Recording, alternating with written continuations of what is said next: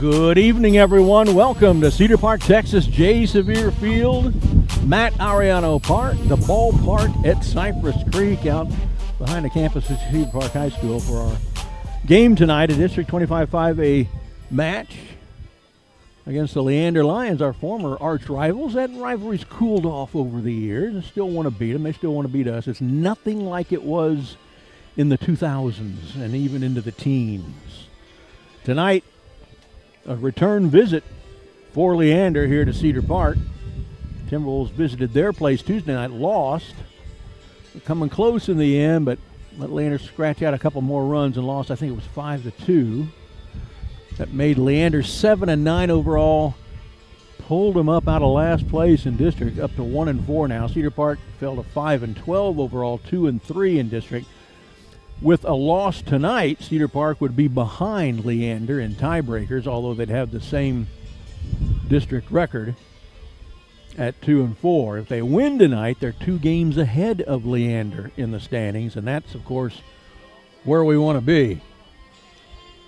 I'm Brad Cohn, voice of the Timberwolves since 1998 when the school opened. I did the stadium announcing thing here until started broadcasting, audio broadcast like radio, from 2008 through 2014, and from 15 forward, more like TV, and you're watching tonight. I want to say hello to everybody joining us tonight. There's plenty of time to get down here for a good game. Weather's nice, 70 degrees. It'll drop to 67 by game's end, 0% chance of rain. Humidity 81%.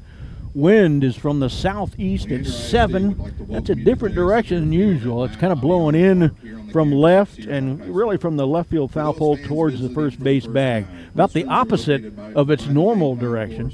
Sunset will be at 7:48 tonight. It's pretty cloudy. Sun broke out a little bit about an hour ago to help dry out the turf from rain they've been getting for the last 30 hours or so. And I'm going to step aside and let the PA announcer welcome everybody aboard here at the ballpark and give you the starting lineups. And regulations of the University Interscholastic League. Leander ISD and the UIL promote good sportsmanship by student athletes, coaches, and fans. We request your cooperation in supporting the student athletes and umpires in a positive manner. Profanity, derogatory comments, or other intimidating actions directed at athletes, umpires, school representatives, or other fans will not be tolerated. We appreciate your cooperation creating a safe and positive game environment. Today, the Cedar Park Timberwolves will be taking on the Leander Lions. And now, your starting lineups. We ask that the visiting team line up on the third base line as your name is called. Leading off and playing third, number 10, Kobe Holmes. Batting second, the DH, number 8, Tyler Mormon. Batting third, playing center field, number 11, Logan Mitchell. Batting fourth, playing right field, number 9, Miles Hadel. Batting fifth, playing left field, number 3, Dean Hellman. Batting sixth, the pitcher, number 7, Hudson Swab. Batting seventh, playing catcher, number 2, Luke Webster. Batting eighth, playing second base, number 1, Jackson Trimble. Batting ninth, playing shortstop, number 16, Dominic Jaramillo. And your first baseman, number 14, Jax Ruin.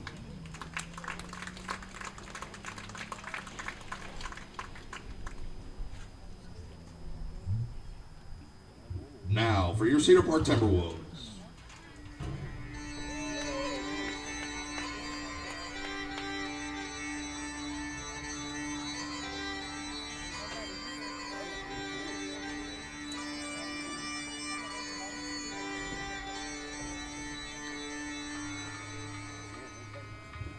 Leading off and playing center field, number 3, Bryce Schneider. Batting second, playing right field, number 31, Cooper Camacho. Batting third, playing second base, number 24, Hudson Cuevas. Batting fourth, playing third base, number 5, Kyle McClure. Batting fifth, playing first base, number 14, Damian Alonzo. Batting sixth, playing shortstop, number 8, Owen Mansfield. Batting seventh, the DH, number 1, Rafa Escobar. Batting eighth, playing left field, number 13, Tanner Richardson. Batting ninth, the catcher, number 7, Brandon Washburn. And the pitcher, number 6, Griffin Giltrap. Cedar Park Timberwolves are coached by head coach Ben Huffman and assistant coach Jaime Perez.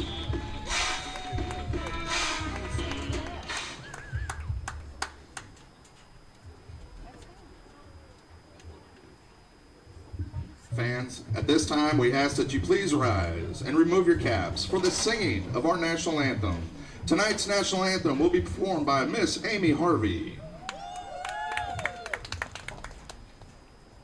Oh, say, can you see by the dawn's early light what so proudly we hailed at the twilight's last gleaming, whose broad stripes and bright stars through the perilous fight o'er the ramparts we watched were so gallantly streaming, and the rocket's red glare, the bombs bursting in air, gave proofs through the night that our flag was still there. Oh, say does that star-spangled banner yet wave o'er the land of the free and the home of the brave?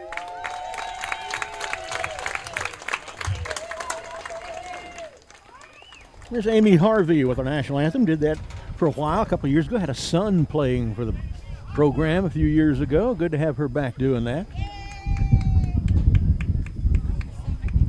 I'm going to go through the lineup one more time. Those of you at home who keep your own lineup cards, I know there are some of you who do. Give you the last names of everybody first. Top of the innings, Leander Lions. They will go with Holmes, Mormon, Mitchell, Haydel, Hellman, Schwab, Webster, Trimble, Jaramillo. And for Cedar Park in the bottom halves of the innings, Schneider, Camacho, Cuevas, McClure, Alonzo, Mansfield, Escobar, Richardson, Washburn. So there's your lineups. Tonight, Timberwolves trying to find themselves still, playing some good baseball at times and some shaky baseball at times, but that's the nature of a young team. I'm producerless tonight again, so I'm going to try my best to keep up with the information bug on the bottom left of your screen. We're about to get underway here. You can see Griffin Giltrap warming up on the mound. They'll be throwing to Brandon Washburn, who's already having an outstanding year behind the plate catching. I've said before, he's the best catcher we've had in many years. Defense in the infield behind Giltrap, left to right, third to first, is Kyle McClure, Owen Mansfield, the Dam, Hudson Cuevas in his first field action this year at second, been batting, and then Damian Alonzo at first, and then left to right in the outfield, Tanner Richardson, Bryce Schneider, Cooper Camacho. And we're about to get going here, about 5 minutes after the scheduled time, Number 10, which is kind of usual. Holmes. Third baseman Colby Holmes. Kobe Holmes, there's no L there.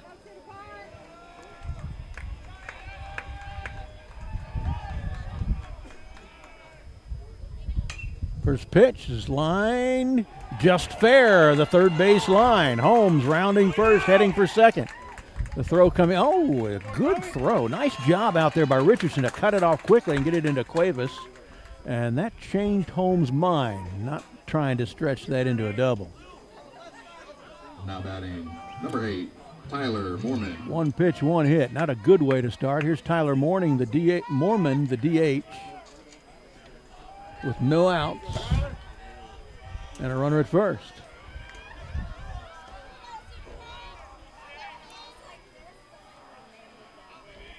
Shows bunt, bunts it up the third base line. Charging it is McClure, grabs it, goes to first. Successful put out on the 5-3 on that sacrifice bunt. It did move Holmes to second now with one out.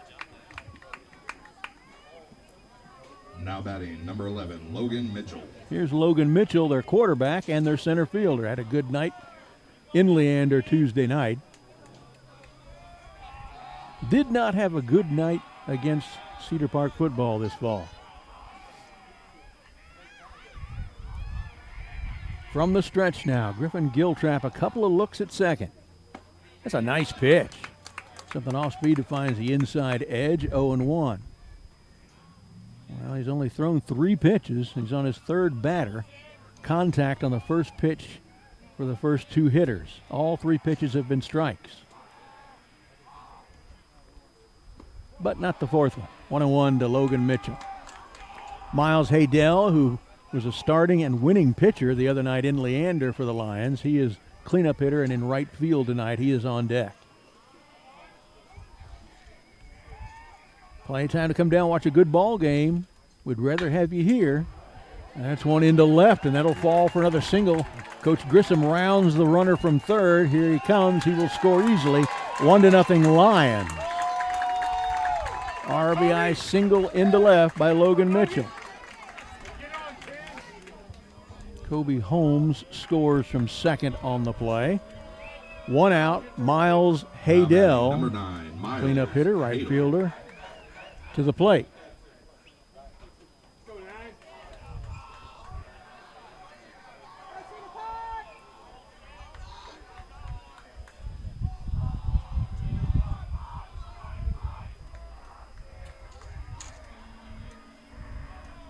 First pitch, swung on, fouled, back behind the catcher to the screen, 0-1 to Miles Haydell.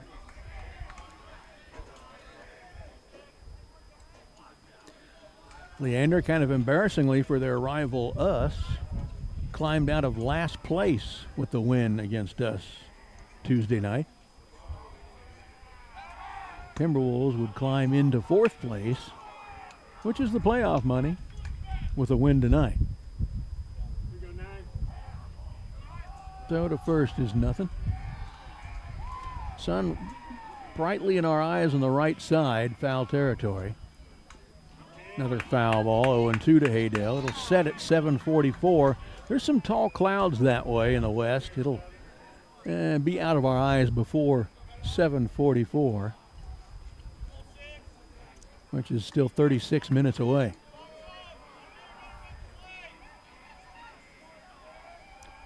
Got my Gmail up, V of the T, voice of the Timberwolves, VOFTHET, all run together, V of the T at gmail.com. The runner goes, swing and a miss, throw down, no good.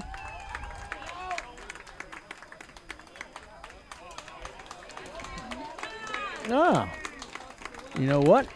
Looks like we got an interference call on the batter after he struck out for the second out. And that caused the runner to be out as well. All right, well, 4 up, 3 down. It did score a run on 2 hits. We trail 1-0. We'll be back. Timberwolves to plate, the bottom of the first in just a moment.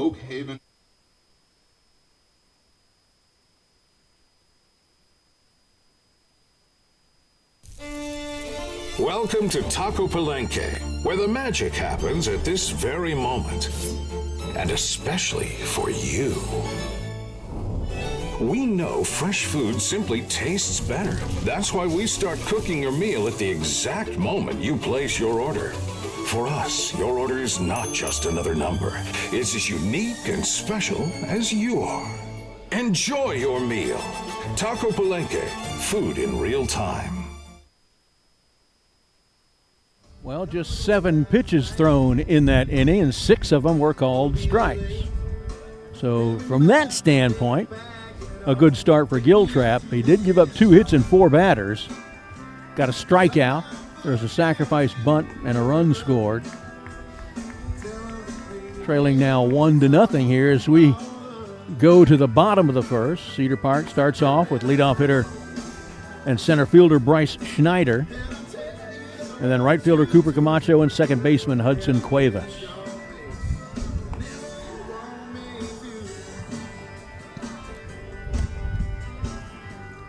Hudson has had a fielding chance, sort of, the way I score fielding chances already. He's had to field the ball that if he screwed it up, a runner could advance. That's how I define a fielding chance, which is not the same as official baseball definition. But that tells me more about my defense than the way baseball does it. Anyway, I'll preach about that later. And that was when he had to field a throw in from left field on that first pitch of the game, up the third base line.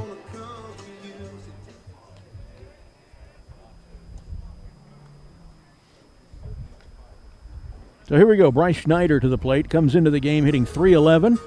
On base at .436. Got 14 hits so far this season, and that leads the team.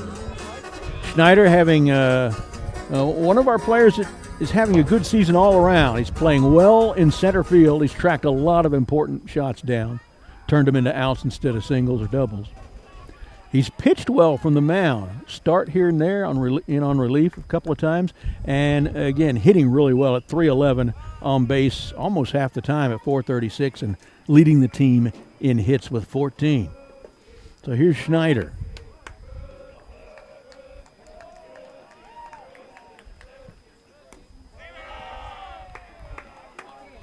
First one misses, 1-0 to Bryce Schneider.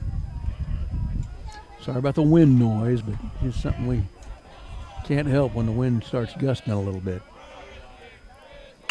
This one back through the middle for a single on the ground into center field for Schneider. So that batting average of .311 has already risen. Here's Cooper Camacho. Having a good season as well. Hitting .308. Right behind Schneider. On base at .372. He's got 12 hits, and that's second on the team. 26 hits between these first two hitters, Schneider and Camacho. They just delivered my cheeseburger. Oh, my gosh, the cheeseburgers are to die for here. Come out here for dinner. Watch a baseball game. Have some of the best cheeseburgers in town. Dinner and a show. 1-0 to Camacho's. That one's outside. Every once in a while, you're going to hear me munching on this burger. I'll just apologize in advance. Imagine yourself having one of your own. Bunted back to the mound. Only plays at first. Makes it. So just like they did. A single for the first batter. The second one bunts him to second. So Cooper Camacho down the sacrifice bunt. This one fielded by the pitcher. One away for Hudson Cuevas, his second baseman, and the leading hitter on the team at .455, on base at .571. Runner in scoring position is Bryce Schneider out there at second. Done a little something different with the camera tonight. I don't know if you've noticed it yet. That one stays high, 1-0 to Hudson. That is, I've zoomed in a little farther so we can see a little less of the backhand side of the shortstop, and we can't see third base at all. Can still see first over on the right edge where all the bang-bang plays are, but this gets us a little closer, to the action between the pitcher, batter, and catcher, which is most of the game, and you can see that a little bit better. So send me a message at viaoftheT@gmail.com if you like that or don't like that and want me to keep doing it like that instead of back kind of maximum. That one misses too, so it's 2-0 to Cuevas now, one behind him. This one he fouls off his own right shin, 2-1. That would hurt me, but I'm not an 18. Well, he's not either. He's a sophomore, I guess. He's a 16-year-old guy. Oh my gosh, this cheeseburger looks so good.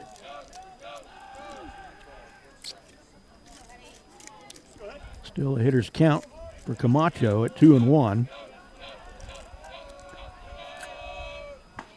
Swings and misses at a curveball, 2-2. Can't fault anybody for swinging and missing at that pitch. That's the kind of pitch that I couldn't hit either.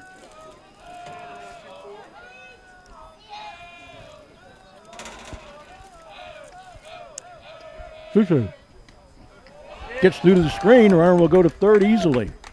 And the count is full to Hudson Cuevas.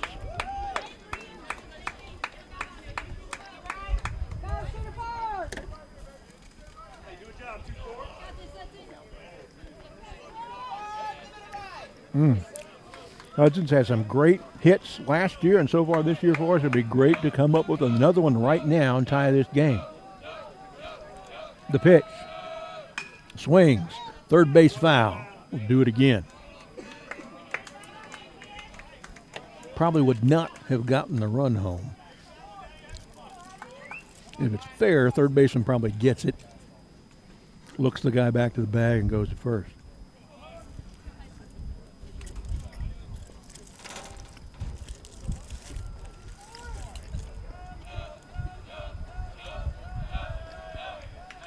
The second full count pitch to Hudson Cuevas. This one in the air to right. Comes in and then goes out. Chases it. Catches it. Runner tags and scores. It's tied 1-1. Cuevas with an RBI sacrifice fly to right field, and there are two down. Now batting. Kyle McClure comes to the plate. McClure. Timberwolves have tied the game.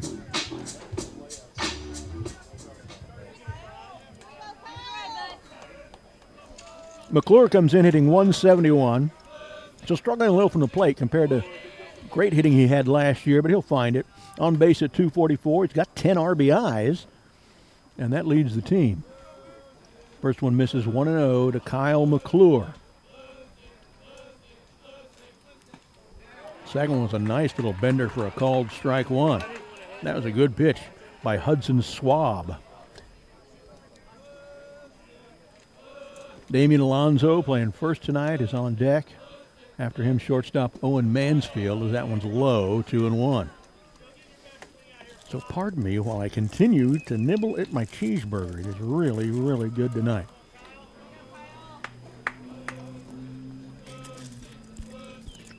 I didn't eat lunch on purpose. Called strike on one that was two inside.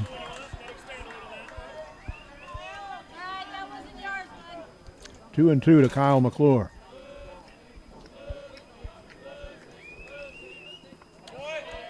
Checks his swing. Good thing. That thing just about hit the plate.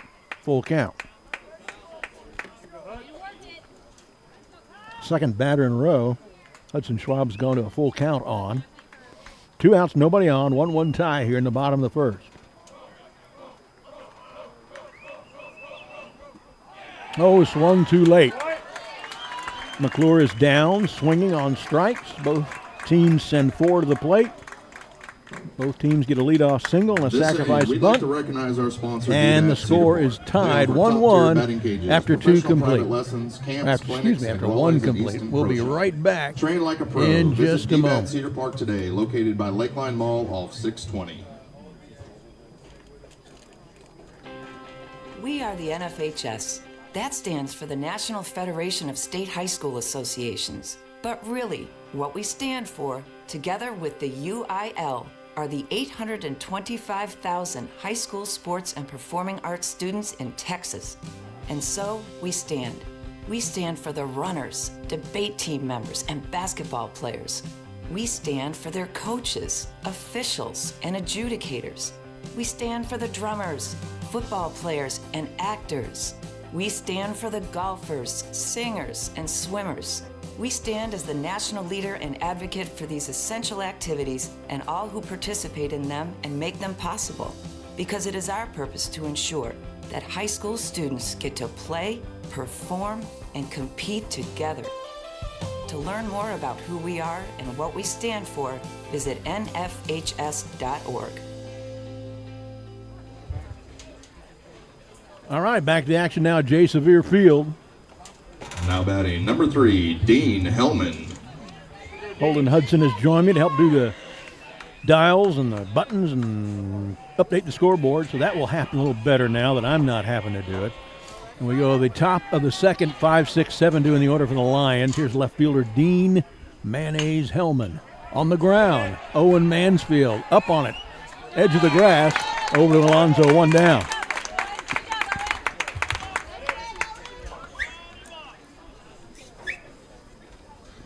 Now batting number 7, Hudson Schwab. 6-hole hitter here with one out, nobody on. Top of the second inning. Hudson Schwab, the pitcher. Lights are on here. They've been on since the pregame. On the ground, foul, third base side. Matt Grissom fields it. Found out it's his wedding anniversary today. I don't know how many years. He's been coaching at Leander over a decade. I forgot to ask him if it was related to the astronaut Gus Grissom.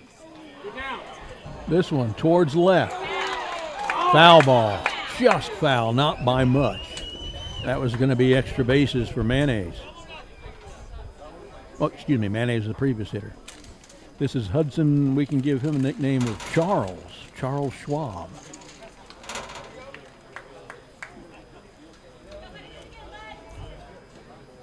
Oh, and 1. Schwab was in the lineup Tuesday night, but I think he was in right field. Big guy, big strike zone for Griffin Giltrap. 0-1 to Hudson Schwab. Excuse me, it was 0-2. There's a standing strikeout. I didn't mark down the foul. So 2 down now here. 2, nobody on. Webster. Second strikeout of the game in 6 batters faced by Griffin Giltrap. Here's Luke Webster, the Lions catcher. 2 outs, nobody on. Getting a little darker. The sun's behind those high clouds in the west now. High and out, 1-0. That is only the second called ball pitched in the game by Giltrap so far, and this is his 7th batter he's faced. This is a line drive over the shortstop's head into left, and another single. 3rd of the game for Leander.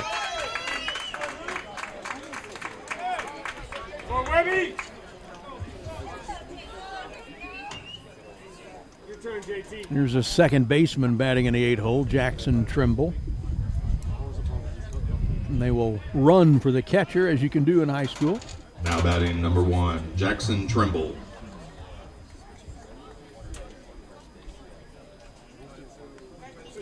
I didn't catch his number as he went across, but they... Oh, you know, Holden sees that it's number 6, but they didn't leave me a lineup, so I don't know who number 6 is. But he's running for their catcher, Luke Webster, so less wear and tear on the knees. There's a nice pitch that the umpire slept through, calling that ball 1.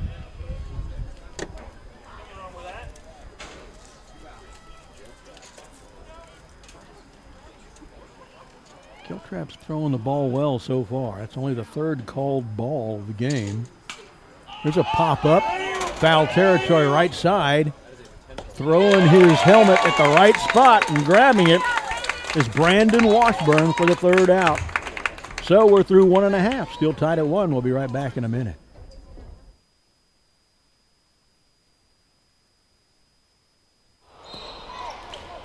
Have you noticed bad behavior has become normalized at interscholastic athletic events? Some fans seem angry. They lack civility toward one another. Some even get aggressive and unruly. Time out! What is going on? This has to stop. Let's not forget, school sports aren't just about winning. And they're definitely not an excuse to take your frustrations out on the official or the opponent. They're about teaching lessons like perseverance, respect, and empathy, so students can learn and grow as people, not just as players. We all have a role to play in setting a good example for our students and teaching them these important values. So fans, it's time to step up your game and behave positively at interscholastic athletic events in Texas. This message presented by the UIL and the Texas High School Athletic Directors Association.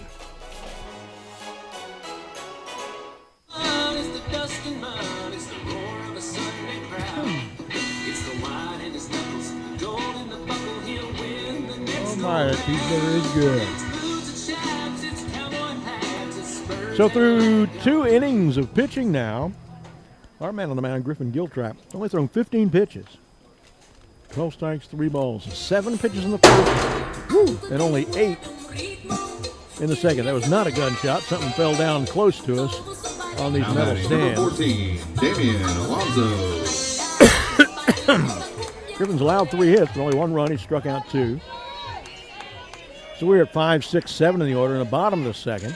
Damian Alonzo playing first tonight, starts off. First one way outside, 1-0. Owen Mansfield's on deck, and then the DH, Rafa Escobar.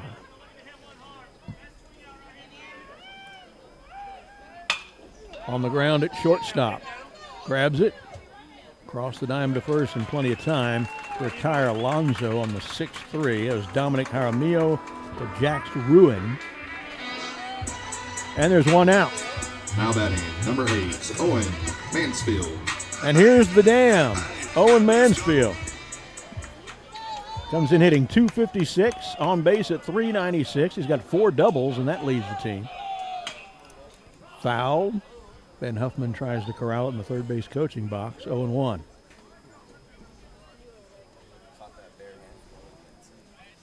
It's a fingernail crusher. 0-1 to Mansfield. Too low. Something off speed with a little bit of a tail on it, 1-1. Cedar Park in what might be my favorite uniforms, a kind of off-white, almost yellowish tint home uniforms. And this one's driven high, hard, and deep to the gap in left center. 1 bounce and off the wall. Extra bases for the Dam. And he's in at second. The 1-out double here in the bottom of the second is in scoring position to take the lead.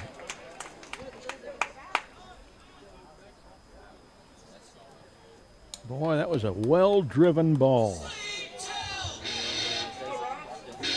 Yep, here's the DH, Now Rafa batting, Escobar. Number 1, Rafa Escobar. Had some important hits this year, but not a lot of them. Only batting .083, but he's on base at .421. He manages to scratch his way on base a lot.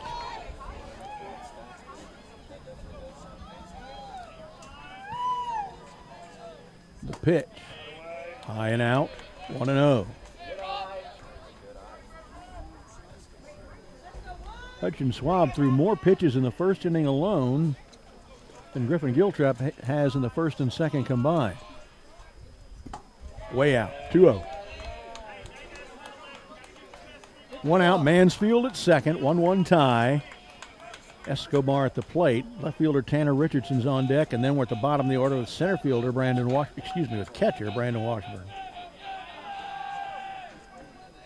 Hudson Schwab steps off the mound and resets. Yeah, Escobar is one of the few lefties in our lineup. Oh, inside.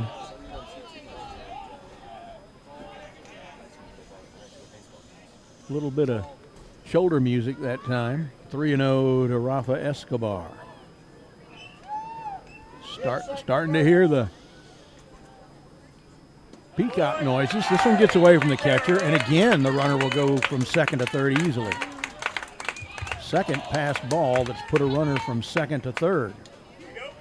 So Mansfield's there with 1 out. Rafa, that was ball 4, walked on the pitch. So runners to the corners, 1 out for the 8-hole hitter, left fielder Tanner Richardson. And Matt Grissom's coming out to talk his pitcher, and while he does that, I'm going to take another bite of my cheeseburger. It's my dinner.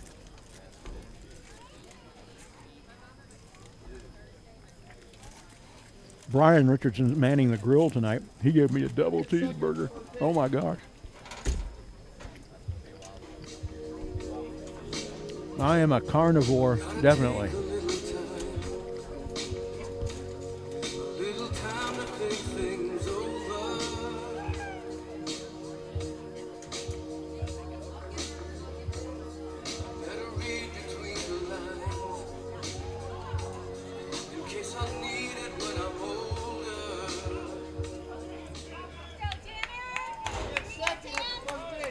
All right.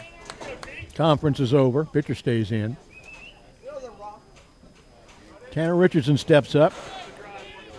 Has not got a hit this year. On base at 111. Shows bunt. misses it. Runner goes to second. They throw it past the third baseman, so a throwing error on the catcher gives Cedar Park a 2-1 lead and allows Escobar to go first to third.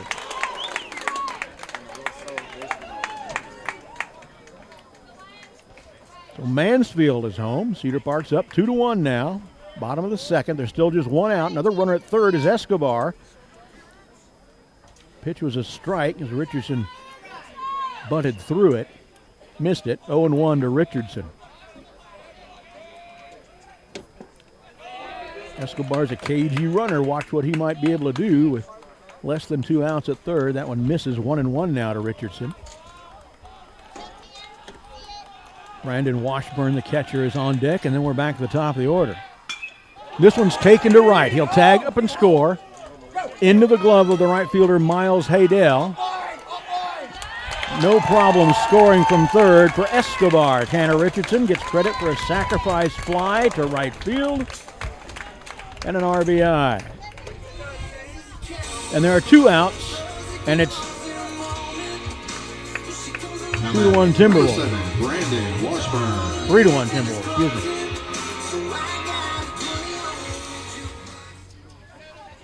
Washburn, the catcher, steps in, batting .217 so far, on base at .357 this year. First pitch, a good one. Didn't call it a strike. 1-0. Might have been a little low, I guess. There's a good one on the inside edge. 1-1.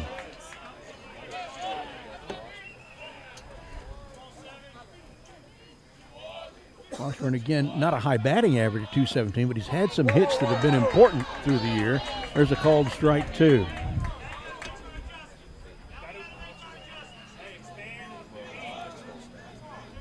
His best value to us is behind the plate catching, though. He's outstanding. Oh! I wouldn't have complained if he'd called him out on that one, but I guess it was outside. It's where high school umpires often try to catch strikes, even though they're outside. Here's 2-2. Foul into the screen. Still 2-2 to Brandon Washburn.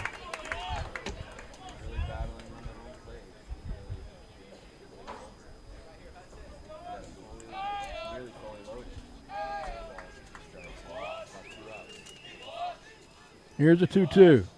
Oh, it got him standing and strikeout. But Cedar Park has a double and a walk, scores 2 runs, and they take a 3-1 lead through 2 complete. We'll be right back after this. Can't make the game? Listen live via Vype What's USA. the biggest thing about interscholastic performing arts? That you have to be the most talented or experienced to participate. The truth is, anyone can be a part of their school's performing arts. There are countless opportunities for students to participate, from theater, choir, and band to speech and debate. The bottom line, if you want to perform, there's a place for you. This message presented by the NFHS and the UIL.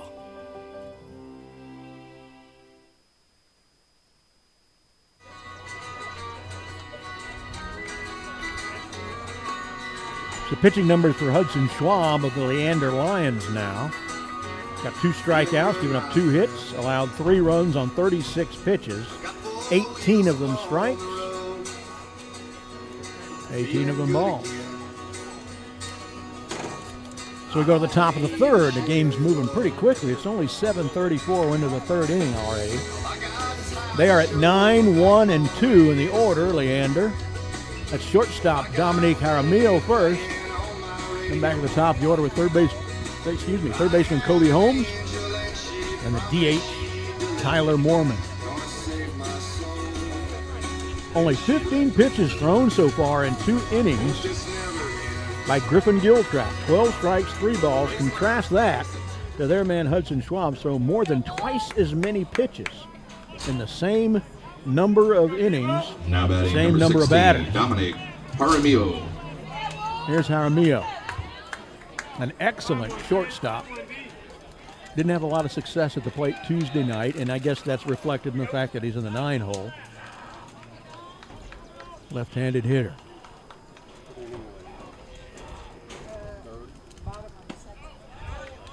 Nice pitch, but not nice enough. 1-0 to Dominic Jaramillo.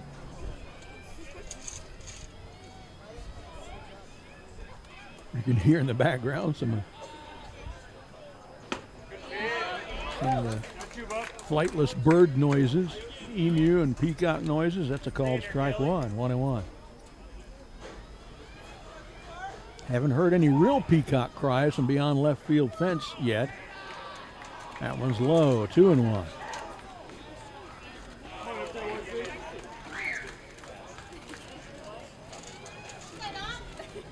Sun is about to set. Sets at 7:44 tonight. That's 8 minutes away.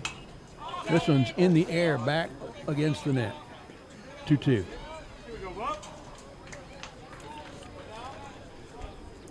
For both teams, the first batter of the game singled and then later scored. Cedar Park's added 2 more. Leander has not. It's 3-1. There's a good pitch, and it's sent into center. Bryce Schneider over underneath it in left center for the out. 1 down. Top of the order now, Kobe Holmes, third baseman. Now batting number 10, Kobe Holmes. Singled just inside the third base line last time up and then later scored. That's the one that Tanner Richardson really tracked down and got to second base quickly enough to keep Holmes from stretching that into a double. Looked like a double when it went past third. Kick and a throw. Ooh, nice motion on that, and that fooled Kobe Holmes. Swung early and on top of it, 0-1. What a pitch.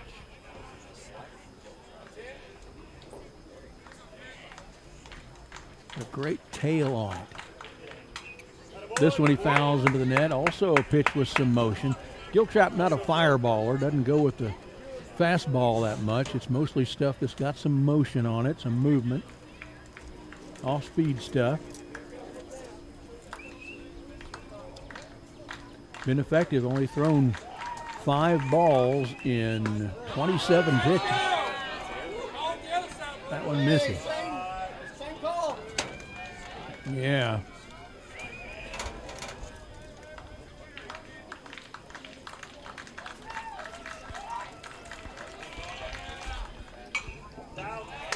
Fouling over the screen towards the softball field. No action in softball tonight, so that's not going to bonk anybody in the head tonight.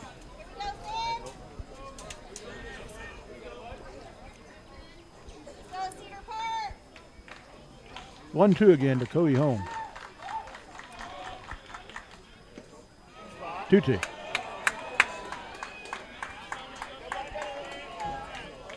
One out, nobody on here. Top of the third for Leander, trailing the Timberwolves 3-1.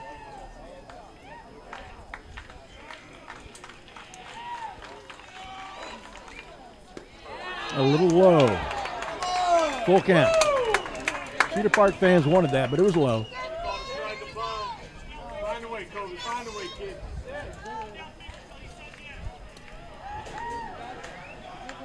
Tyler Moorman, their DH, is on deck. This one he takes towards Schneider in center as well. Coming on into his left, makes the catch on the jog. 2 F8s here in the top of the third, and there are 2 away. Excuse me. Now batting number 8. Here's Tyler Moorman, the DH. Sacrifice bunt fielded by Kyle McClure, running in from third last time up.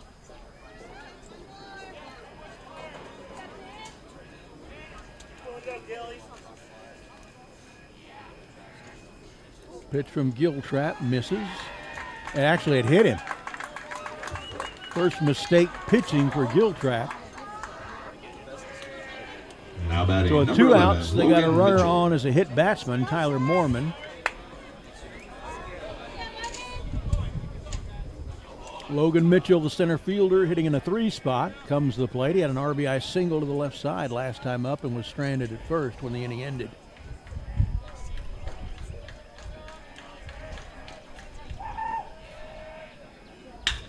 This one is driven to the gap in left center towards the scoreboard. And it bounced over. It's a ground rule double. That saves a run, actually, because Moorman can only go first to third on the play. We have had more ground rule doubles this year. That's the 4th than we normally get in 5 or 6 years. Now batting number 9, Miles Hadel.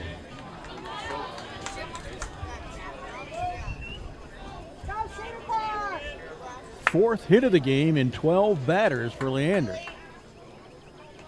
Still 2 outs, 2 runners in scoring position. The tying run is at second for Miles Hadel, the right fielder.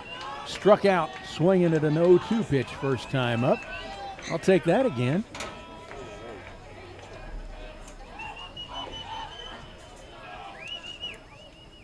There's a good pitch. Looked like it was coming kind of at his nose and took a left turn and dove right over the strike zone. 0-1.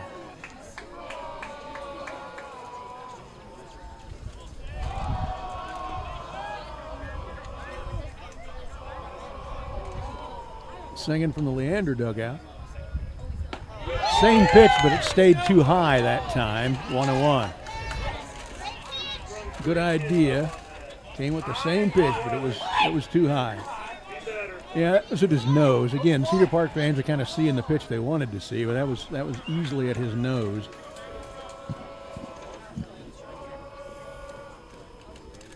That one's away outside. Good lunge by Washburn to keep a run from scoring. 2-1. Need the out really badly here.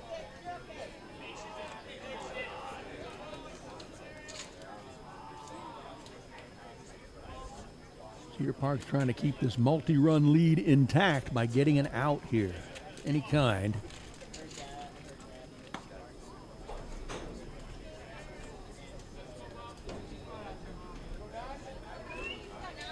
Don't let anything get through the infield on the ground.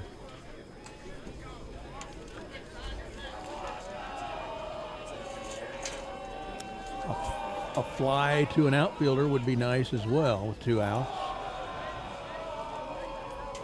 Here's the pitch. Ooh, a nice called strike. 2-2 to Hadel. Probably shouldn't have sat on that one.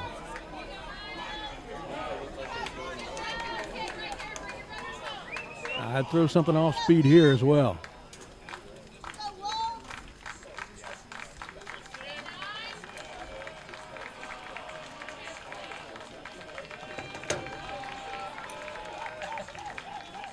Here's the throw. It's outside. Oh, he called him out on a pitch that was outside, but I'll take it. That happens to us often enough. We deserve that to happen for us once in a while. So a hit batsman and a double are wasted. Leander goes scoreless in the top of the third. It's still 3-1 Timberwolves. Will be right back with them at the plate in the bottom of the third right after this. Why are interscholastic sports called the last classroom of the day? Because they teach students important life lessons like teamwork, accountability, and perseverance. School sports are so much more than a game. They're about developing the whole person. That's why they're an essential part of every student's education. Encourage your student to participate in the last classroom of the day. Interscholastic sports in Texas. This message presented by the UIL and the Texas High School Athletic Directors Association.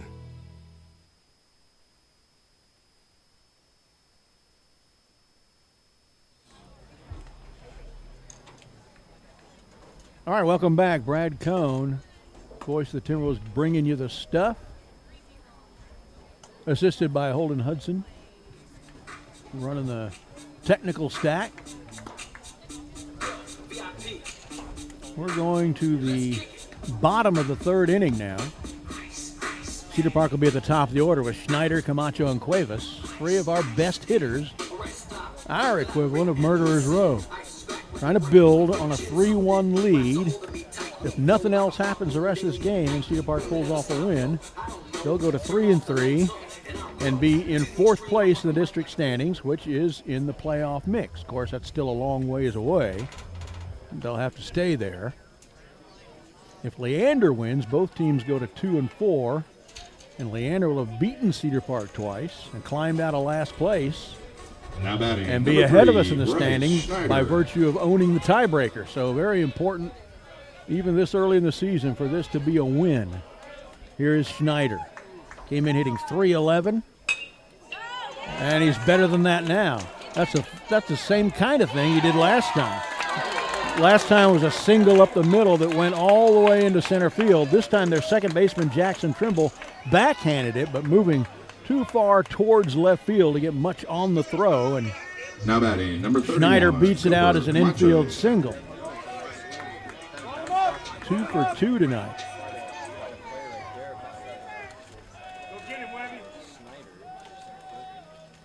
Right fielder Cooper Camacho steps in, came in hitting .308, had a sacrifice bunt to move the runner over last time, so he's still hitting .308. A little curveball that misses. 1-0.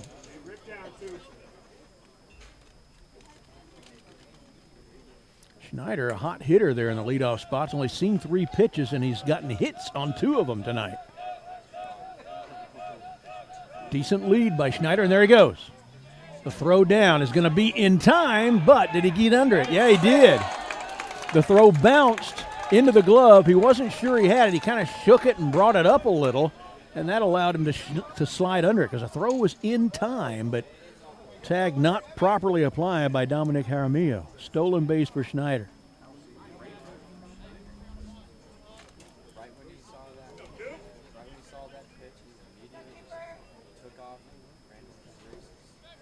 Camacho up the line with conference with Ben Huffman for a moment. Now back to the batter's box. I believe the count's 2-0. Oh, yeah.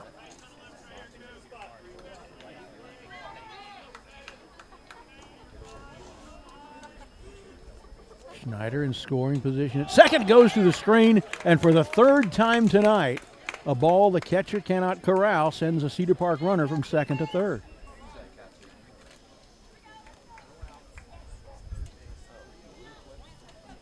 Webster having a difficult time of it back there.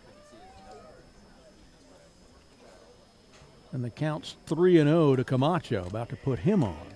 There are no outs here in the bottom of the 3rd, up 3-1. Pitch is outside, ball 4.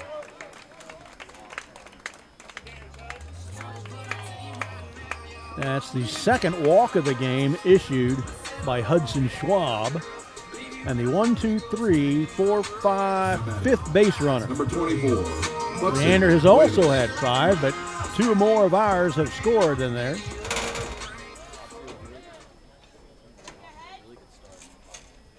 Here's Hudson Cuevas playing second tonight, playing in the field for the first time since being injured in the preseason. But leading the team in hitting, he's been the DH for a few weeks at .455. Got an RBI sacrifice fly to right to score our first run the first time up. So he's still hitting .455. And there's a throw over there to first.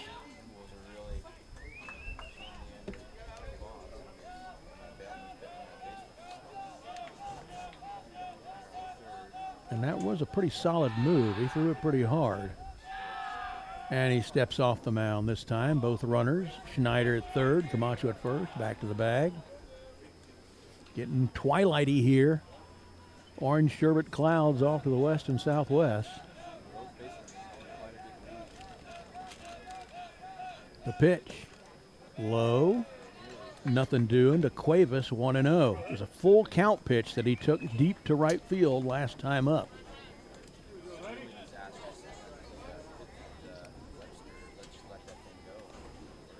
Webster didn't catch that one either, but it only went 5 or 6 feet off to his right. Here comes a 1-0. He blocked that one. It was in the dirt outside. 2-0. They do have somewhere they could put Cuevas, and if I'm them, with his hitting, I might kind of intentionally, unintentionally walk him to get to Kyle McClure, who's batting 171. Rather than throw to a guy who's hitting .455. I'd put him on. It's already 2-0. And there it goes. That's to score another one. It's deep to center. Back he goes. Back he goes. Off of the wall. Easily scoring from third and going from first to third. Throw was closer than I thought. Oh, no! Oh, that was an awful call. He had already slidden all over the bag before the throw got in. That was terrible, but a run scored. They are going to call a false out at third base. That's Camacho, who will have to live with that poor call. That is so bad. That was terrible. But Schneider scores to make it 4-1. There's one out. Cuevas gets another RBI. That one was a double, strongly hit off the center field wall. If it's 360 to center, that went about 355. Gotta be better. Gotta be better. Now batting, number 5, Kyle McClure. That is the worst out call or safe call. That one happened to be out that I've seen in the field this year so far. There was no question about that one. Worst I've ever, I don't know. It's been a while since I've seen one worse than that. Kyle McClure will be the batter with one false out, one run in, and a runner at second. McClure will come up hitting 171, but on base at 244, 10 RBIs, struck out swinging at a full count pitch to end the first. But he's a better hitter than he's showing, and I think he's going to come around.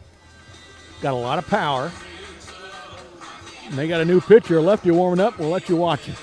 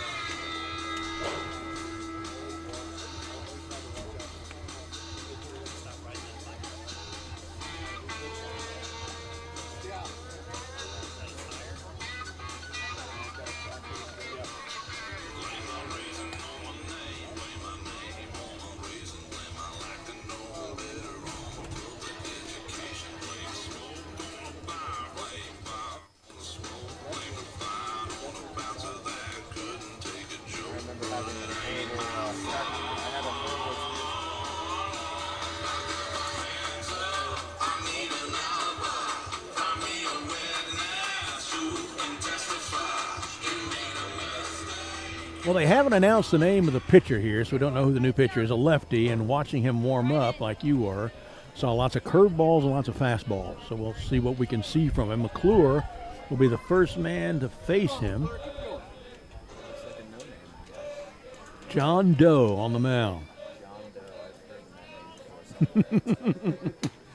This one is a strike. Looked a little outside. McClure kind of cut at it. I don't know if he's convicted him of the swing or what, but it's 0-1.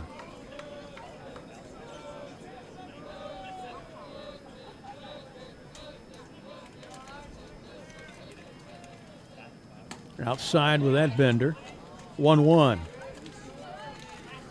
from number 6. Oh, you can call him Nicky Six. Yeah. Yeah.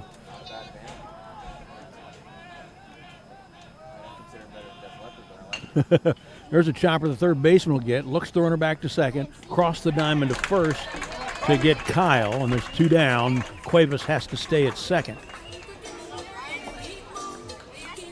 Damian Alonso steps in, hitting in the 5 spot tonight, playing first base.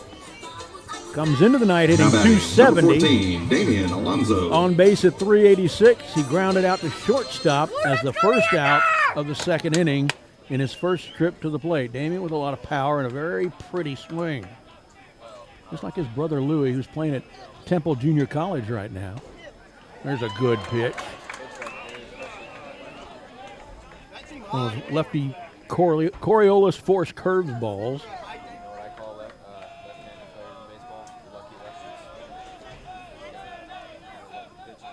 Here comes the 0-1 from Nicky Six. And Kyle calls timeout. Not Kyle, Damian.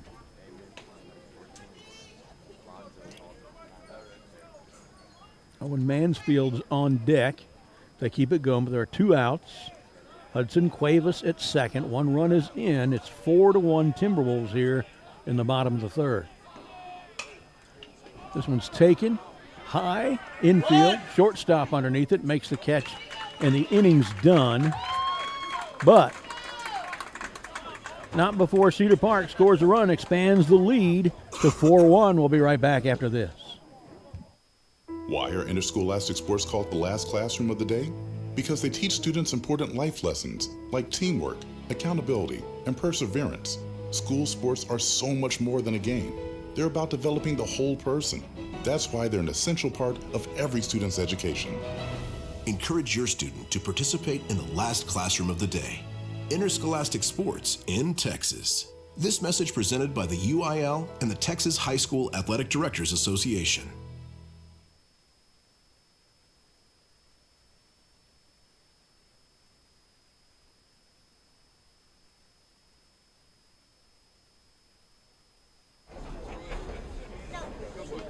Okay, Brad Cohn bringing you the stuff here. J. Sevier Field in Cedar Park. On our nice new turf, Leander got the same kind of turf we played on it the other night. Pretty much the same field, except theirs in red and blue says Leander across the back of the catcher's area, and ours is green and black saying Cedar Park. Other than that, they're the same. All four schools that got turf in the off-season have the same field by the same company. Leander, Cedar Park, Rouse, and Vista Ridge. Now batting number 3, got new Dean field. Hellman.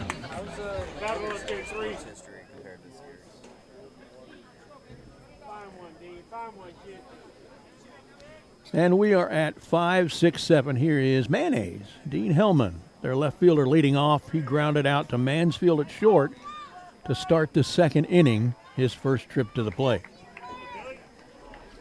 Only 34 pitches, 23 strikes, 11 balls by Yilly. First one, a nice one, catches the outside edge, 0-1 to Mayonnaise Hellman.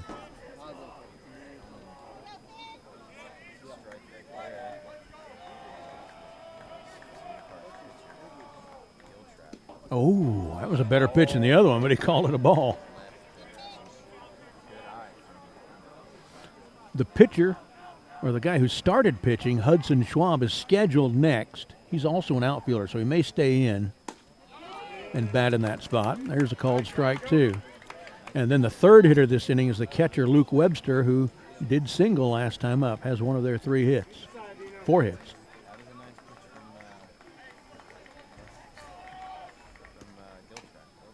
Fouled off to the right side of the plate, still 1-2 for Dean Hellman. I've got to get another bite of that burger.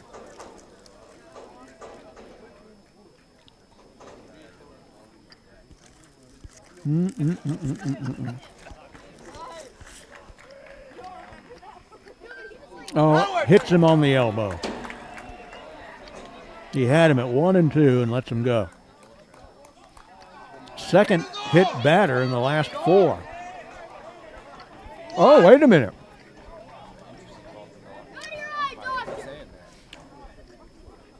Well, it kind of looked like it hit the bottom of the bat, so they're going to look at it, or rather the umpires will talk about it.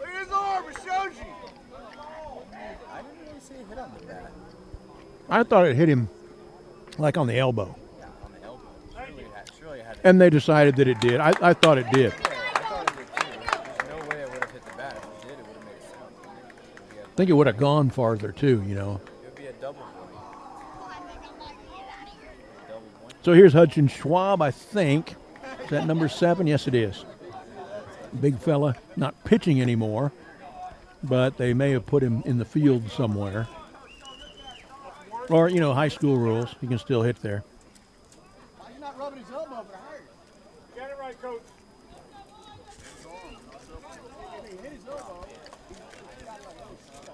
Now batting number 7, Hudson Schwab. Well, the umpires were still talking about that for a minute. Not sure why.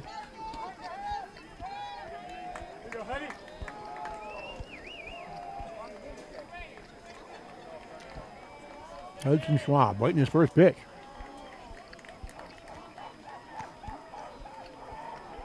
And there it is, inside, probably high too, 1-0.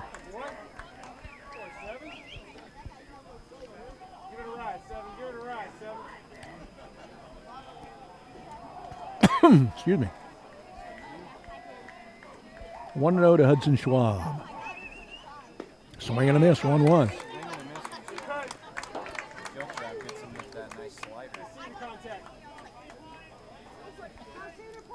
don't know that I've seen more than 3 or 4 fastballs from Giltrap tonight. Everything's got some sort of motion on it, something off speed. I don't know if it's a curveball or a slider or whatever it is, but it's really something. On the ground, a nubber fielded by the third baseman, nicely scooped by Alonso. The throw was about a foot short of him. Backhanded it with a great glove play. There's one down as Hellman gets to second on the play. Now batting number 2. Kyle McClure to Damian Alonso for the putout. Luke Webster, the catcher.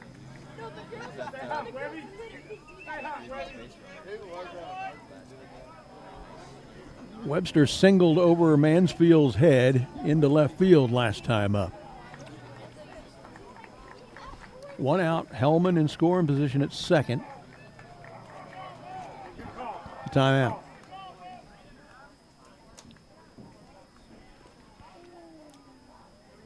Webster saw Mansfield slipping in behind the base runner who didn't know he was there and called timeout, so didn't have a chance to pick him off. Smart play at the plate by Webster. High and in. Tried to throw that through the mouth. 1-0.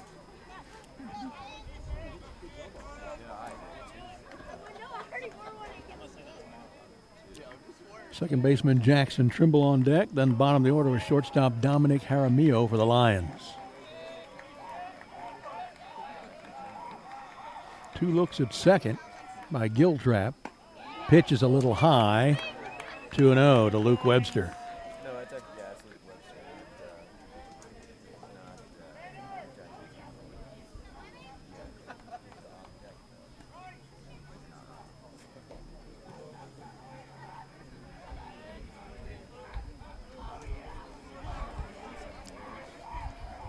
I don't know if you can notice it watching the screen, but this one's outside and low. 3-0 now to Webster.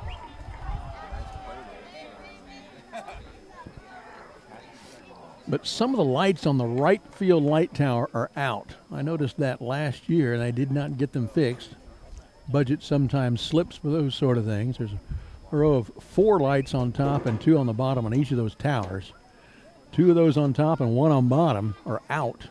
And you can see that the deep part of right field is a little darker than the deep parts of center and left. 3-0 the count to Webster.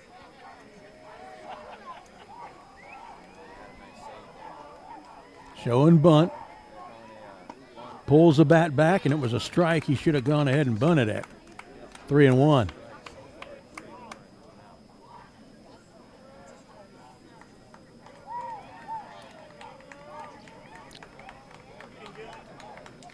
Shows bunt again. Pulls it back again. He should have bunted at that one too. So it's gone from 3-0 to a full count. Choosing to opt out of 2 very buntable pitches. There's the full count pitch. 1 out, runner at second.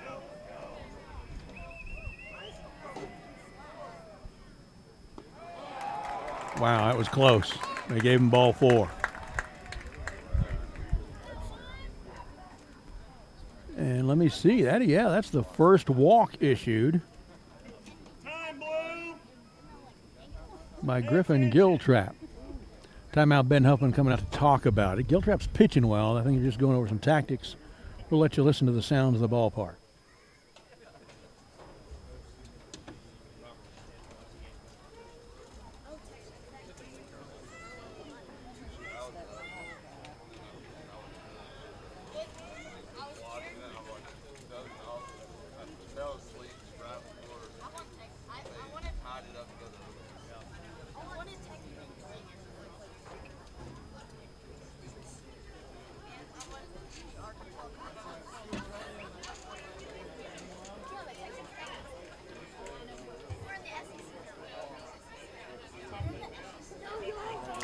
Okay, conversation's over. Trimble. Here's Jackson Trimble, second baseman for the Lions, batting in the 8th spot tonight. Fouled out to Washburn the first time up. 1 out, runners at first and second.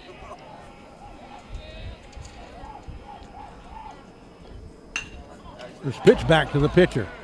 To second for one. No time to go to first. They throw to third instead because he'd rounded the bag, but no play there. There's 2 down, runners at the corners. Giltrap spun and threw to Hudson Cuevas. Throw was off the mark, but Cuevas alertly got it and stepped on the bag. Jaramillo. So it's Webster who's down on the 1-4 play at the bag at 2. Trimble at first with the fielder's choice. Dean Hellman moves from second to third, and here's Dominic Jaramillo, the shortstop, who flied out to Bryce Schneider in center his first trip.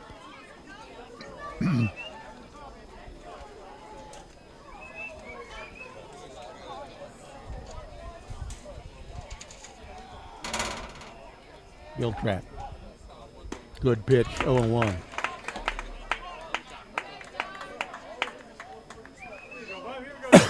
Two times through the order now for Griffin Giltrap, and 1, 2, 3, 4, 5, 6, 7, 8, 9, 10, 11, 12 out of 18 batters. He started them off 0-1. Good pitching. Giltrap fakes to third and goes to first. Nothing. It's our third throw to a bag.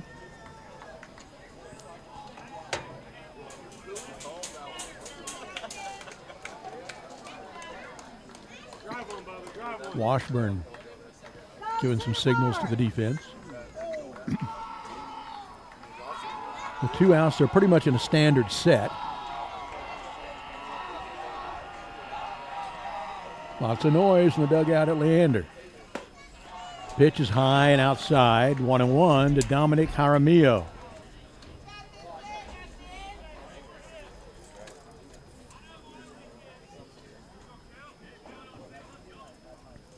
Holden went to get something from the stand. I forgot to update the out. Sorry, we just got that to 2 outs on your score sheet there, your scorecard. Timeout called. Lights in full effect now. A little bit of salmon sky in the far west. It'll be black pretty soon.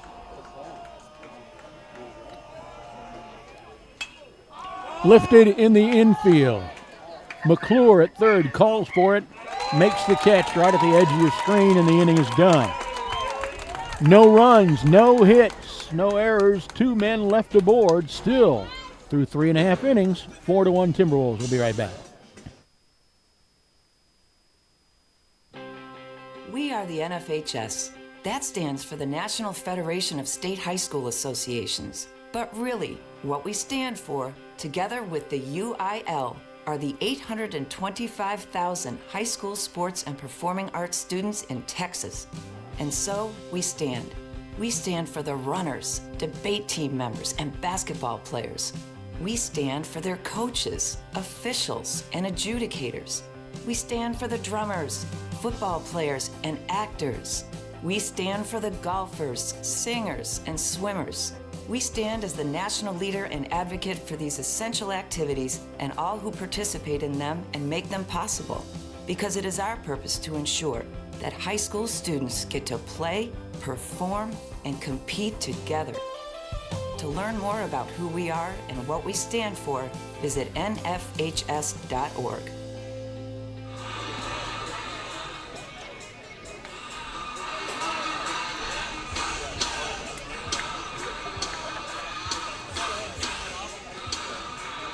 Well, I am thunderstruck by how good Griffin Giltrap's pitching's been. He's had a couple outings. I don't think any of them has been as good as this one. 52 pitches, only 19 of them were called balls.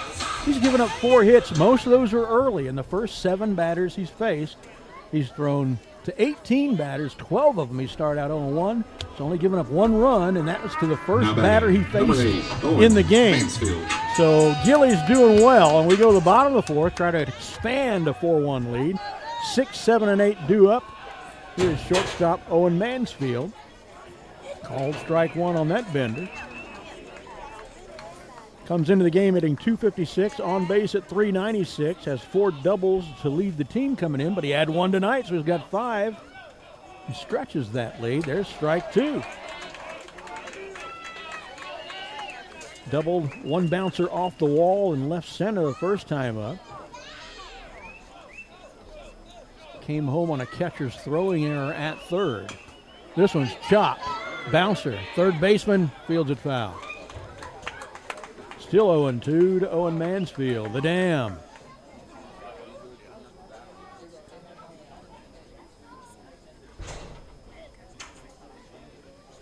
He really legged that one out. It's got a long way to come back here. Not as big a crowd as we usually have on Friday nights here. Place seats a little over 600. Not nearly that many here tonight.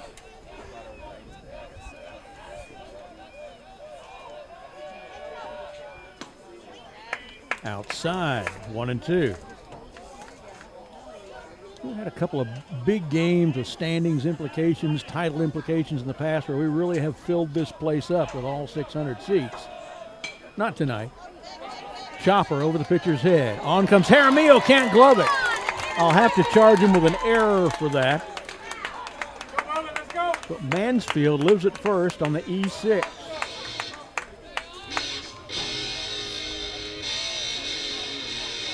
Now batting. The DH, Number Rafa one, Escobar. Rafa Escobar.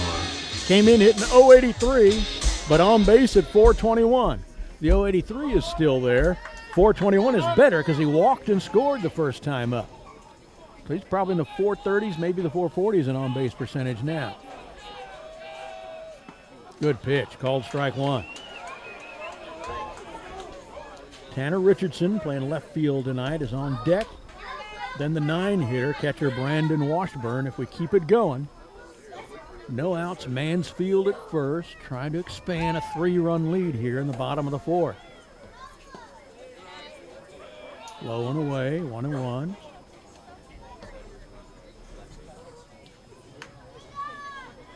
I think Cooper Camacho in the 2 spot is the only other lefty besides Escobar in the 7 hole. Shows bunt, pushes it towards third. Pitcher off the mound to get it, only plays at first. Ooh, closer than I thought it was going to be. Escobar was running good. But he gets a sacrifice bunt. 1-3 on the putout. And that moves Mansfield to second. Here's Tanner Richardson, the left fielder. 13, Tanner Richardson. Hitless on the season, hasn't played a lot. But he did get an RBI last time up because it was a sacrifice fly out to fairly deep right field. Hit it a long ways for going to the opposite field for the right-handed hitting Richardson. Pitch is over the plate but low. 1-0.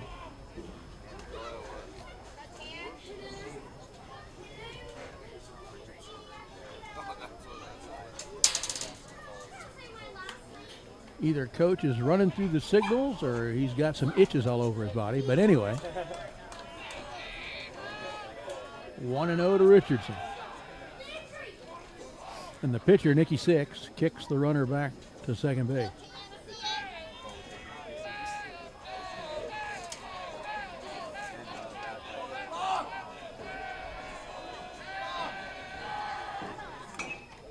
You know, we could call him Lefty Six since Nicky Six is taken. We'll do that. We'll Lefty Six. That one's fouled into the net. 1-1 to Richardson.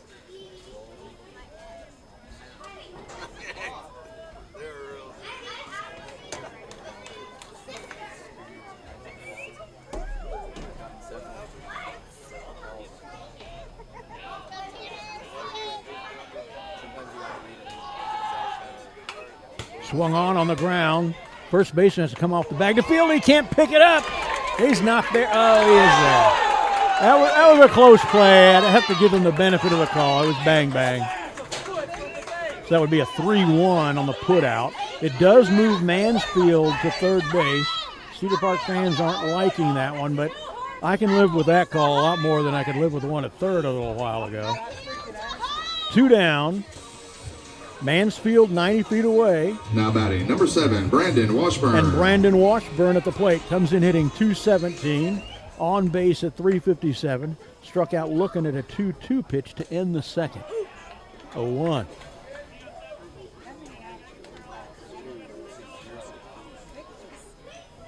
Oh, yeah. doesn't have a count either. It should be 0-1 with 2 outs. They're not listing the hits or errors either. I have to talk to them after the game. Inside with that one. A lot of folks in town to watch Hudson Cuevas' first start in the field. He's been hitting, as we said.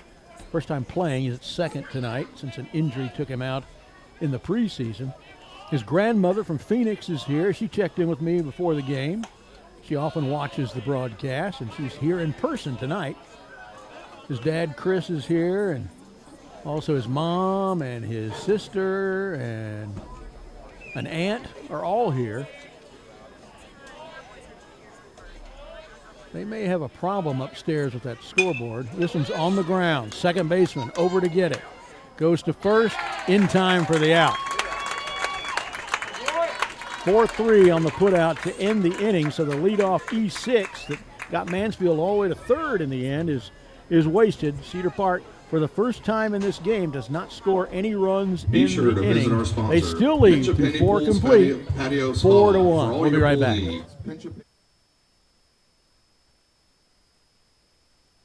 What's the biggest myth about interscholastic performing arts? That you have to be the most talented or experienced to participate. The truth is, anyone can be a part of their school's performing arts. There are countless opportunities for students to participate, from theater, choir, and band to speech and debate. The bottom line, if you want to perform, there's a place for you. This message presented by the NFHS and the UIL.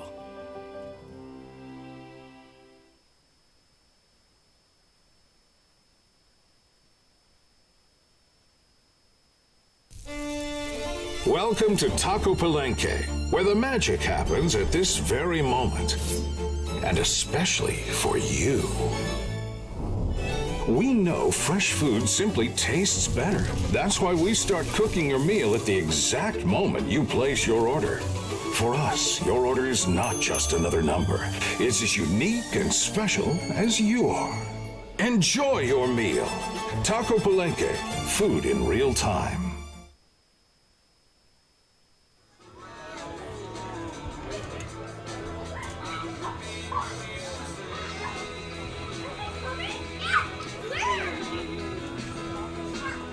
Our crowd mic is picking up some kids that are playing underneath the stands. That's kind of funny.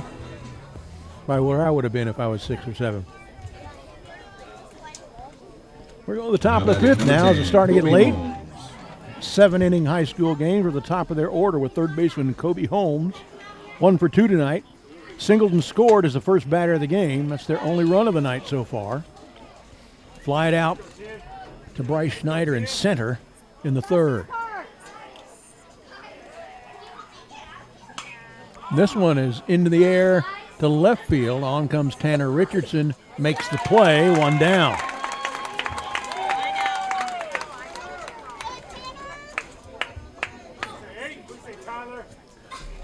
Now batting number 8, Tyler. Tall hits like that when I played outfield were the ones that worried me the most. Give me too much time to think.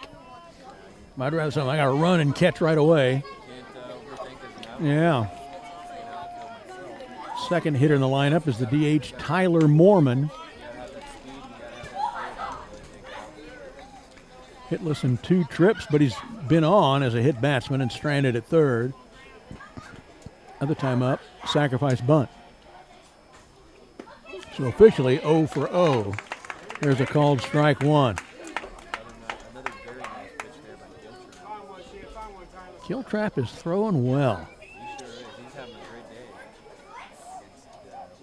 See if he can keep it consistent through the entire game. Cedar Park's problem this season has mainly been they will have stretches like this. Here we are in the 5th inning, and they've done very well for the entire game, and then suddenly the wheels will fall off and the axle will break, and 14 people come to the plate, and they score 8 runs on 9 hits. And then after that, they get everybody out again. There's a hemorrhage inning waiting for them somewhere in most cases. It didn't really happen in Leander. That game was only a 5-2 loss, and it was 3-2 going to Leander's last at-bat. Hasn't happened here tonight, not yet. That's the thing they're trying to learn how to avoid in each game. They're a decent baseball team if they don't have the hemorrhage innings hitting them every once in a while. That one's fouling into the screen. Yep, Tyler Moorman. Like the religion, but only there's an extra O. Moorman.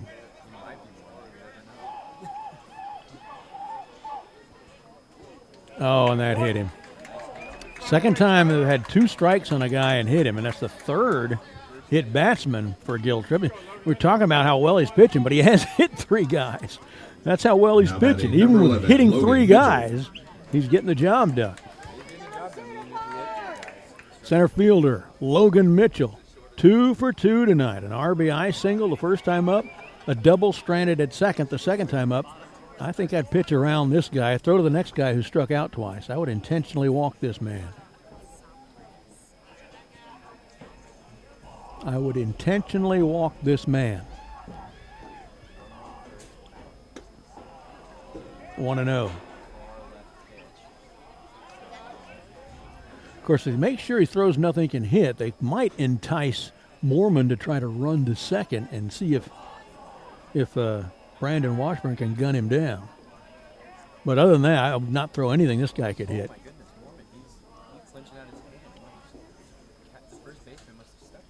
Oh, yeah, could have. That's happened to me before. Definitely happened to me in practice. Moorman's had his hand stepped on by Alonso on that throw over. Checked it with his base coach. Base coach said, spin on it, rub a little dirt on it. Oh, there's no dirt out here anymore. Can't do that. There was dirt, someone else would if there was dirt out there, and grass. Singing from the Lions dugout, high and out with that pitch. 2-0 now to Logan Mitchell. Keep giving him nothing to hit. I don't mind walking this guy. He's 2 for 2. Let's pitch to the next guy who's 0 for 2 with 2 strikeouts. And that's a lifted one, deep second base. Hudson Cuevas. Underneath it, makes the catch. All right. Well, that worked out. A guy that's 2 for 2 pops out in the infield. Now batting, number 9, Miles. So 2 down. 2 away. Right fielder Miles Haydell, the cleanup hitter. Struck out looking and struck out swinging. We'll take either of those again. Moorman's at first with 2 outs. 4-1 lead for the Timberwolves.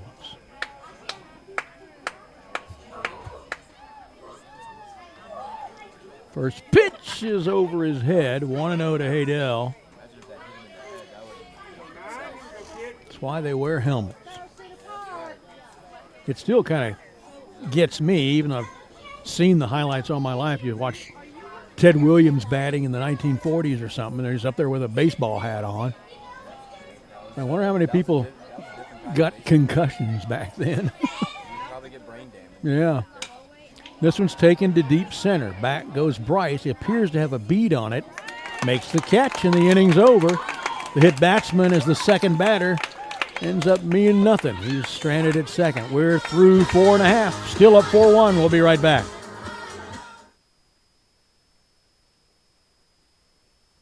Championship teams run on trust. They make smart decisions, attract great talent, and bring their A game every time.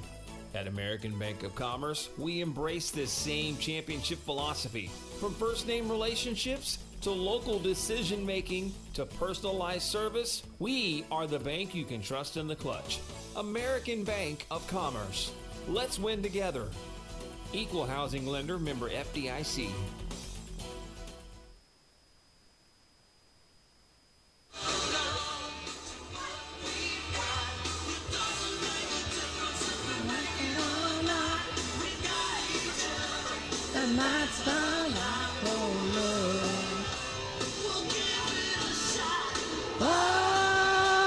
We're halfway there. Actually, we're more than halfway there. We're going to the bottom of the 5th.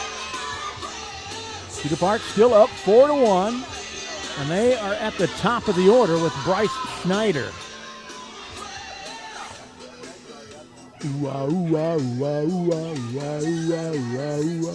Schneider 2 for 2 tonight. Came in hitting .311. On base at .436. with 14 hits. Now he's got 16. He got an RBI single and scored a run in the first. Got an infield single he legged out in the third and later scored there, too. He's also tracked a lot of fly balls down in center field. A big night for Bryce Schneider. Let's see if he can continue it. Let's get some insurance here. Up by 3, 4-1 in the bottom of the fifth. We need 6 outs on Leander. Swing and a miss, 0-1. Cooper Camacho's on deck, and then Hudson Cuevas. These are our 3 best hitters right here in this inning.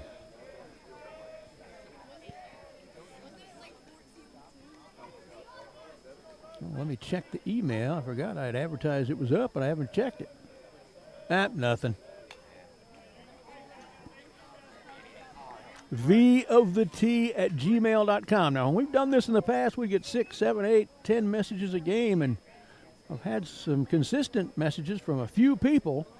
We want to hear from more of you. Send me a message at VoftheT@gmail.com. Tell me who you're watching, where you're watching from, and I'll read it on the air. 1-2 the count on Schneider. Schneider, the hot hitter tonight. A little low and inside. 2-2. Leander fans wanted that one, but that was low and inside.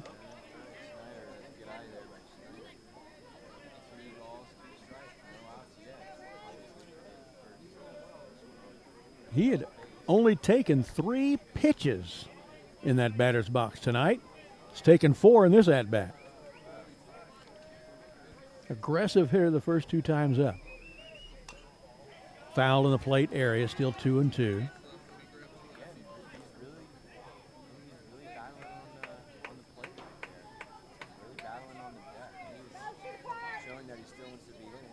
Schneider is one of our really reliable players.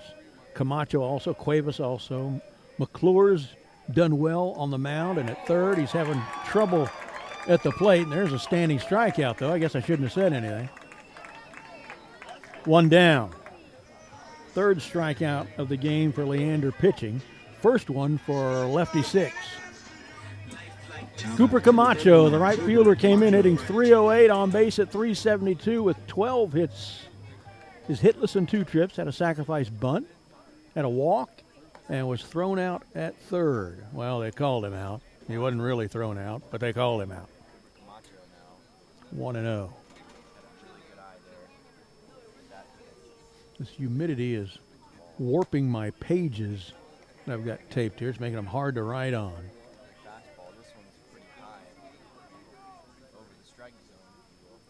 2-0 to Cooper Camacho. That name just flows right off the lips. Cooper Camacho. Outside 3-0. Cuevas on deck, and then Kyle McClure and Damian Alonso. Mansfield is after that, and he's had a good night tonight. Reached on an error and had a double off the wall.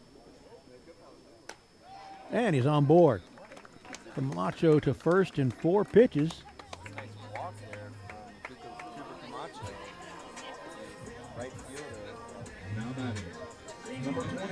Only 3 walks issued by Leander pitching tonight, and 2 of them have been to Cooper Camacho.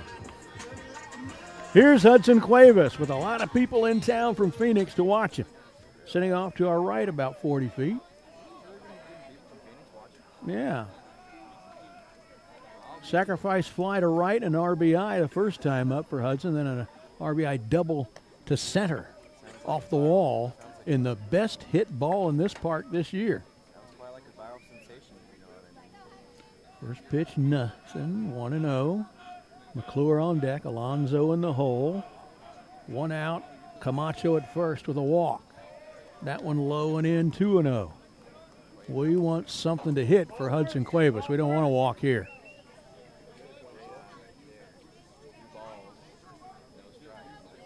Cuevas came into the game hitting .455. Better than that now because he's officially 1 for 1. Inside for a strike. Lefty 6. 2-1 the count to Cuevas.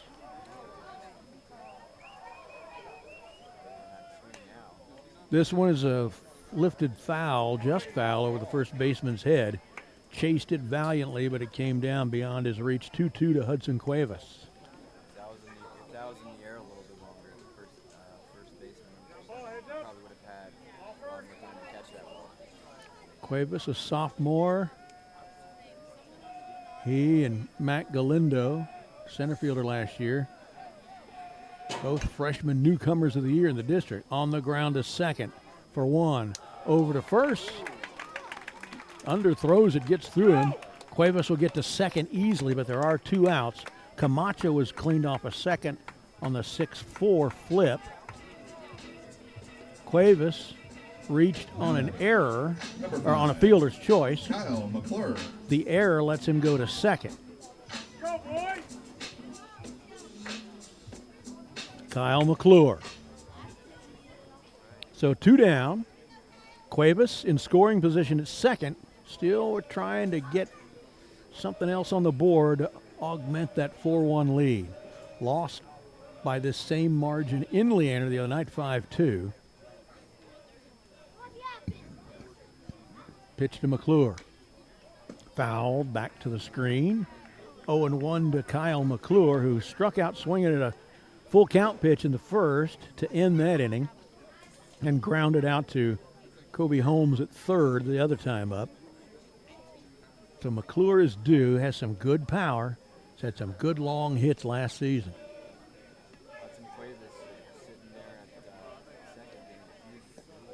Checks his swing, but might as well have gone ahead. That was a good pitch. 0-2, and now lefty 6 is just a strike away from getting out of this inning unscathed. It would be the second inning in a row. He has been effective since he came in with 1 out in the third. Cedar Park has goose eggs since then.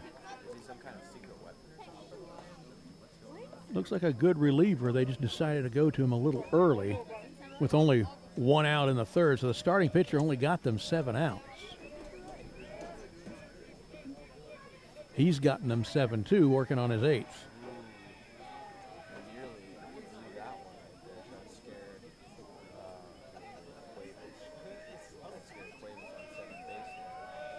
Cuevas has a decent lead. Here's the pitch. Swing and a miss, and he's got him. That inning's over, also scoreless. Cedar Park still up 4-1 as we go to the top of the 6th. Back in just a moment. If you're looking for a stress-free move, trust our season sponsor.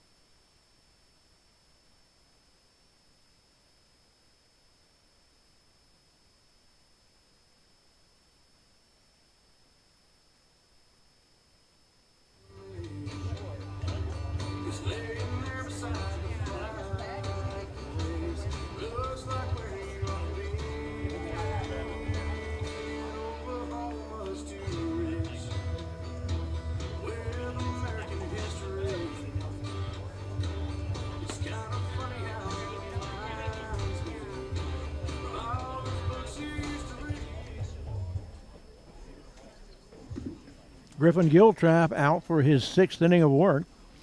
Leander's Now at batting, 5, number 6, three, 7 in their order. Hellman. Dean Hellman, the left fielder, leads off. Hitless in 2 trips, grounded out to short, and was a hit batsman stranded at third, his other 2 trips.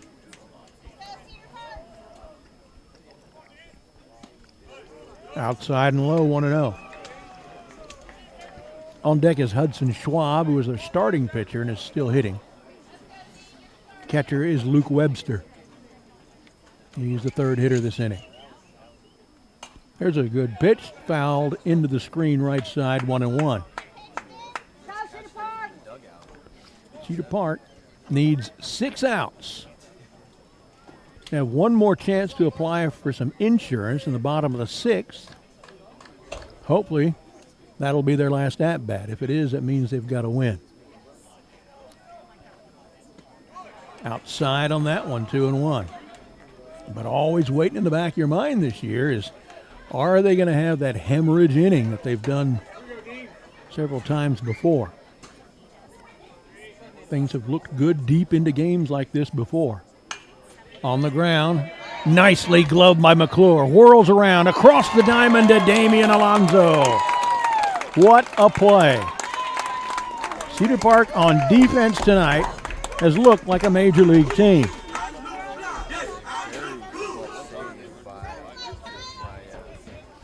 Fielded it going down on his knees to his left, got up, spun all the way around 360 degrees, imparted some oomph on that throw over there to Alonso. Here's Hudson Schwab. Struck out looking and grounded out.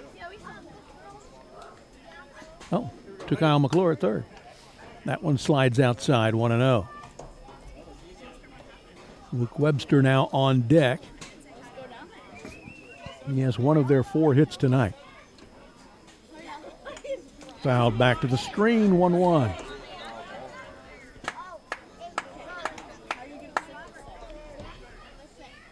Cedar Park needs 5 outs.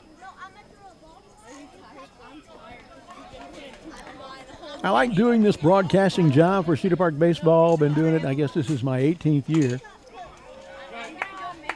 Fouled into the screen, 1-2. But you know what my favorite nights are? Friday night wins at home. That's my favorite thing. Favorite thing that happens when I do Cedar Park Baseball. So let's keep that happening here. Somehow that's more fun than the Tuesday night win at home. Oh, yeah, just a little inside. I thought he was going to call that a strike, but I would have disagreed. 2-2. I am not someone who is fond of umpires' propensity to call strikes on pitches that are 6, 7, 8, 10, 12 inches outside like you see all the time. I need them to be on the plate. That one's low and away. Full count.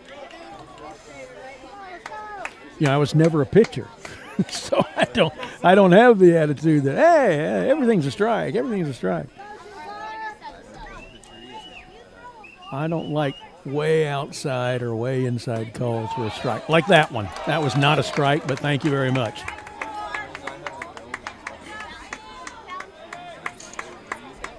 Two down now. 7-hitter is the catcher, Luke Webster. Had a single stranded at first and a walk and was thrown out at second. Lead end of a double play attempt. It wasn't consummated at first. High and in. 1-0. Jackson Trimble, the second baseman, is on deck if Webster reaches. Cedar Park needs 4 outs.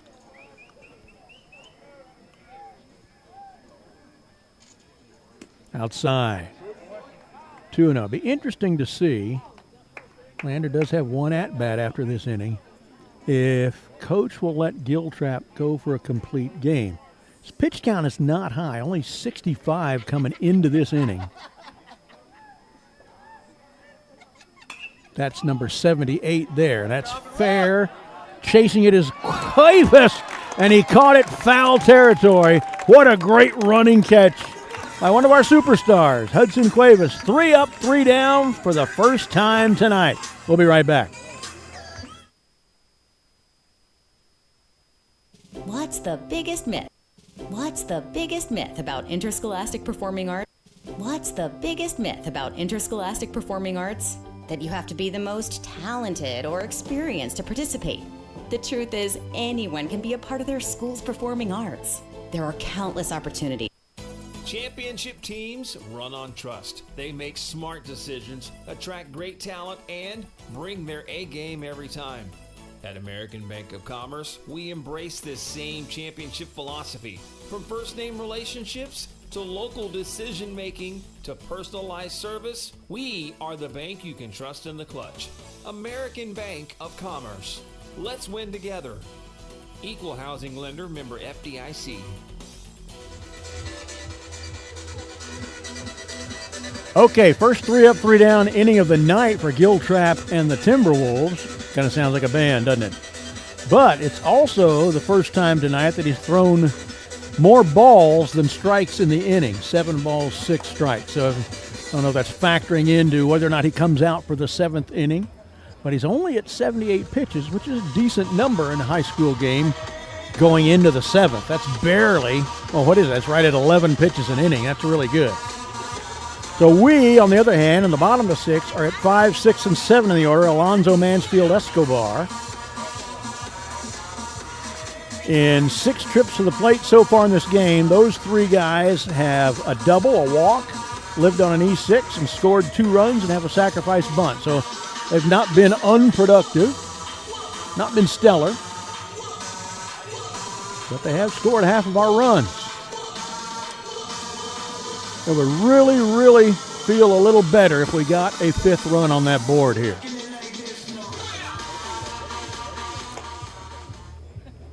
New pitcher, number 19. We have no idea who he is either, so I'll just call him John Doe. Also a lefty. Now batting, number 14. Damian Alonzo. Comes into the night hitting .270, on base at .386. Grounded out to short and popped out to short. Prettiest swing on the team, I think. That one is inside for a called strike. That one was inside the batter's box stripe, but he called it a strike anyway. That one was only about 2 inches farther in. Called that a ball.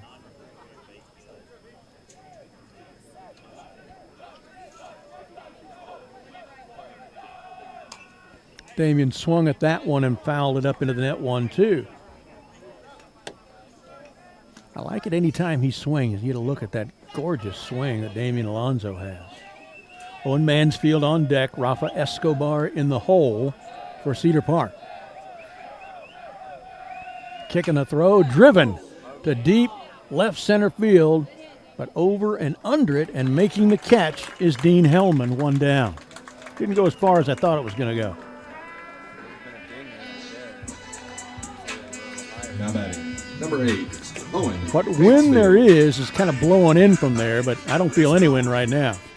Owen Mansfield, the shortstop. Reached with an error on the shortstop last time up, was stranded at third. First time he doubled off the wall and left center and later scored. Comes in hitting .256, on base at .396. Has 5 doubles on the season now, leading the team. 1 for 2 tonight, so his average is going up. There's a nice curveball for a called strike 1-1-1.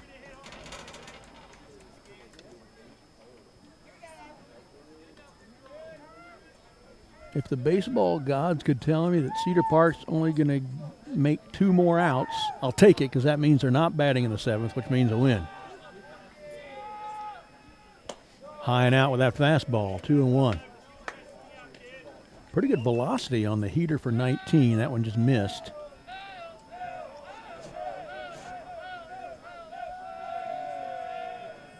There's a curveball that stayed way too high for a called strike. That went over the plate at about his nose, and he called it a strike. 2-2. Interesting call there from the umpire. On the ground, back off the pitcher's glove. Second baseman may have a shot. There's the throw. Does he get him in time? Yes, he does. So that gets scored as a 1-4-3 to get Mansfield. Hard hit, but he bounced it slightly off the pitcher. Number 1. And it Rafa gave it enough of a Escobar. right turn where the second baseman was able to field it off the ground. So 2 outs for the DH, Rafa Escobar. Walked and scored the first time up, had a sacrifice bunt the second time up. So he is officially 0 for 0 tonight.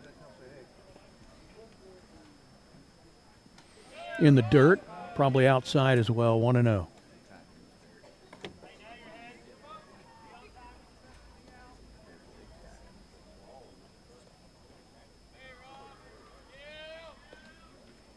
High, outside, 2-0 to Escobar. If he reaches, Tanner Richardson is next.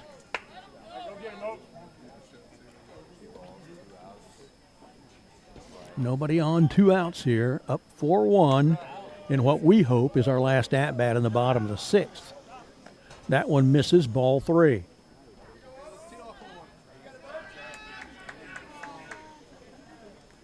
Don't swing at anything, Rafa. That's okay. Go ahead and take that one. Prove that he can throw a strike. Now you got the green light of it's good.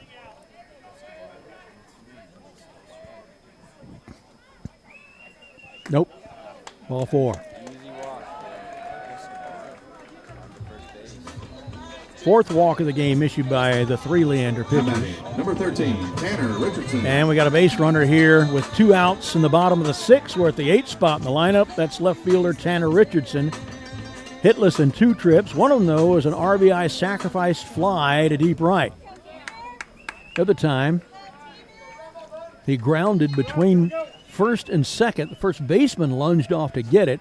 Hits the pitcher on the run at the bag to get Richardson out. First pitch is a nice bender for a called strike 1. Good throw by John Doe.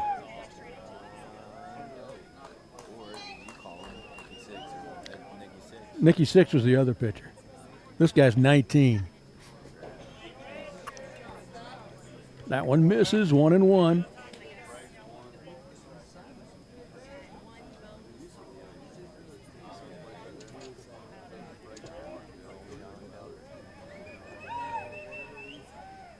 Peacock noises. On the ground at shortstop. Should be an easy play to... Oh, why did he go across the inning? Wow, easy play to end it on a short flip to second. He risked the harder throw. Not a real good choice by Jaramillo, but he doesn't pay for it. And the Timberwolves are down. We'll be right back with the last chance for Leander in just a minute. Welcome to the warm and inviting atmosphere of Toscano Italian Kitchen. Founded with a passion for creating innovative and exciting culinary experiences, Toscano Italian Kitchen pushes the boundaries of traditional Italian cuisine while embracing the unique flavors and ingredients of the Lone Star State. Whether you're joining us for a romantic date night, a family gathering, or a casual dinner with friends, our restaurant combines the rustic charm of Italy with Texas's renowned hospitality and friendliness. Toscano Italian Kitchen is a proud sponsor of Cedar Park High School Athletics. Located at Lake Line and Cypress Creek, we're open on game days with happy hour specials from 4 to 6 p.m. We also offer catering for groups of 10 to 1,000 and a private dining room for parties and gatherings. So whether you're a fan of traditional Italian dishes or eager to explore the creative combinations of our Italian with a Texas twist menu, we offer something for everyone. Come and experience the fusion of 2 culinary worlds in the inviting and welcoming atmosphere of Toscano Italian Kitchen.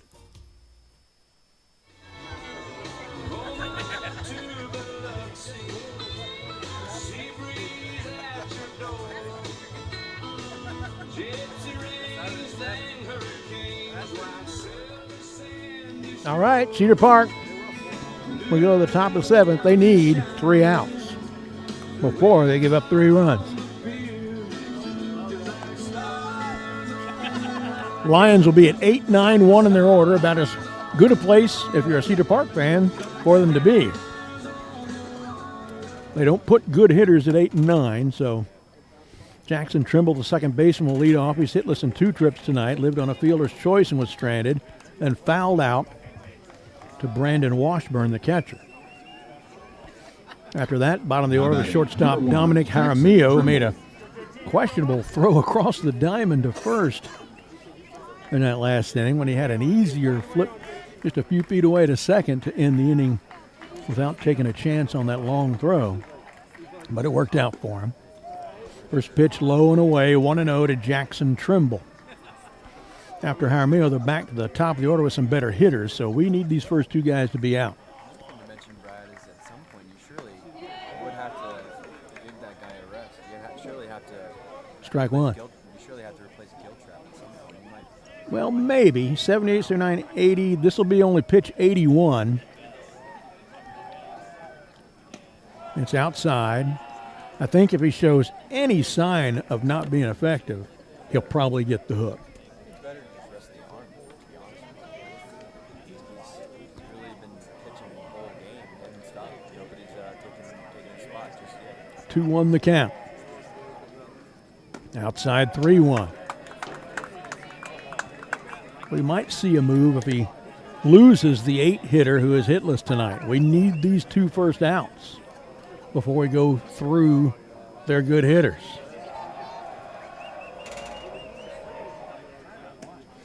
A strike. Boy, that was outside. Thank you. Full count. He really needs this to be a strike. Anything could happen here. We need outs here at 8 and 9 in the order. Chopper. On comes a third baseman. Over, the ball comes out of his hand weirdly. And it's a throwing error. He had it in plenty of time to get him, but the ball sailed out of his hand on a blooper and way to the right of first base, so Trimble lives on the E5. Batting number 16, Dominic Jaramillo.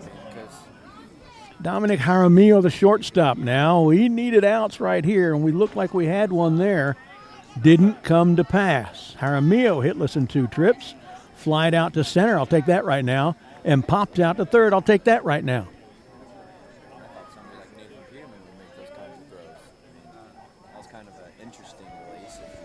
Yeah, it's almost looking like a wet ball thing or something, just slipping out of your hand before you're ready for it to. It's like he Vaseline on the ball or something. Right. Called strike 1.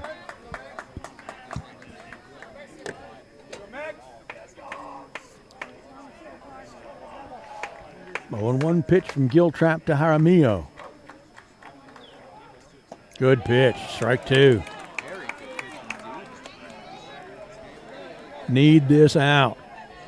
Or we can have him hit a 2-hopper right at the shortstop and start a double play to get us to only needing 1 out. Double play would be a play for the ages. Double play would be a godsend. Outside. That would be an absolute game changer. Cedar Park nursing a 4-1 lead that doesn't feel as big as that. You're thinking the tying run is on deck. If they can get 2 runners on. Oh, way outside, and the run will go to second. So much for the double play. 2 and 2 the count now. This has to be a strikeout or some pop-up. I swear, if another full count happens, it would really be a game for the ages. 2-2. Still no outs. Runner in scoring position at second is Jackson Trimble, who reached on an error, fairly routine ground ball. That one was low. Cedar Park fans want it, but I think it was low. 3-2.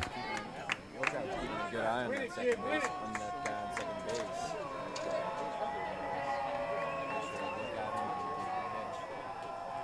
base. Steps off the mound, or steps off the rubber, I should say.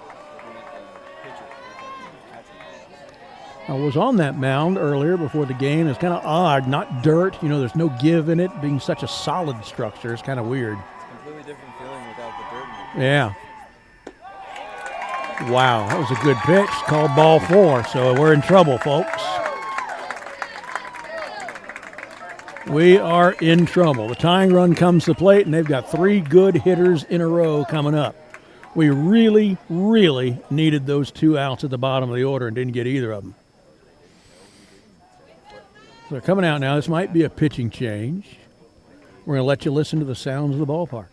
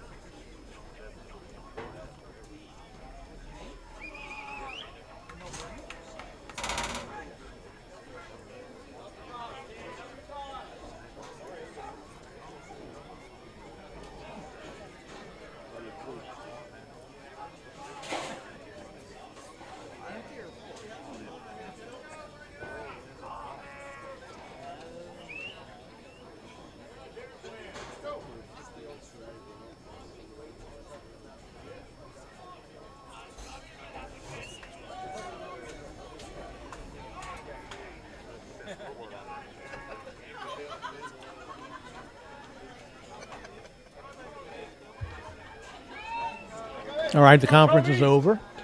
Now batting number 10, Kobe Holmes. No pitching change. And their best hitters at the plate. Singled and scored their only run. Then he flied out to center and flied out to left. We'll take a fly ball here to get an out. There's a good pitch for a called strike one. We're at the top of the order. Tyler Moorman next, then Logan Mitchell. We're right in their nest of good hitters with no outs and runners on base and only up 3. The go-ahead run is on deck for Leander.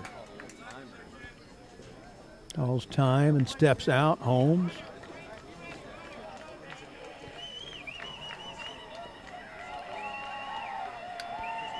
Here's the 0-1. Driven. Richardson comes up and left. Can't get it. Rounding third and coming home. Here's the throw. It's cut off. It's 4-2.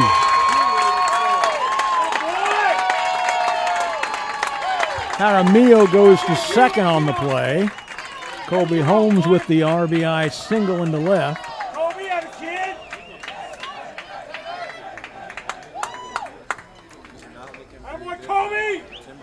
Huffman coming out now, and it looks like we're going to have a pitching change. Grill Trap's game is done. We'll be back in a minute, and I'll give you his numbers.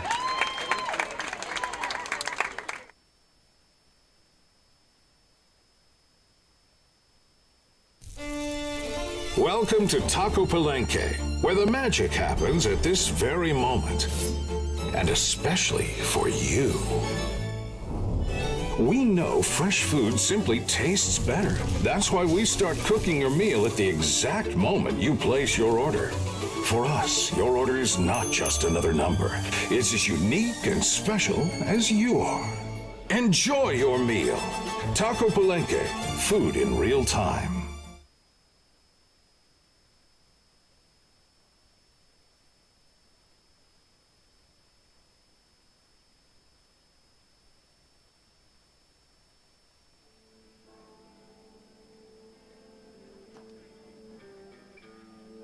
Well, the new pitcher is Bryce Schneider, moving in from center.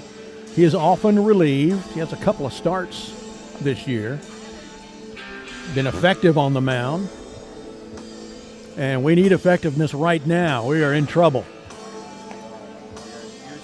We're at that spot that I described earlier being Cedar Park's problem this year, where an inning just flies off the rails. And it is wobbling right now. We're in the right spot in the order we wanted to be with their two least effective hitters coming up to lead this inning. They needed to both be outs. Neither of them were. An error and a walk. The error has already scored to cut the lead by a third to 4-2. The walk is at second in scoring position. Tying run is on base. The go-ahead run is at the plate in the form of the DH Tyler Moorman. Final numbers, as far as pitches go, for Giltrap, he's still responsible for these two runners on the bases.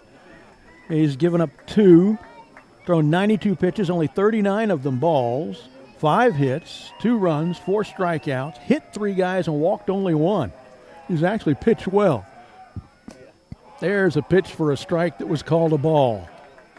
We don't need that either.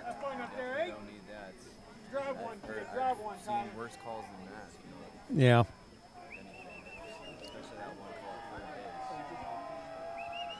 From Schneider. Low and in. That one was a ball. 2-0. Don't load the bases with no outs. This is the kind of broken axle situation that we have not enjoyed but experienced many times this year. There's a pitch. 2-1. Got to throw strikes every pitch from here on out. If they're going to beat us, they need to earn it. Let's not put them on for free.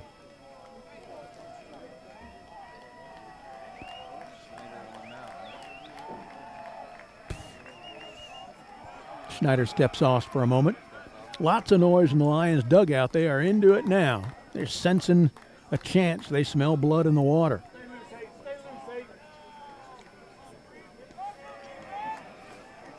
2-1 pitch to Tyler Mormon. Outside. 3-1.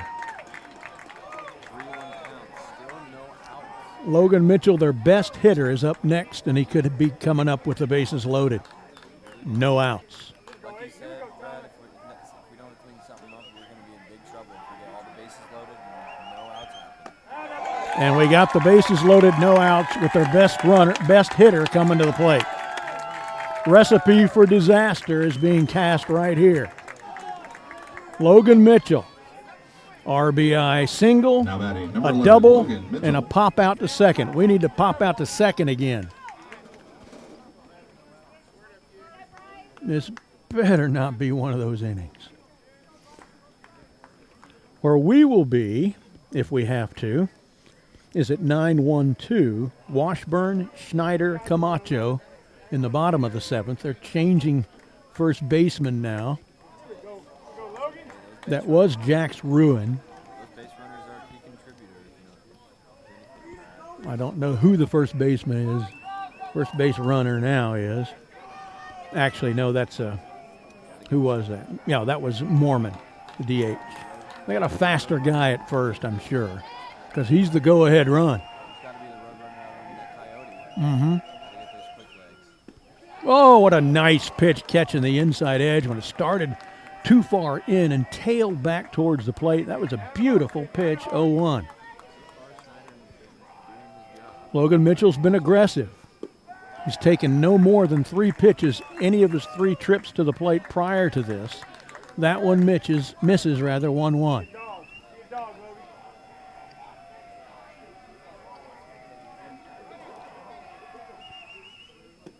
That one's outside, 2-1. Cedar Park now suffering from getting runners into scoring position each of the last 3 innings and not scoring any of them. They could be up 7-2 and not be in as much trouble. Inside, 3-1.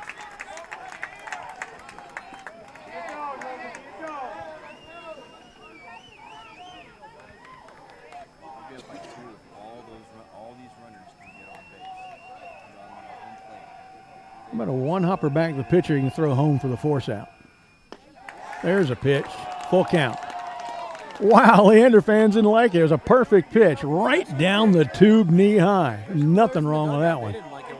Oh, that was a beautiful pitch. Everybody kind of sees the game they want to see. Fouled into the net, and that was going to be a strike. He was right to swing at it. I'd sure like a one-hopper back at the mound that Schneider could come home for 1 out and then go to third for the second. Put us 1 out away.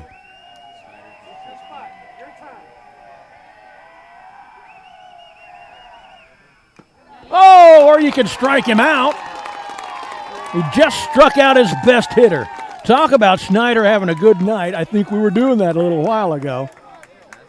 Now batting number 9, Miles Hadel. That was huge. Miles Hadel with 1 out. Bases still loaded. It's Dominic Jaramillo at third. Kobe Holmes at second. Tyler Mormon's got a pinch runner for him at first. Hadel, a couple of strikeouts already tonight. That one too low. His other at-bat was a fly out to center. Boy, a strikeout here would be absolutely huge. It would be clutch, not just huge, clutch. That would set Schneider up to be the player of the game. There's a pitch. 1-1. That was a great pitch. Calls of terrible from the Leander side. It was a great pitch. Bryce steps off the rubber. Dean Hellman, left fielder's due up next, hitless in 3 trips. After that, Hudson Schwab, hitless in 3 trips. So we've kind of gotten through the dangerous part of their order. But there has been a run scored, and the bases are loaded with only 1 out. 2-1 the count to Miles Hadel. Washburn's getting got a lot of good saves. As a catcher, it's really tough to get some of the pitches. They go far out. Bryce with the pitch. Good pitch, a strike 2. Schneider already struck out their best hitter just a moment ago. Do it again right here. Schneider's been a great change of pace for the Timberwolves. Has been a good change of pace. Here's the 2-2 from Bryce Schneider. Oh my gosh, just a little low. Thought maybe he'd have called that one, but no. Just barely under the strike zone. Just a little under. 3-2 the count. I almost thought that was a strike.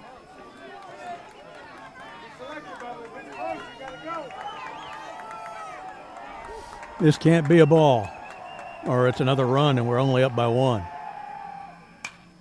Oh my God, they're going to tie it. 1 run will score, round and third. They'll score the tie-in run. I would rather have walked it, I guess. 2 RBIs for Haydel.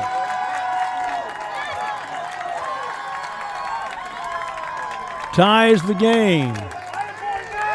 Jaramillo scores from third. Holmes scores from second. Now batting number 3, Dean. Mormon goes first to third, and we are in the middle of one of those innings I just described where the wheels fly off. This game is getting really close and down to the wire. Hellman to the plate. Hitless in 3 trips. Ground out to short, ground out to third. Hit batsman stranded at third in his previous 3 trips. He is the 7th batter of the inning right when we didn't need that. Ball inside and low. Good stop by Washburn to keep another run from scoring. 3 runs in the inning have tied the game in their last at-bat. Only 1 out. Bunts, foul, first base side, 1-1. Trying to bunt home the go-ahead run, put them in a position where they only need 3 outs.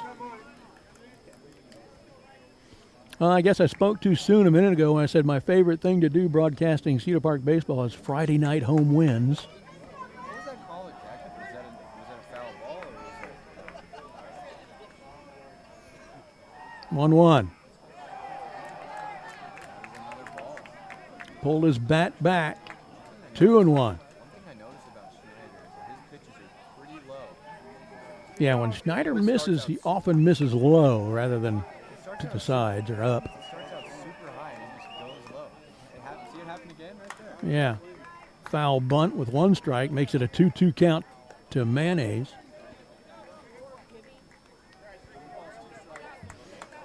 Starting to get a little cool out here.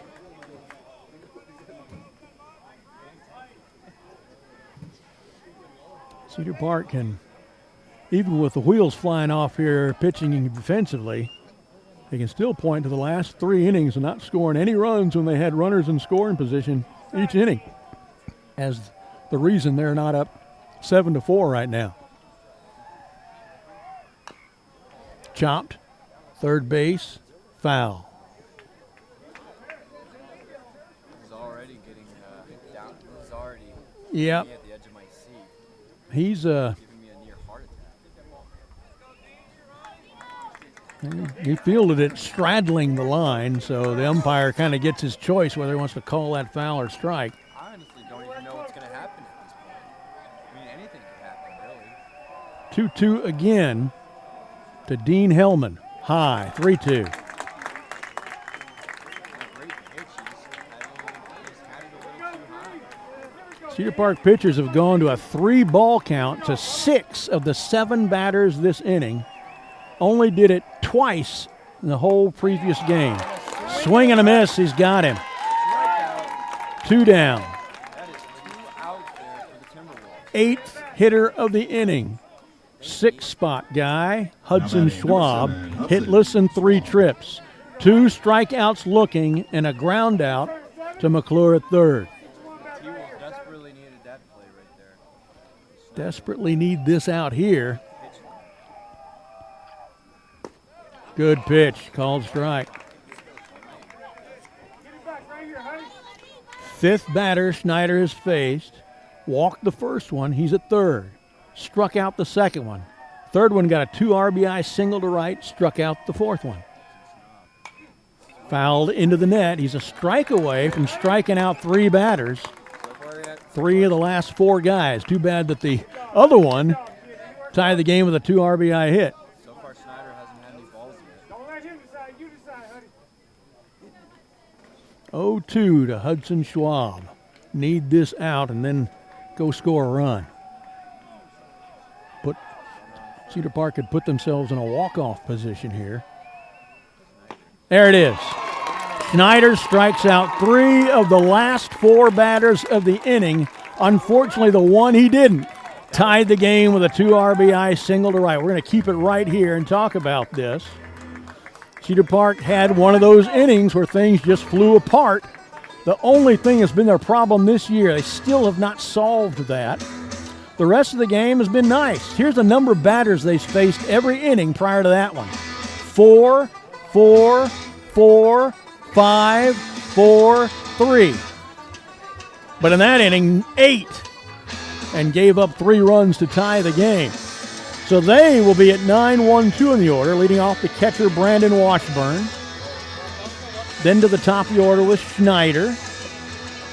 Then the right fielder Cooper Camacho, and then Hudson Cuevas, Kyle McClure, Damian Alonso. Tell you, if we get that far in, we probably will have won already.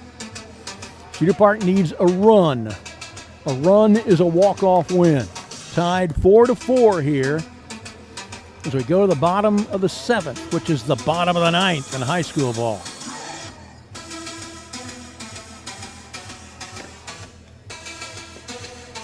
Lefty 19 still out there. Last inning he did fine, got a fly out, a ground out to second, a walk, and a ground out to short. John Doe's still on the mound for the Lions. I always think of Leander more as a blue team with red trim, and it still throws me off to see him in mostly red and white. Very little blue.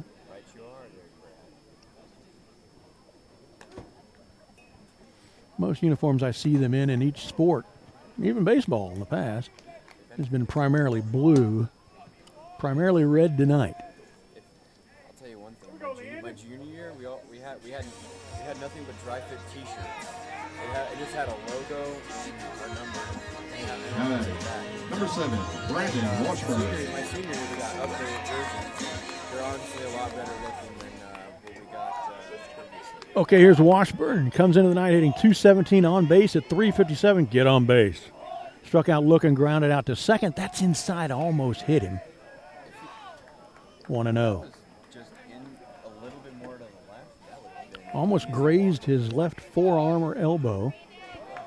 Excuse me. Called strike. 1-1.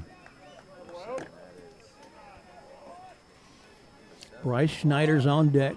Cooper Camacho after him. Hudson Cuevas. Our next 3 hitters are our 3 best hitters. That one's way high and out. 2-1. Washburn's not a bad hitter. His average is not great, but he's due tonight, 0 for 2. That was a nice curveball, but it was. just too high. 2-1. And that's a strike, 2-2. I thought Washburn or whatever that is. Brandon Washburn. We need to get him aboard to represent the winning run. Fouled into the net over the head of the on-deck hitter, Bryce Schneider, so it's still 2-2. It is 2 balls, 2 strikes, no outs so far. Washburn is the first hitter for the Timberwolves. Here's the pitch. Swung on, fouled, out of play, left side. That was a foul ball into the stands. Doesn't happen very often. No, it doesn't. That's a Heads up. rare occasion. I guess this high-end fence doesn't really protect it much. 2-2 the count. This is pitch number 7 of the at-bat. On the ground, second baseman goes down, can't get it. It goes into center field. It's a single off his leg. The winning run is aboard with no outs. Nice hit. Told you Washburn was due. Let's see. Number 3, Bryce Schneider. 2, 3, 4, 5. It's only our 5th hit of the game. That hit that tied the game. Last inning was their first hit since the third inning. Number 3, Bryce Schneider. Here comes Schneider. See if he can really be the hero tonight with something to the gap that will score Washburn. Ooh, lined it foul up the left side. Only 2 or 3 feet foul. That was a nice one. That was a nice ding right there. 0-1. If Schneider can get a hard line drive right over the shortstop's head that rolls to the wall, there is a decent chance for Washburn to score from first. But I don't know that I'd take the chance. I think I'd hold him at third because he got no outs, and some good hitters would be coming up. Yeah, it's best not to risk it for the biscuit. Especially because Called strike. If you score a run, any team scores a run, then the game's automatically over. 0-2 to Bryce Schneider. This has been his night so far. Can it continue?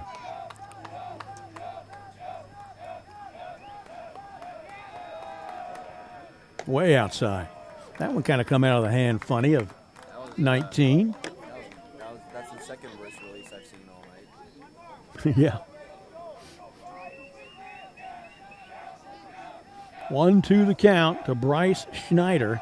2 for 3 tonight. This one is foul, left side. It'll get out of play. Still 1-2. Close to the stands, but went into the grass. His first at-bat was a single up the middle, and he scored. Second at-bat, single up the middle, and he scored. Third at-bat, they called him out on a 2-2 pitch looking, and the ball was way high and outside. Probably should swing. Anything, if I were him, I would definitely swing. 1-2 is a pitcher's count. Pitcher can waste a pitch somewhere in the unhittable area here. I'd be careful here. John Doe's clearly showing no mercy. Swing and a miss. Oh, I feel for Bryce. The table was set for him, and he's down on strikes. One out, but still, good hitters coming up. Cooper Camacho comes in tonight hitting .308, and he's due. A sacrifice bunt and 2 walks, so officially 0 for 0, still hitting .308. If he can give it a ride to right, that'll definitely get Washburn to third with 1 out. Oh, almost hit him. He was not getting out of the way either. He was going to take one for the team there. Imagine if he did. That was right over his head. Yeah, almost fouled it off the brim of his hat. Thankfully, he's about a couple inches short than we usually see him right now. About 5'8", 5'9". Here comes the 1-0 from 19. That's a pitch that catches the outside edge for a called strike one. Good pitch. John Doe was quite the mind bender. Hudson Cuevas is on deck. He could be the hero. There's a 1 out runner at first. That's the winning run aboard at first in the form of Washburn. There he goes. And they got him picked off. Or does he get in? Yeah, he did not get in. They threw to first, as you can see. If you don't mis-execute that, that's usually a pretty solid pickoff. So now there's 2 outs, nobody on. We may be headed to extra innings. Well, he looked out to me. Cedar Park fans are thinking that was no good. Ben Huffman went to talk about it. Clearly an out. It looked like it was clearly an out to me. I have no idea what that whole debacle was even about anyway. So 2 outs now, 1-1 count to Cooper Camacho. Now we need to start over here, and there's no outs to work with. 2 away.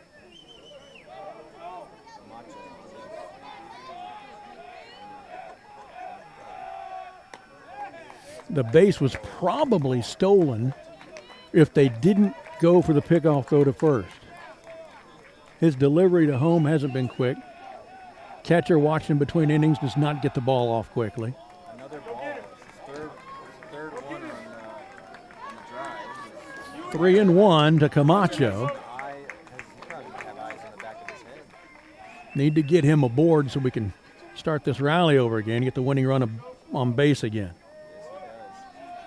There hadn't really been too much base success in this inning. High and out. We got the winning run on base again. This one in the form of a walk. Washburn's single was wasted when they picked him off between bases. Pitcher to first to second. Tag out near second. Hudson Cuevas. Can he be the hero of the night with a long one? Came in hitting .455, a little better than that now. A sacrifice, a double, and a fielder's choice. Matt Grissom comes out to talk about it. He knows Cuevas' power from last year. Cuevas was one of the best hitters in the district last year. Freshman of the year. It's hard to imagine that just 2 years ago, Hudson Cuevas was in middle school. You haven't noticed it here, like there's a little moment of silence while music wasn't even playing. Dead silence. Nobody was saying anything. Grissom doesn't appear to be thinking about the bullpen. This is just a tactics discussion. Hitting reset for his pitcher. Just walked the guy. Put the winning run aboard. With a really dangerous hitter coming up. One of the toughest hitters to get out in the entire District 25-5A. Haven't really gotten him out tonight. There was a sacrifice RBI fly to deep right. Was the only time. Other than that, a double. And fielder's choice. First pitch to Cuevas from the lefty. Outside and high for a called strike one. Goodness gracious. Goodness gracious indeed.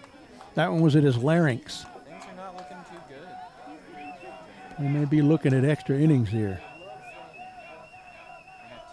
Here's the pitch. Inside and low in the dirt. Nicely blocked by the catcher Luke Webster to keep Cooper Camacho from advancing to second. 1-1.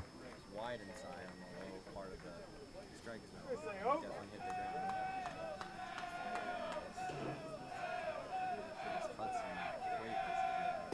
Low. 2-1. Cuevas has such a good eye. If I'm an umpire, I just let him call the balls and strikes. If he doesn't swing at it, it's a ball. He's that good. You gotta have really good eye. That's a ball high and out. 3-1. Hand-eye coordination is a key contributing factor whenever playing baseball. Definitely gotta have those eyes of steel. If you have eyes like a bald eagle, then you're This is a hitter's count. 3-1. Let's watch Hudson Cuevas. Oh, a swing and a miss. Full count. He pulled the string on that one. It fell out from under the bat of Cuevas. Sure did. He decided to really risk it for the biscuit. Full count now. Got to be sure and be careful. Got to get the bat on the ball. 2 outs, runner at first. That's the winning run at first. Ground ball, fair ball at third. Across the diamond. Does he make the play? He does. What a great defensive play. Kobe Holmes to Jack's ruin. And we're getting some free baseball. We'll be right back. Welcome to the warm and inviting atmosphere of Toscano Italian Kitchen. Founded with a passion for creating innovative and exciting culinary experiences, Toscano Italian Kitchen pushes the boundaries of traditional Italian cuisine while embracing the unique flavors and ingredients of the Lone Star State. Whether you're joining us for a romantic date night, a family gathering, or a casual dinner with friends, our restaurant combines the rustic charm of Italy with Texas's renowned hospitality and friendliness. Toscano Italian Kitchen is a proud sponsor of Cedar Park High School Athletics. Located at Lakeline and Cypress Creek, we're open on game days with happy hour specials from 4 to 6 p.m. We also offer catering for groups of 10 to 1,000 and a private dining room for parties and gatherings. So whether you're a fan of traditional Italian dishes or eager to explore the creative combinations of our Italian with a Texas twist menu, we offer something for everyone. Come and experience the fusion of two culinary worlds in the inviting and welcoming atmosphere of Toscano Italian Kitchen.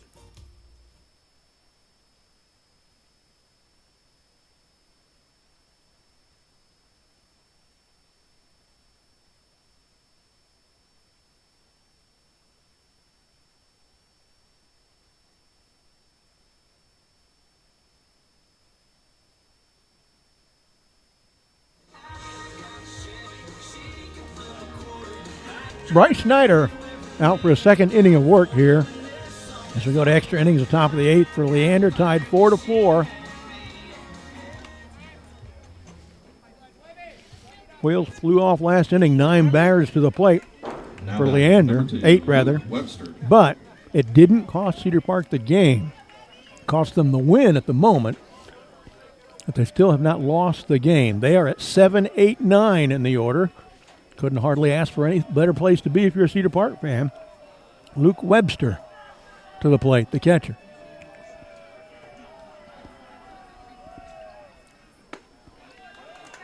Strike there from Schneider. 0-1 from Bryce Schneider.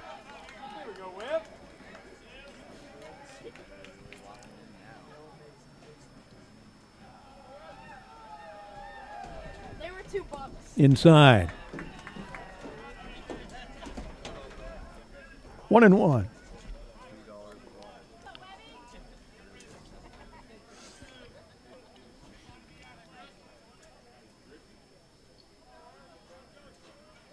Long look at home by Schneider.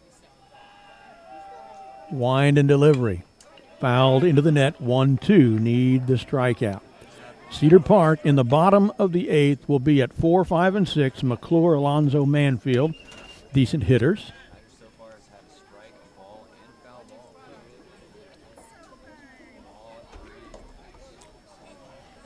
ball. All 1-2 to Luke Webster.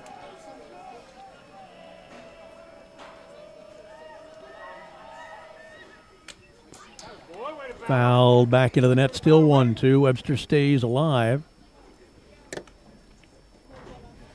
Webster with a Bee Gees swing right there, staying alive, staying alive. He sure is staying on that. Staying on the plate more than he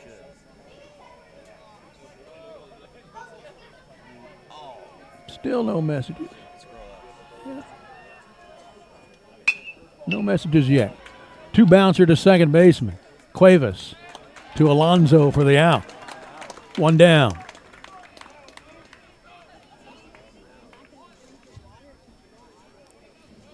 Eight hitter, second baseman Jackson Trimble. Fouled out to the catcher.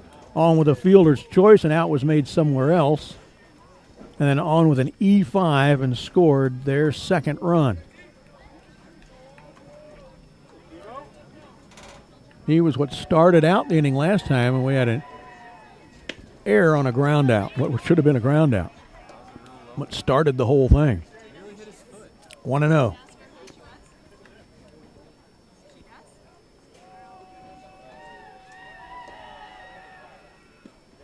Low there, 2-0. We got to dial in the ambient sounds. There we go.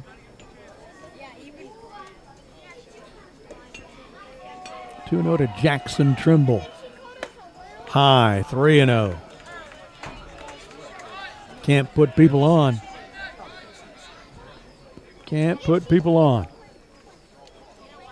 Schneider to the plate with a 3-0. Got the strike. Guy thought he had a walk when the pitch was right down the pipe for a perfect strike. Umpires do not like that. He will not get the benefit of the call in the next couple of pitches.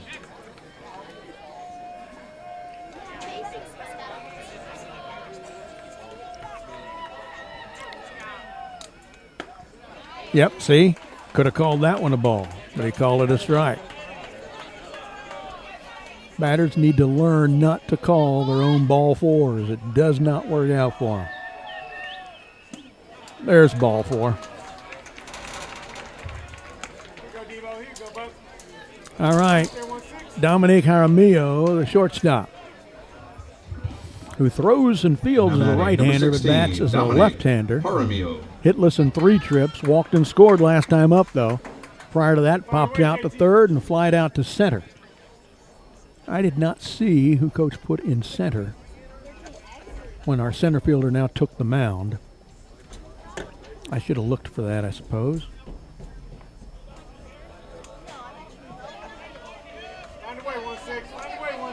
It's really dark out there. Can't see the number, even with my binoculars. 16? Let's see, 16. That would be Harvey Marshall, but that didn't look like his build. No, I'm about the center fielder.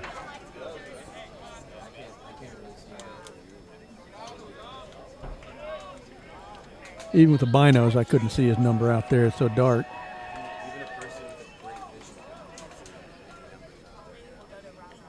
1-1 the count now to Dominic Jaramillo, the Lions shortstop. Had some business in the field. Swing and a miss. Runners going. Nice backup by Cuevas as the second baseman, as that was headed into center field. An uncharacteristic bad throw to second by Washburn, who's usually very, very good at that. Stolen base by Trimble. Puts the go-ahead run in scoring position. 1-2, the count to the 9-hitter, Dominic Jaramillo. And once again, we got their last 2 hitters here. Last inning and this inning, we don't have an out on either of them any of the 4 times so far they've been to the plate. And that is why this game is not already over. And in the pocket is a Cedar Park win. We've not handled their 2 least fearsome hitters very well. High and out, 2-2.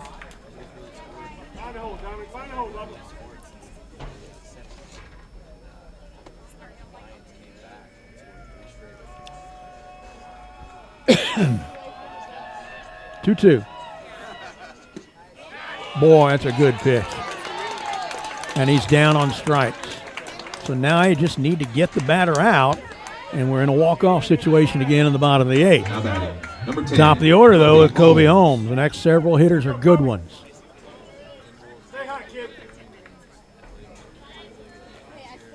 Holmes is 2 for 4 with an RBI and scored 2 runs. He is dangerous.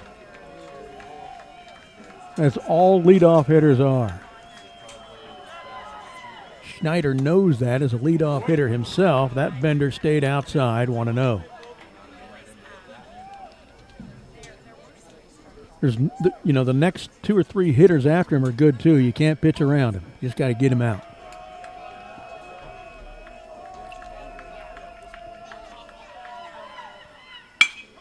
Back through the middle to the second baseman, Cuevas. Over to first, routine play for the out. Cedar Park is once again in a situation where they could pull a walk-off win. We'll be right back to see it in just a minute. Welcome to Taco Palenque, where the magic happens at this very moment. And especially for you. We know fresh food simply tastes better. That's why we start cooking your meal at the exact moment you place your order. For us, your order is not just another number. It's as unique and special as you are. Enjoy your meal. Taco Palenque, food in real time.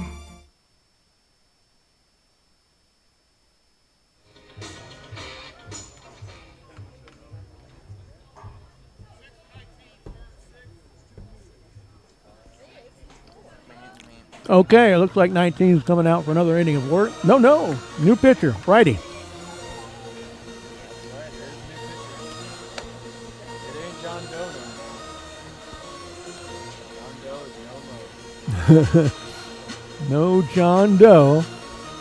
Well, you don't even see the number on this guy yet. But he's the 4th pitcher that Leander has used. And he will face Kyle McClure, Damian Alonso, and Owen Mansfield at least.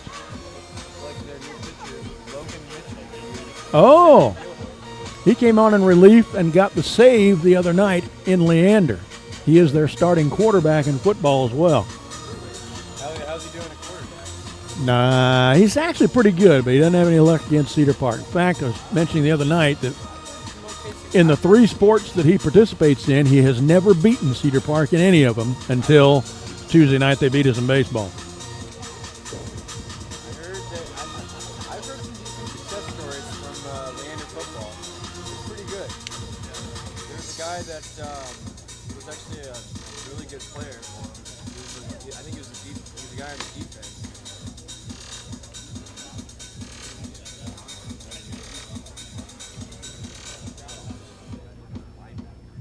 Logan Mitchell, a lot of velocity, as you can see from the warm-ups.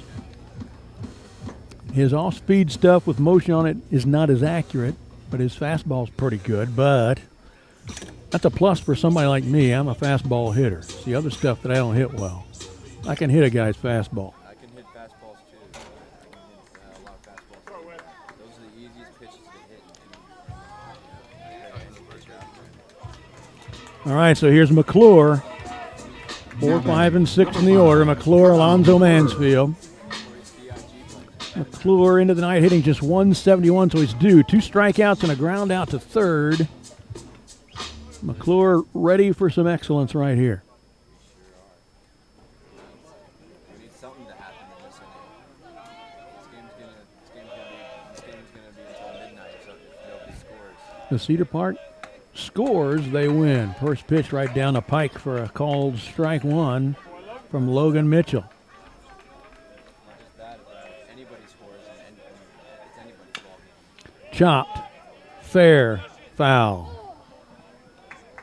Third base side, 0-2. At this point, Brad, it could be anybody's ball game. The score's all tied up. So far, nothing's happened scoring-wise. Either team. McClure back to the plate. He was trying to leg that one out. Looked like it was going to stay fair for a minute. Kobe Holmes fielded it just foul. That experience of playing pitcher is really helping his quarterback skills, if anything. Threw the catcher to the screen. About the 8th time or so that's happened tonight. Hasn't happened lately with runners in position. It did early. 1-2 the count now to Kyle McClure. Also, another thing to notice is that Patrick Mahomes himself, he even played pitcher in high school. There's been a lot of really good quarterbacks that played pitcher in high school. High and in. Another one gets past the catcher, about the 9th or so. 2-2.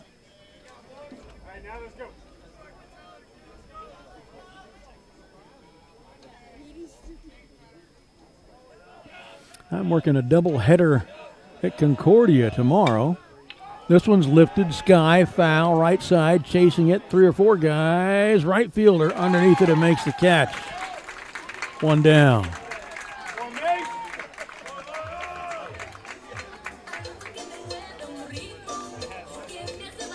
Here's Damian Alonzo into the night hitting 270, on base at 386. He is due as well. 0 for 3, grounded out to short, popped out to short, and flied out to left. The next guy to come up, put the ball in play all 3 times, does have a double and scored a run. That's Mansfield. But we got to get somebody on base. Another one gets by that catcher. 1-0.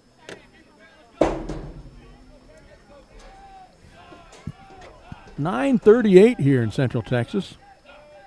We're looking at a major league length game. Very good eye there. High and in, 2-0. Very good eye. He knew that ball would be right side. Good pitch. Oh my gosh. I don't know how that's not a strike. Thank you very much for that gift. 3-0.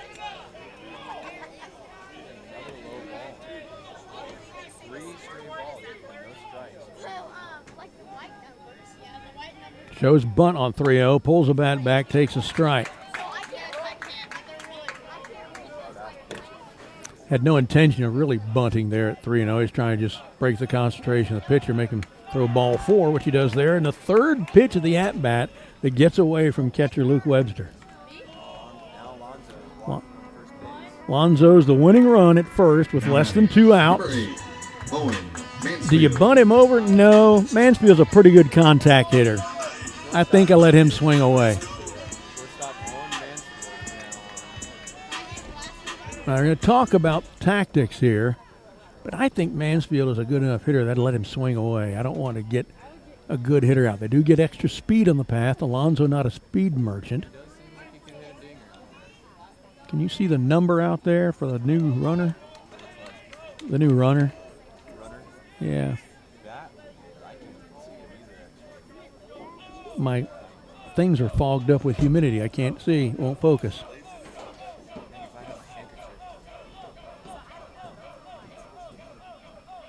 Will he send him rather than try to bunt him?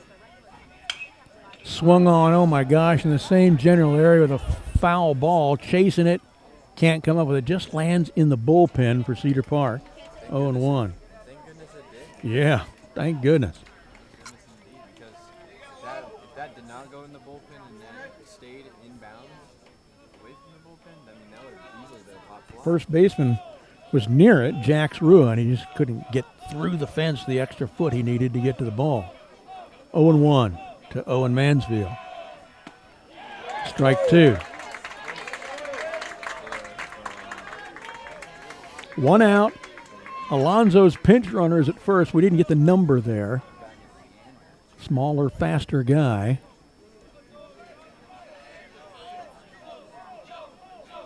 The pitch, high. Oh, my God. He called him out on that. Oh, my God. That's why a quarterback and pitcher can be quite dangerous. Throws it high and inside and gets a strike call anyway. D.H. Rafa Escobar walked and scored, sacrifice bunt, walked and stranded, so 0 for 0 tonight for Escobar. Comes in on base at 421, on base 3 for 3 tonight, so that 421 on base percentage is going up.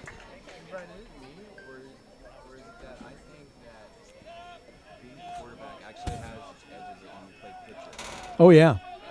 A lot of quarterbacks are good pitchers. Accurate delivery of the ball with the arm. Both sports. That was a good pitch that should have been called a strike and wasn't, so the umpire's kind of flipping a coin back there.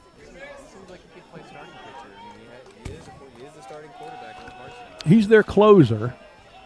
Doesn't start much for him. He comes on to get the last few outs for him, late in games usually. That's actually a much better tactic if you think about it. Outside, 2-1 to Escobar. Tanner Richardson on deck. Washburn in the hole if they keep something going, but there's 2 outs. Alonso's the winning run aboard at first with a pinch runner that we have not been able to identify.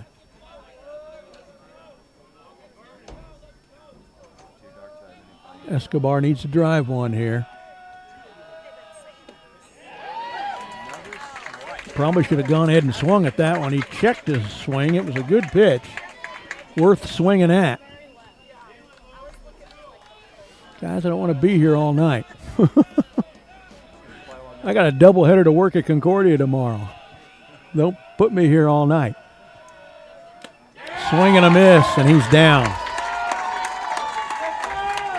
It's going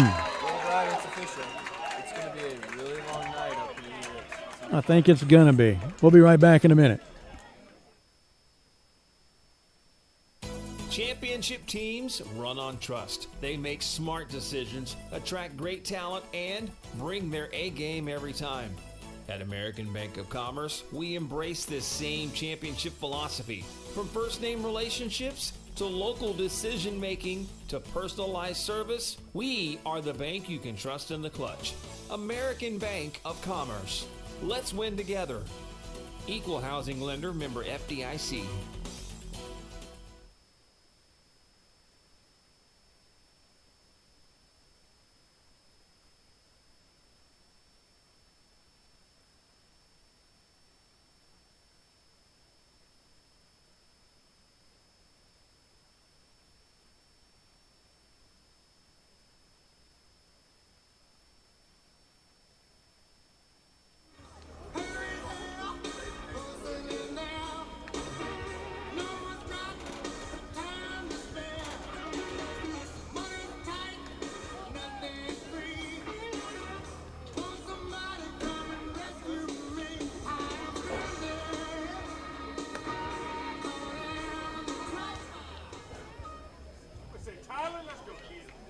Cedar Park was caught in the crossfire, some good line hitting in the 7th and lost a 4-1 lead. Tyler Mormon.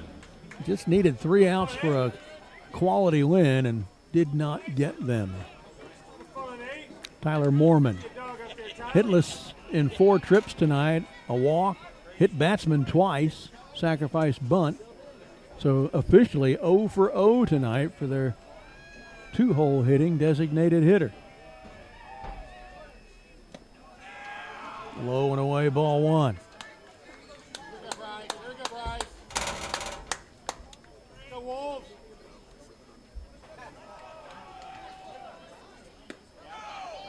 Gets the call there.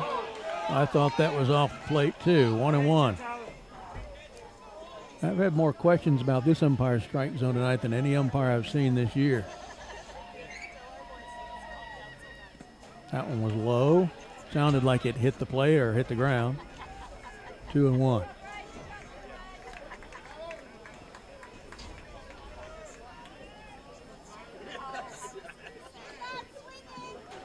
Logan Mitchell is next. Started in center field. Now he's on the mound for the Lions.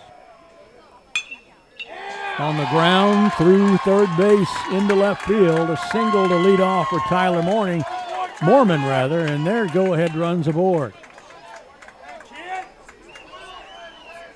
Now batting, number 11, Logan Mitchell. Logan Mitchell. An RBI single, a double, stranded both times. Popped out to second and struck out swinging. Their best hitter.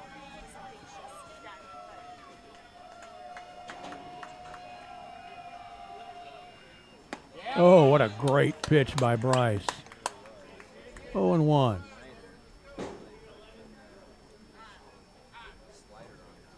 Grissom calls time. Going to talk to Logan Mitchell.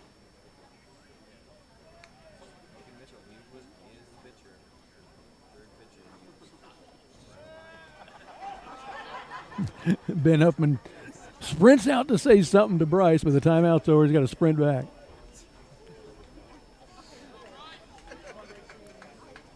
Didn't know Coach could run that fast. 0-1 to Logan Mitchell from Bryce Schneider. It's a line drive, but it's right at the shortstop. Can he double him off a second? Yeah, he does! Double off at first. Line drive by Mitchell to the dam. It did not get through the dam. And Mansfield throws it to Damian Alonso to double him off. Now there's 2 outs and nobody on. He thought it was over his head. Now batting, number 9, Miles Hadel. Miles Hadel struck out twice, flied out to center, and had the 2 RBI single that tied the game and wrecked the night for Cedar Park. Nobody on to RBI anybody now unless he hits a homer. Why did I say that? It's almost like you're trying to predict. That one missed. 1-0. Hadel was the starter and winning pitcher Tuesday night in Leander. There's a good pitch. 2 strikes away from putting ourselves in another walk-off position, but we are at 8-9-1, not an advantageous part of our order when we come back up in the bottom of the 9th. There's a good pitch. 1-2.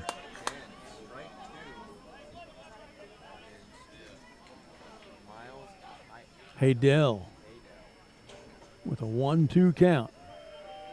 The pitch, low and away. 2-2. Dean Hellman, Mayonnaise, is due up next if Hadel reaches. The 2-2 pitch from Schneider. Outside. Got through the catcher.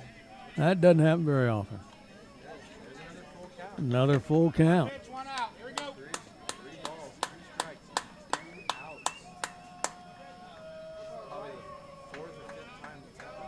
There are only 2 full counts for the Lions in the first 6 innings. They've had 1, 2, 3, 4, 5, 6, 7, 8 since then in the last 3 innings.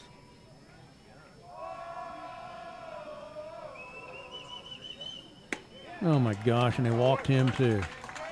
Well, at least there's 2 outs. Here's Dean Hellman, left fielder. Now batting, number 3, Dean Hellman. His 5th trip, and he is hitless so far tonight. A strikeout, a ground out to third, a ground out to second, and a hit batsman who is stranded at third. Need an out. Anywhere we can get it. That was called a strike.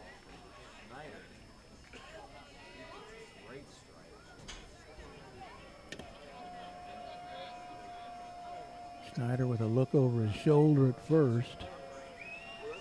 And he's going to whirl and the C move. That's just the I'm aware you're there move. Didn't want to risk throwing it away and putting the go-ahead run in scoring position. That's a smart move to do. Better do that. Keeps him from getting an extra step lead without throwing it away.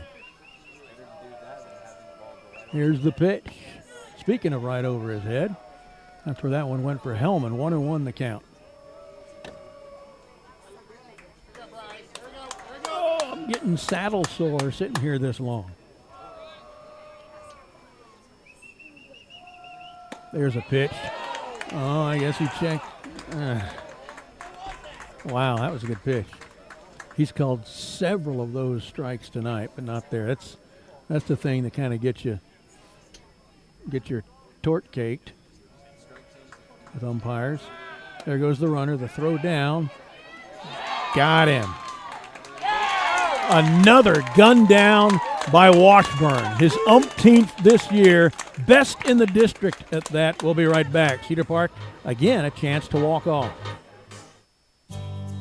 Introducing Kyle Foppe and broker Topher Rogers, your Move Smart Pros real estate team. Kyle and Topher are Cedar Park residents and local real estate experts. Move Smart helps neighbors get the most from the sale of their home through a smooth transition and help home buyers find their next home at the right price. More than just helping you buy or sell, they help you make smart real estate decisions to achieve your short and long-term goals. Look them up online at MoveSmartPros.com.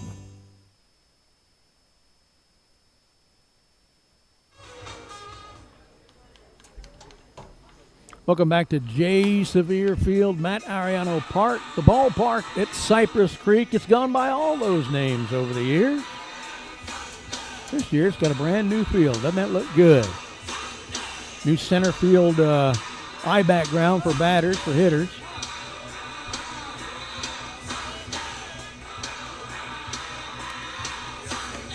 They will have 5, 6, and 7 when they come back in the top of the 10th if Cedar Park can't walk off with it here.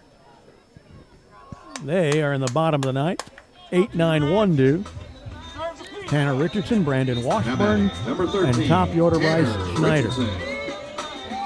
Richardson, chance to make an impression. No hits yet this year. But he did have an RBI sacrifice fly to deep right earlier tonight. Scored a run for us. First pitch misses, 1-0 to Richardson. Other trips, he grounded out to the first baseman and to shortstop. There's a strike, 1-1. That is a nice strike indeed. Future quarterback himself, Logan Mitchell. Swing and a miss. That was a good pitch. 1-2. Watch all the way in. Be smart.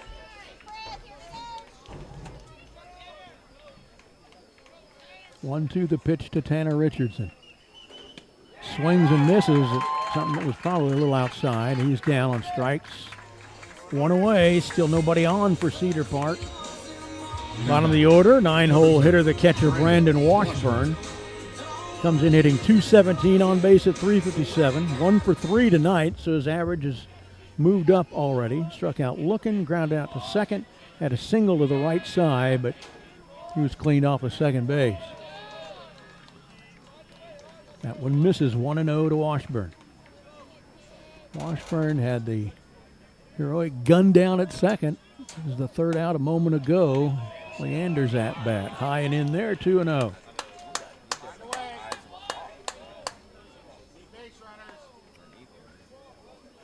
Mitchell wants a new ball.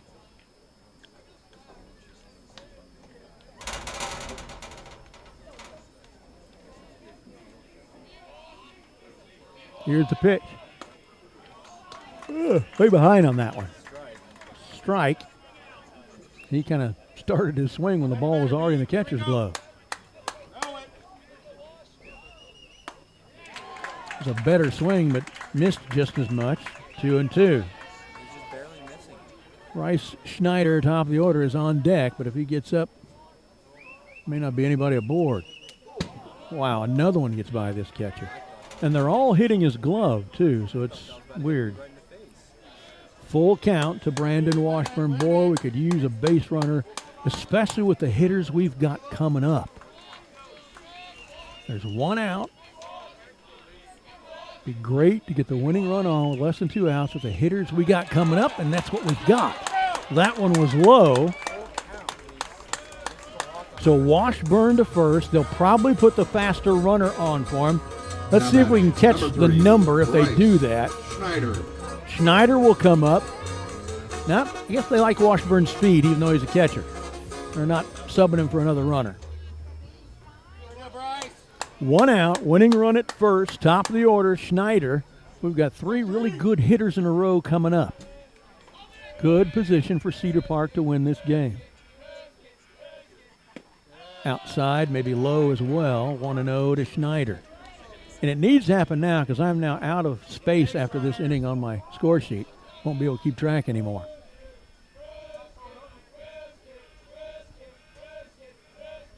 Sets up outside, throws inside, gets through the catcher again. Let's do that 2 more times. That's a win. Just put it on the Jets right there. Went straight to second. So Washburn to second easily on the pass ball, the umpteenth of the game. Timeout called. Pitcher and catcher will talk it over for a second. He may have been crossed up or something there on that one.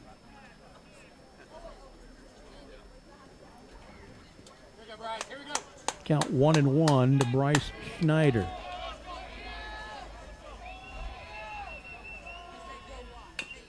Chopped, third base, foul. We've had so many balls go right to that spot tonight. At least 4.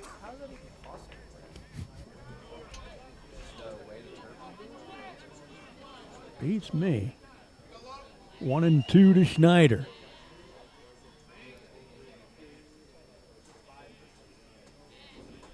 Cooper Camacho's on deck. Hudson Cuevas would be after him. There is one out. Winning run is in scoring position at second in the form of the catcher, Brandon Washburn. A hard-hit single into the outfield would probably win the game. And Schneider can do that. 2-2. Schneider, Camacho, and Cuevas, all 3 of them could get a hit into the outfield, which would probably win the game.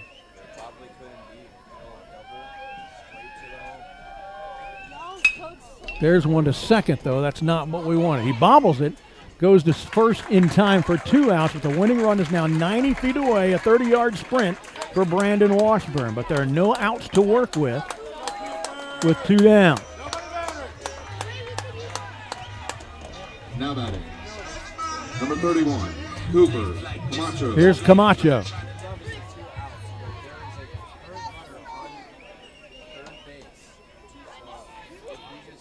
Winning run is at third. Camacho can get one through the infield. Smart play by Grissom's team. Both middle infielders trot to the middle of the infield behind the pitcher on the throwback from the catcher. It'd be terrible to lose on a bad throwback from the catcher in this instance. Swing and a miss. Heck of a swing by Camacho from the waist up, but his feet were too busy. 1-1 the count. Got to keep that back foot down.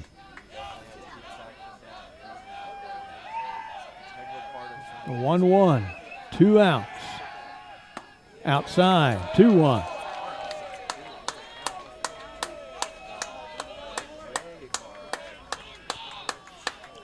It'd be great if they would put him on and get Camacho to the plate. I mean, not Camacho, but get Cuevas to the plate as hot as he's been with the bat lately.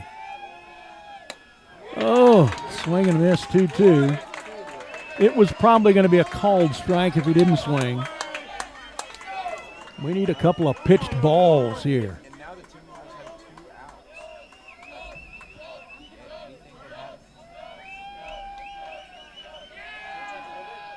Way low. Another full count. Need to put Camacho on for Hudson Cuevas.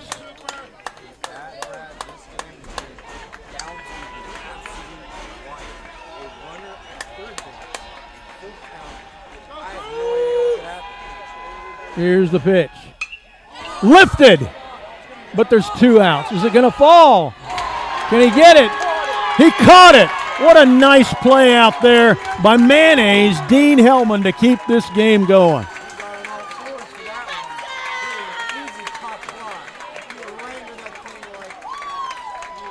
We will be right back in just a moment.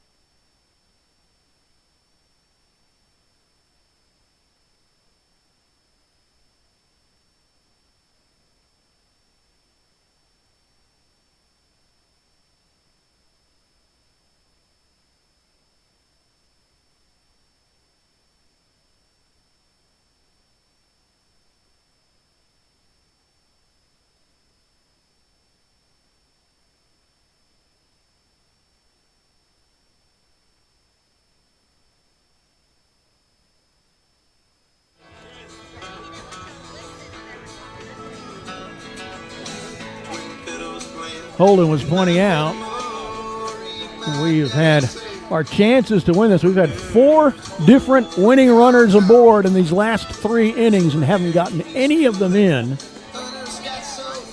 And in the midst of 4 batters, the last 4 batters that Bryce Schneider faced in the 7th, he struck 3 of them out. Unfortunately, the one he didn't got a 2 RBI single that tied the game and put us here now. We would have already been home for half an hour if that guy had gotten out. 3, Dean Hellman. So here's Mayonnaise, Dean Hellman. We've been playing 3 hours, 9 innings. That's about right. A Major League game's about 3 hours long. Hellman's the left fielder. Pitch is called a strike, although it was outside. Thanks again. Hellman was up when the runner was gunned down at second by Brendan Washburn, so he re-inherits a 0-0 count. Now it's 0-1. Fouled, 0-2.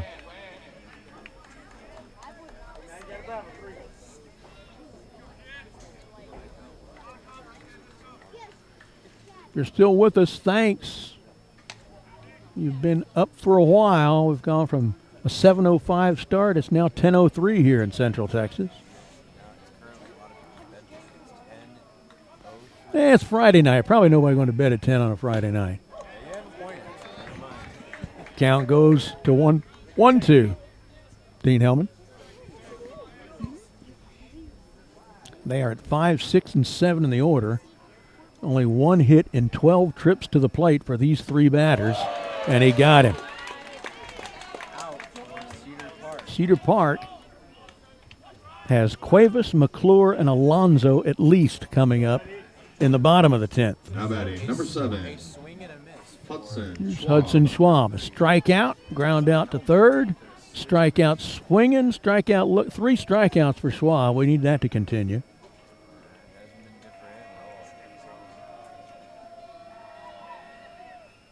There's a good pitch. A third of the way to the next one. To the catcher. Schneider has really done a lot better as the game's gone on. Schneider's played well. He sure has, especially for the second pitcher, taking over for the starter. To the plate. Outside, low, 1-1. 1 out, nobody on. Here in the top of the 10th. 4-4 ball game. Cedar Park trying to even their district record at 3-3. Leander trying for their second district win. The first came against us just the other night in Leander. They don't look like a team that entered the week winless in district. This is a pretty tough district. High and in, 3-1.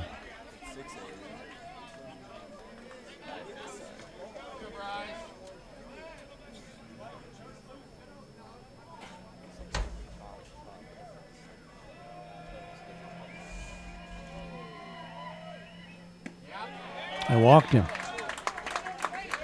So a 1-out walk. Go-ahead run is at first in the form of Hudson Schwab. First time he's been on base tonight. Now batting number 2, Luke Webster. Luke Webster, the catcher. A single and stranded, walked and was cleaned off at second, fouled out to the second baseman, and grounded out to the second baseman.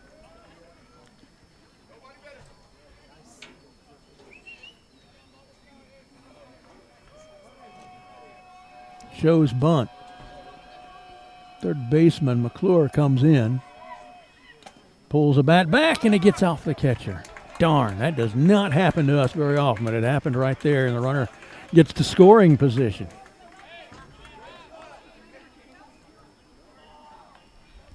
Pitch is a ball, 1-0. This humidity is just wreaking havoc with my score sheets. It's like writing on toilet tissue now. Strike called. Pulled his bat back on that bunt, but probably should have gone after it. 1-1 to Luke Webster. Not had any success since his first at-bat where he singled between shortstop and the bag at second. And he swung at a ball there, and 1-2. That was way too high to hit.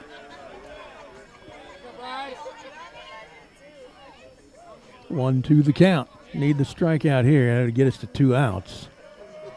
Go ahead run here in the top of the 10th is at second in scoring position, and Webster calls time and steps out.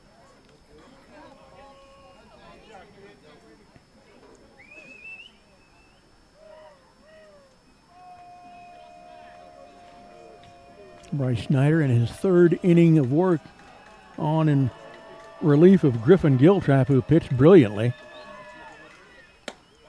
That one was high, 2-2.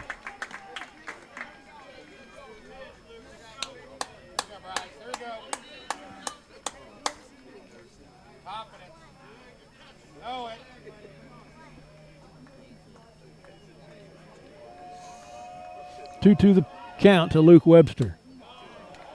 Make that 3-2. Seems like we've spent most of the last 3 innings with Leander hitters at a full count. As I look at my score sheet, that is true.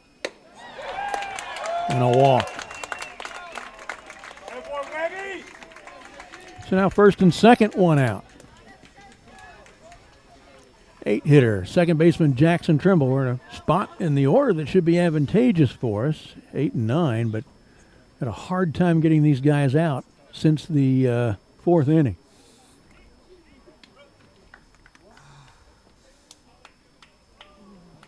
Oh, looks like we are having a pitching change.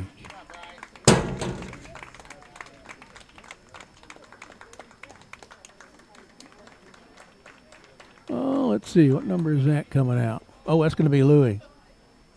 Louis went and traded his first baseman's glove for a regular fielding glove because he's going to pitch. Louis, that's his brother. That's Damian Alonso.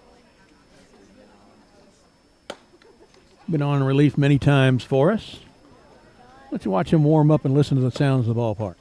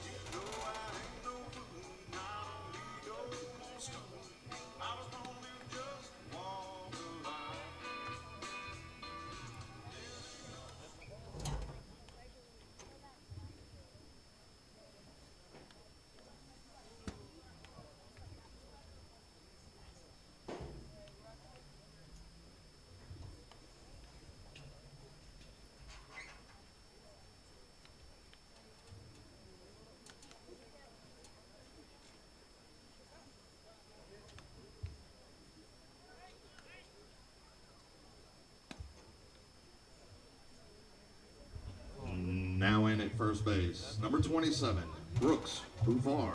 All right, you heard that. Brooks Buffard is going to be playing first since Alonzo went to the mound.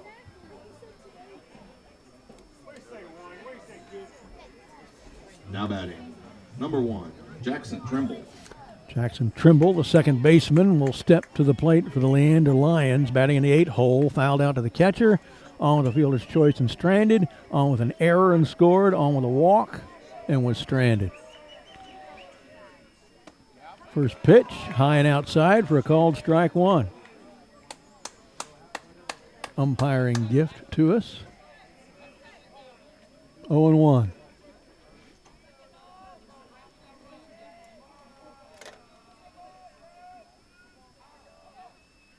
Ooh, a better pitch for a called strike two.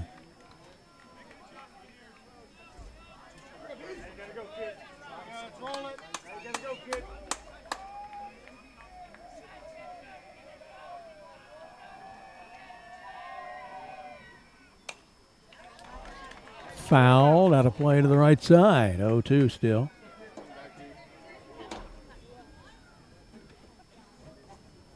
Only got 2 more squares I can use for their hitters in this game. I've got 5 for us, and then I'm just going to have to stop keeping score anymore.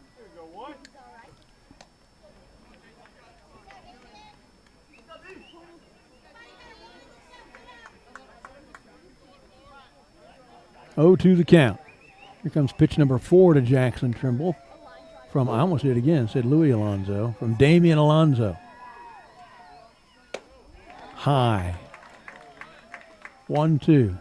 Damon and Louis' dad's down there behind the wall, behind plate, the camera up, as it usually is as one of his kids is batting or pitching. High and out. 2-2. Still ahead of him.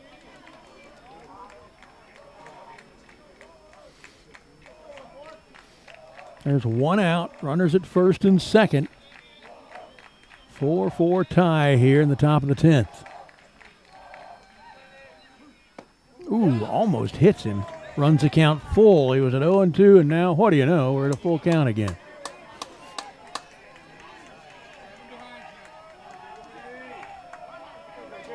Most of these have not ended well for Cedar Park. Walks and singles, most of them, a couple of strikeouts. Need to strike out here. Fouled into the net, still 3-2, and this will be pitch number 8 of the at-bat to Jackson Trimble.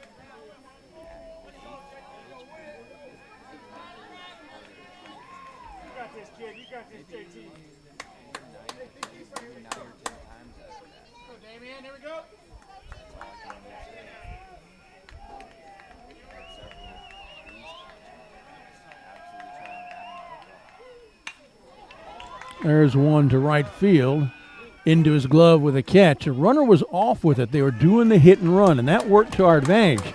Since it didn't go anywhere fair, he'd gone too far to be able to come back and tag for that and advance to third. So he had to retreat to second. So they're still 16, at first and second with 2 outs. Imagine seeing a double play right there. That would have been something else entirely. Dominic Jaramillo, the shortstop, hitless in 4 trips. He did reach base once with a walk. High and out, 1-0. He flied out to center, popped out to third, walked, and struck out. Any kind of out here. Cedar Park can be in a walk-off position again. Outside with that fastball, 2-0. Don't put him on. Then we get back to their good hitters again. This needs to be an out. This is incredible. In fact, I'm going to make a prediction. If we don't get this guy out and get back to our good hitters again, we're not going to win this game.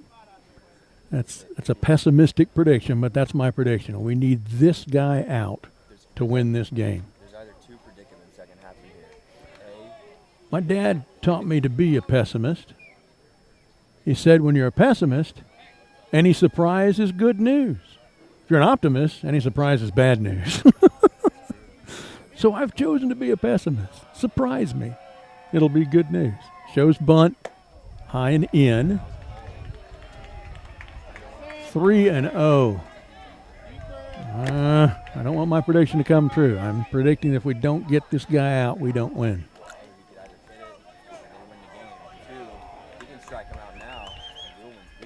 We didn't get this guy out. So now we got the bases loaded and a whole bunch of good hitters coming up. That's why I made that prediction. Don't worry, Brad. There's 2 outs. There are 2 outs. That's why we needed to get him out. That is something you should never worry about. If you have 2 outs, even if there's Colby Holmes, 2 for 5 tonight. Pair of singles, an RBI, a couple of runs scored, 2 flyouts and a ground out. Boy, everybody's batting so many times.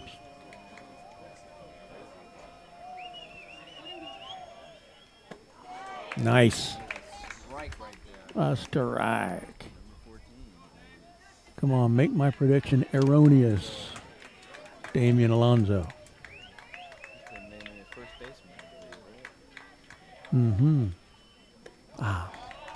Tailed a little bit too much. It started out looking good. 1-1 to count. Some of the crowds started to leave on the Leander side. Most of the Cedar Park people are still here. It is getting late, Brad. Getting late, but it's Friday. Shouldn't matter on Friday. Ground ball, shortstop. Shovels. All right, no runs scored. My prediction might be wrong. What do you know? I'd love to be wrong. We'll be right back. Cedar Park at the plate in just a moment.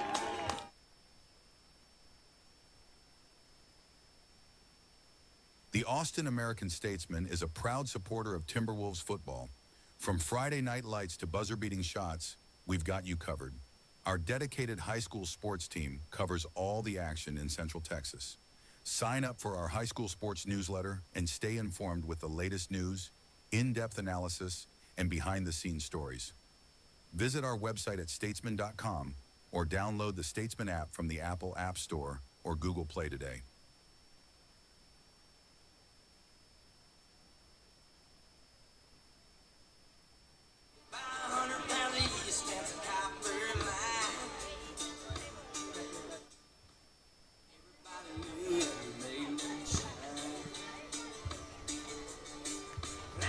One of the interesting things about this matchup tonight is that these players, Cedar Park and Leander, have been playing together since they were kids in the local youth leagues.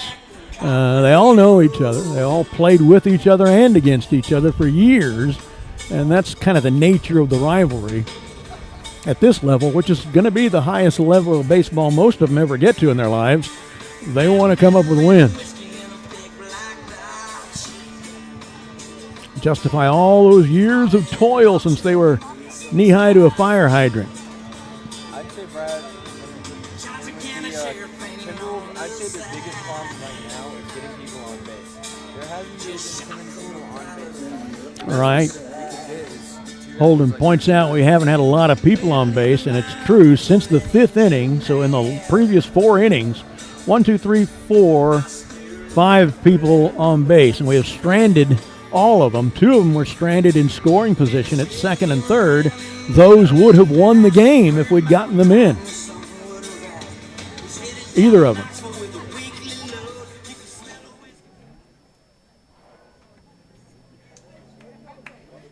Okay. Oh, well, I thought we were getting ready to go. The music stopped. Here we go. Yeah, they're throwing down. All right, guess who's coming up? Hudson Cuevas. If I were them, I intentionally walk him. Pitch to McClure and Alonso and Mansfield, who are hitting 171, 270, and 256 instead of Cuevas, who came in hitting 455 and now is hitting better than that.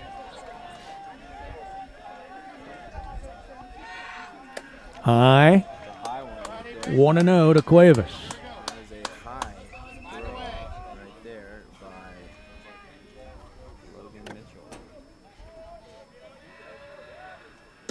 Swing and a miss by Cuevas.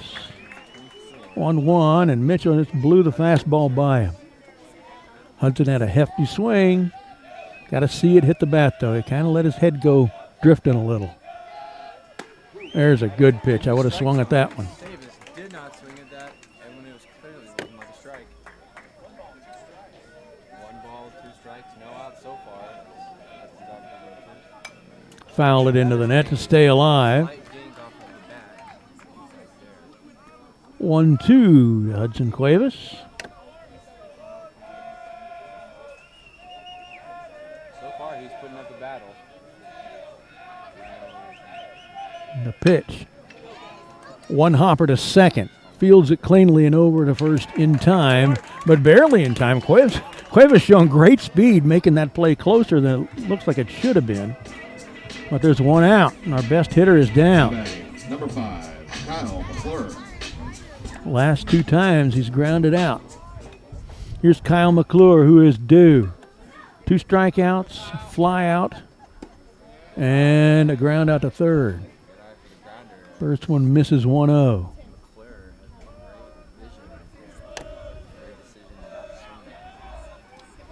Another one that is far. That's probably the 15th or 16th to get by their catcher, 2-0. Wasn't even near the strike zone.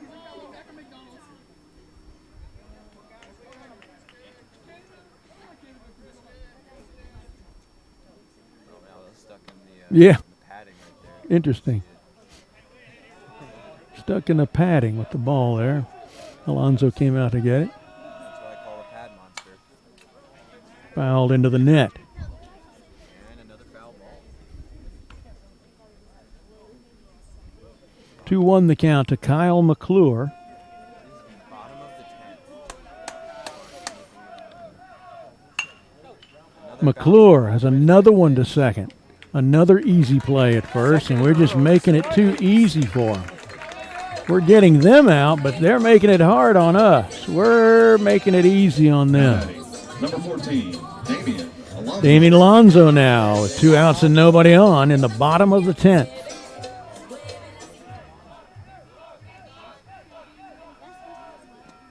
Low.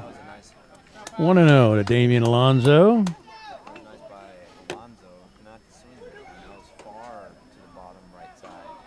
Owen Mansfield on deck. Rafa Escobar after him. There's a strike. 1-1. This is turning into a defensive battle. Cedar Park only got 5 hits Tuesday night. They've only got 5 tonight. 10 hits in a 2-game series isn't enough for wins. That one misses. 2-1. Actually, 7 innings tonight. 10 hits in 17 innings is not nearly good enough. Outside. Outside ball. Ball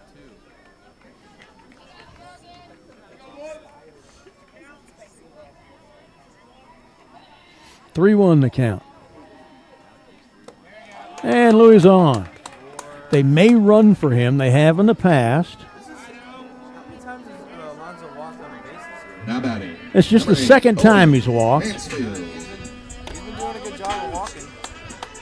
Will they run for him? He's expecting that they will. He's taking his helmet off. Yeah, they're going to come off the base. Alonso, he's been really good at getting on the bases in the last inning, last time he's been on. Who are they running for? What number is that? Can you tell? Go Rabbits!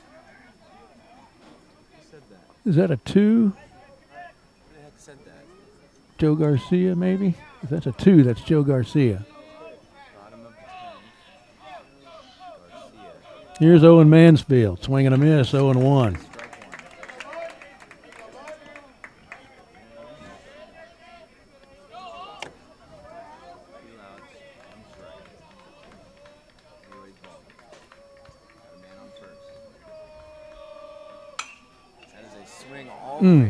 Fouled it over into the softball field, 0-2, and now Leander a strike away from making it to the 11th inning.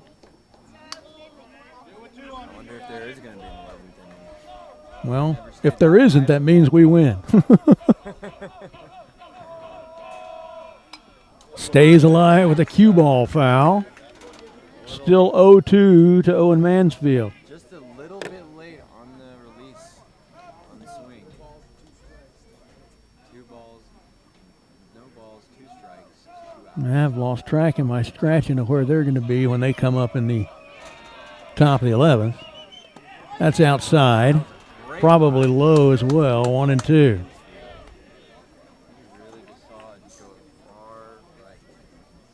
been several times where Mitchell has just thrown it down. Comes the 1-2 from Logan Mitchell to Owen Mansfield. Swung on and driven, but it's going to go foul. Would have won the game if it stayed fair. Imagine if that was like far in the outfield, that would probably be a run right there. Yep. That had come down fair.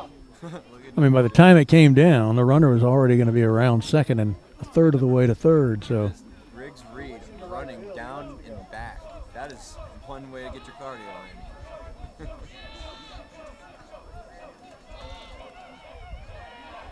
comes the 1-2. High. 2-2. Here comes pitch number 7 of the at-bat to Owen Mansfield. These Timberwolves ain't giving up. There's been several times they stayed at bat for a long time. Sets up outside, Luke Webster. And the pitch is low. Full count. This will be pitch number 8 of the at-bat to Mansfield. Anything is possible on this drive. When I say drive. Anything is possible. I hope it's a drive. There goes a runner, high and in. Walks him. So Alonzo's runner, whoever that might be, is at second. Mansfield is at first. There's still 2 outs for Rafa Escobar, hitless on the night. On base at 421 coming in. He's been on base 2 of the 4 times he's been to the plate, both of those by walks. He also had a sacrifice. That's actually officially 2 out of 3 he's on base. Struck out the other time. Don't need that. Third of the way there, though. 0-1.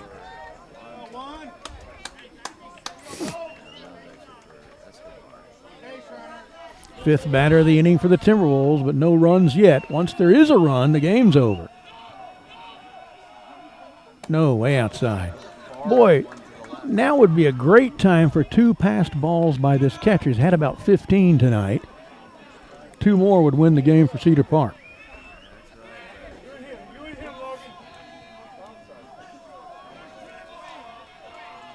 Long look at second by Mitchell. Pitch is right on the inside edge for a called strike 2. He's a strike away from taking Leander to the 11th inning. I swear, Mitchell's had several times where he's just thrown low balls on this side of the umpire. Strike 3. Should have swung at that. No doubt that was a strike.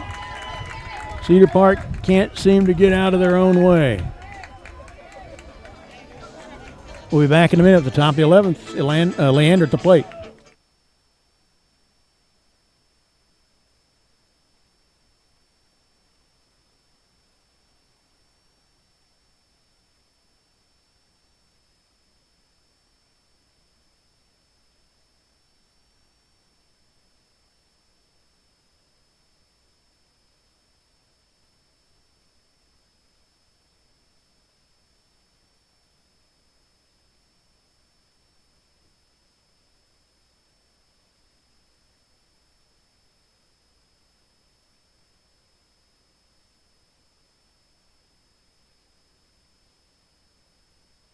Why are interscholastic sports called the last classroom of the day? Because they teach students important life lessons like teamwork, accountability, and perseverance. School sports are so much more than a game. They're about developing the whole person. That's why they're an essential part of every student's education. Encourage your student to participate in the last classroom of the day. Interscholastic sports in Texas. This message presented by the UIL and the Texas High School Athletic Directors Association. Now batting, number 8, Tyler. Okay, we go to the 11th. Longest game here at J. Spear Field in a number of years. Several years ago, we had a 15-inning game. I stretched it into the next day. They called it too late. It was like a Tuesday night in 11 and started over the next day, the next evening. Since this is a Friday, they probably wouldn't do that here.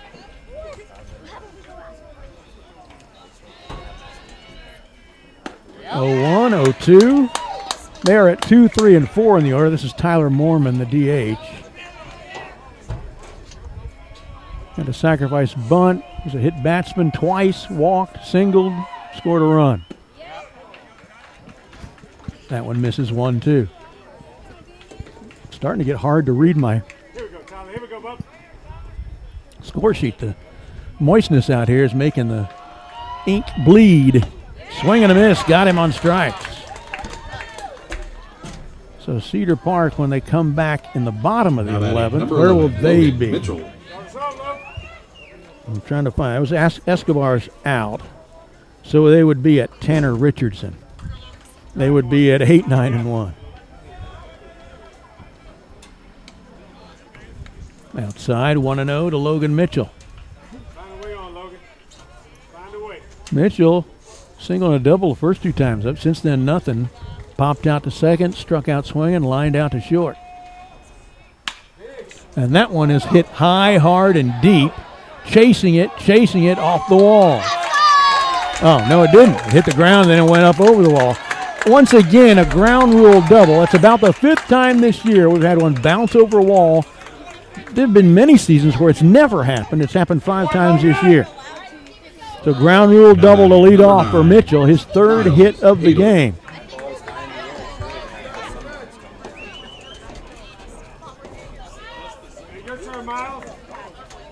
Miles Haydell. Strikeout, fly out, single, walk.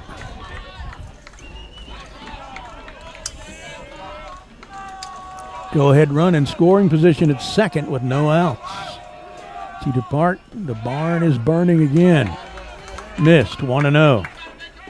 They've had so many chances to win this game. 1, 2, 3, 4, 5. Wait, let's count that again. 1, 2, 3, 4, 5, 6 runners on base in walk-off situations, and they hadn't gotten any of them in. That one misses. 2-0.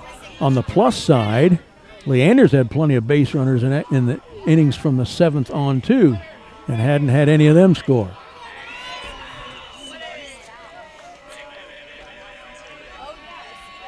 Love the chatter. Good pitch, strike. 2-1.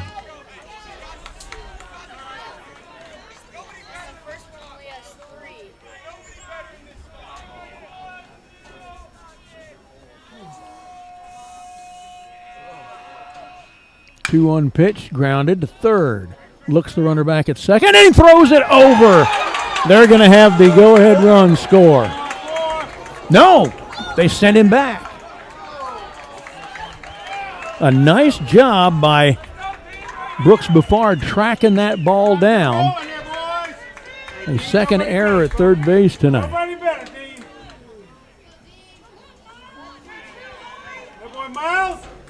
Now batting. They got a runner at third, a runner at first. There is one out for Dean Hellman, the left fielder. Grounded to short, hit batsman, grounded to third, struck out. Not a particularly productive night so far for Dean Hellman.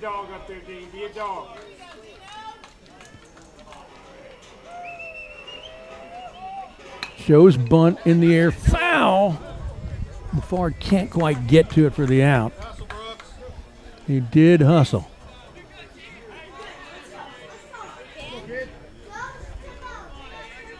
Hold on, wait for me.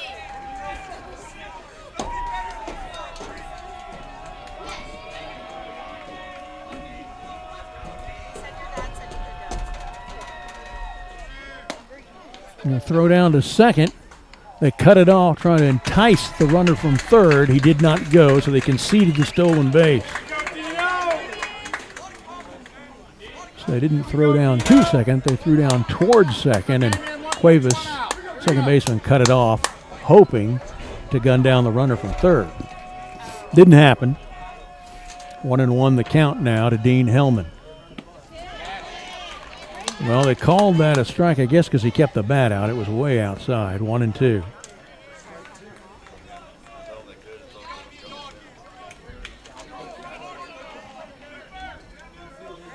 Here's the 1-2 pitch. Outside and low, nicely blocked by Washburn, 2-2. Go ahead, run a 30-yard sprint away. Come on, Damien. go ahead by 2 run in scoring position as well at second. Cedar Park will be at 8-9-1 in the order when they come back in the bottom of the 11th. Fouled into the net right side, still 2-2.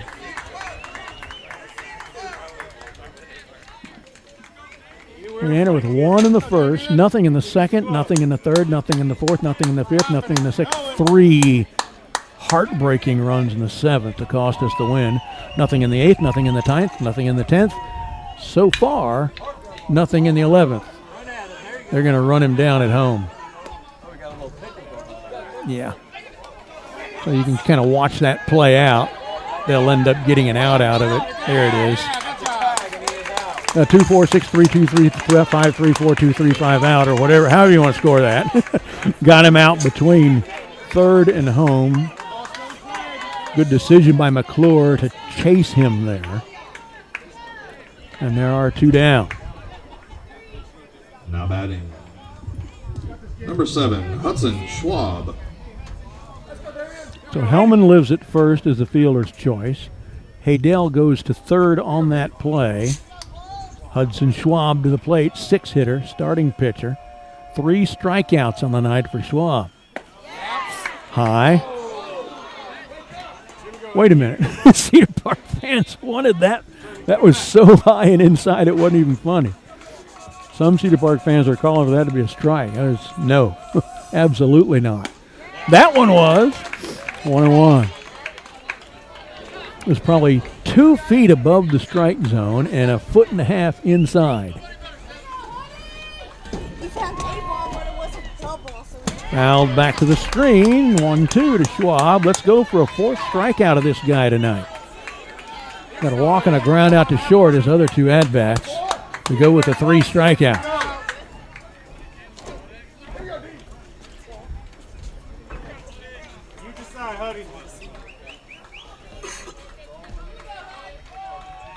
Here's the pitch. On the ground at shortstop. Should be a routine play, and it is. Timberwolves with another walk-off opportunity coming up in the bottom of the 11th. We'll be right back.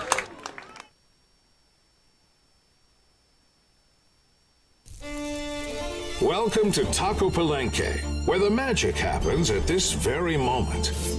And especially for you.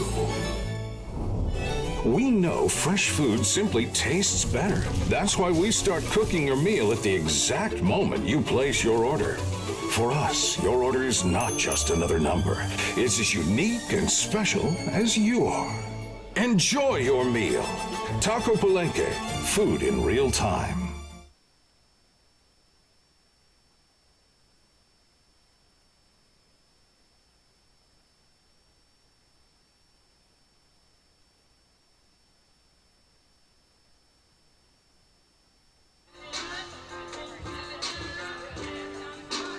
Okay, we go to the bottom of the 11th. 18th inning of baseball against the Leander Lions so far this week. Usually it would be 14. Cedar Park, I believe, is at 8-9-1 in the order. That's Tanner Richardson, Brandon Washburn, top of the order Bryce Schneider. And we'll see what they can do with that. Any run at all of any manner wins the game for the Timberwolves. But they've been in this position the last 4 innings and had runners aboard every time and couldn't get them around. Talking with Coach before the game, talking about our problem on offense is that we don't get back-to-back hits. You know, we don't get base runners moved around with, 4 hits and 5 batters or whatever. We'll get a hit, and then an out, and then a walk, and a strikeout, and then an out. Then we'll get a hit. Then we'll get 2 outs and then another hit. And we're just not stringing the hits back to back together. And that's what's happened here in extra innings. We had plenty of base runners. Can't seem to move them around. So here's Tanner Richardson, takes a called strike 1.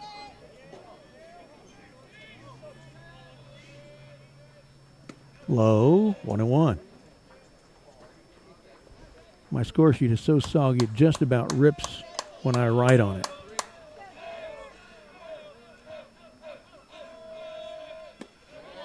That one's low, maybe away as well. 2-1. Richardson, an RBI sacrifice fly to deep right. Ground out to first, ground out to short, and a strikeout. There's a good pitch, but okay. I guess it was low. 3-1.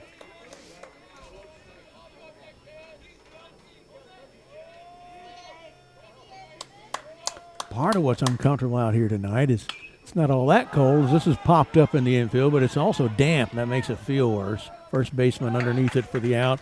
A few feet in fair territory. So one down, bottom of the order now with Brandon Washburn, the catcher. Struck out, grounded to second. Grounded back to the pitcher and walked. He was stranded at third in the most recent inning. Would have been the winning run. Called strike.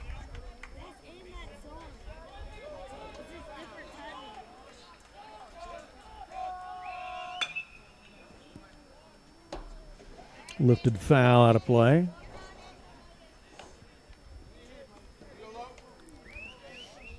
Oh, 2.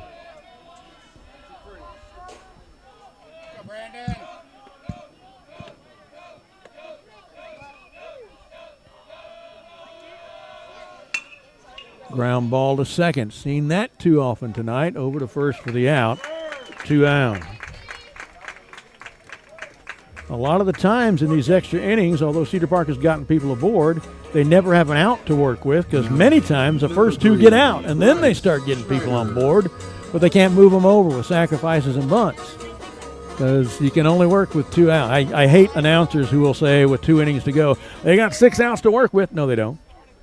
The third out you can't work with. When it gets made, it's over. You can work with out number 1 and out number 2. So when there's 2 innings left, you got 4 outs to work with, not 6.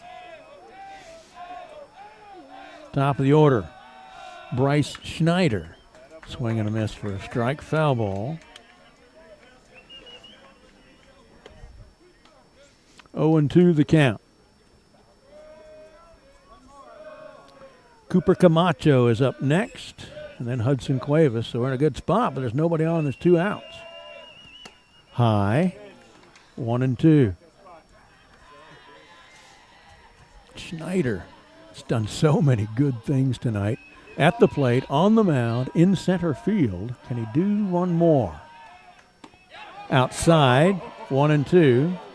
Wow, Leander, people, that was over the white stripe that's the batter's box stripe for the left-handed batter, and they were wanting that to be a strike.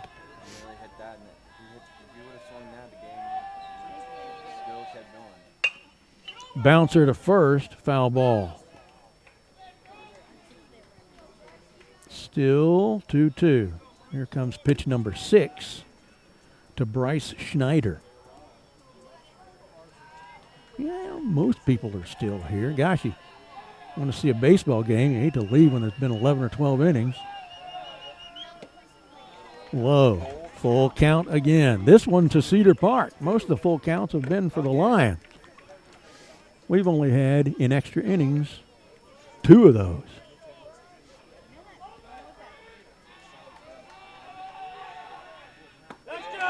And they got him.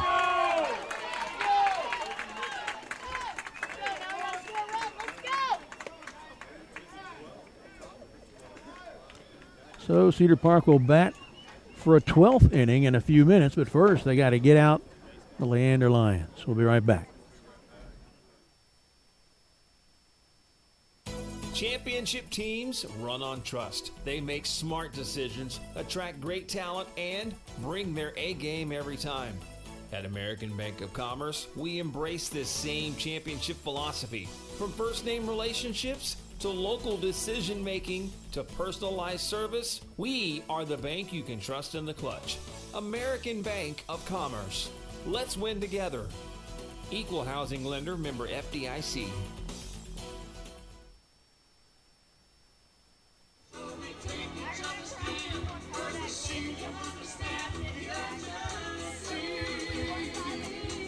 A rather eclectic slate of music here at the ballpark tonight.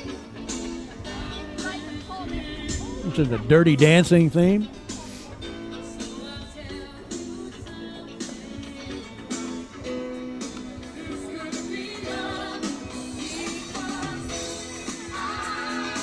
Concession stand, I think, has closed a few minutes ago.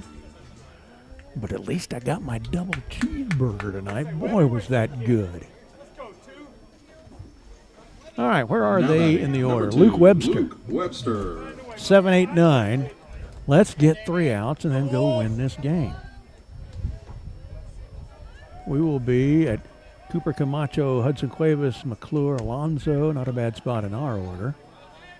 First pitch, though, misses to Webster. 1-0. Called strike, 1-1.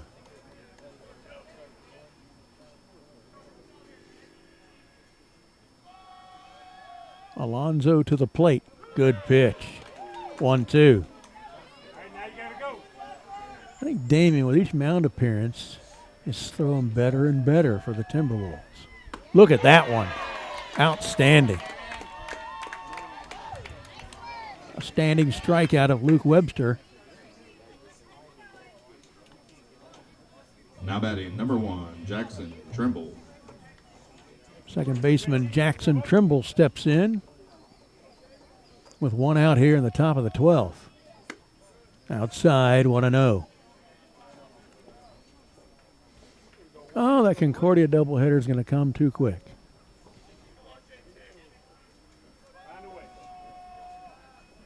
Outside.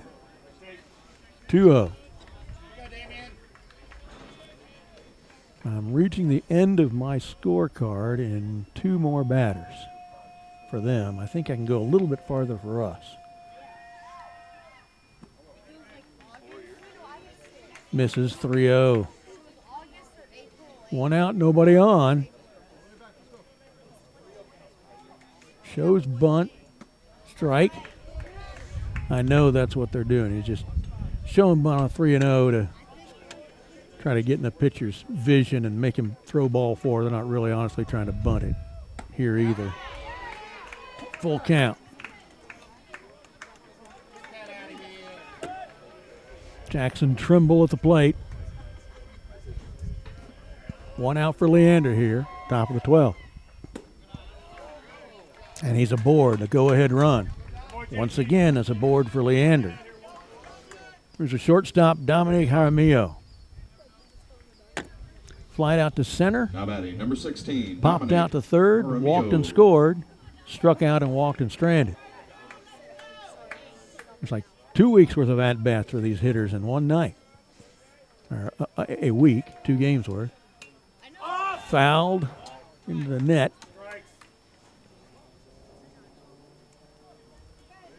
Oh, 1.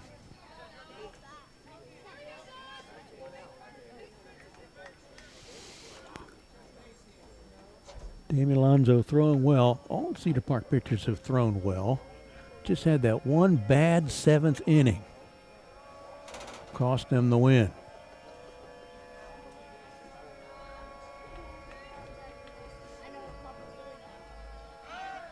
Throws it away. He's going to make it to third. Boy, it's a closer play than I thought. I thought he was going to make it easy, and they made it awfully close there.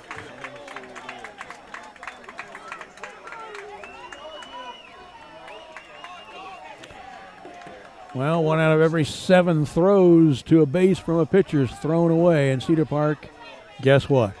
Had thrown it 6 times. That stat is as good as gold. We've been tracking it for years.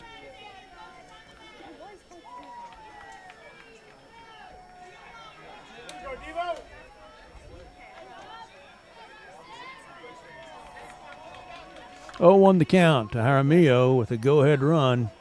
Just a short jog away with 1 out.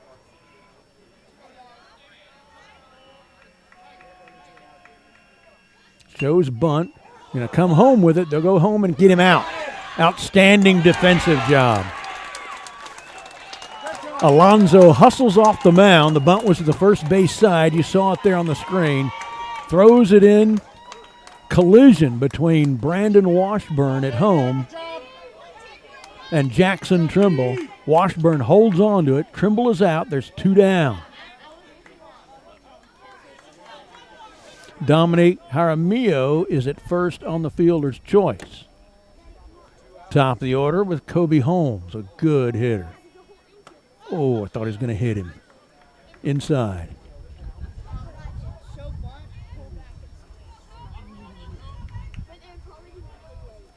This is the last batter I can track for the Lions, so we need to get him out and go win it. Outside, 2-0.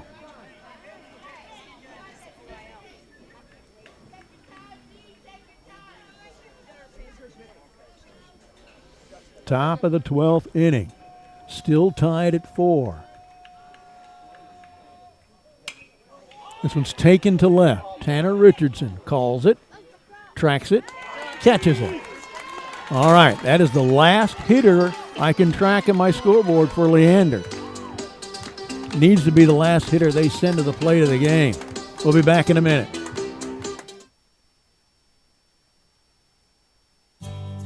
Introducing Kyle Foppe and broker Topher Rogers, your MoveSmart Pros real estate team. Kyle and Topher are Cedar Park residents and local real estate experts. MoveSmart helps neighbors get the most from the sale of their home through a smooth transition and help home buyers find their next home at the right price. More than just helping you buy or sell, they help you make smart real estate decisions to achieve your short and long-term goals. Look them up online at MoveSmartPros.com.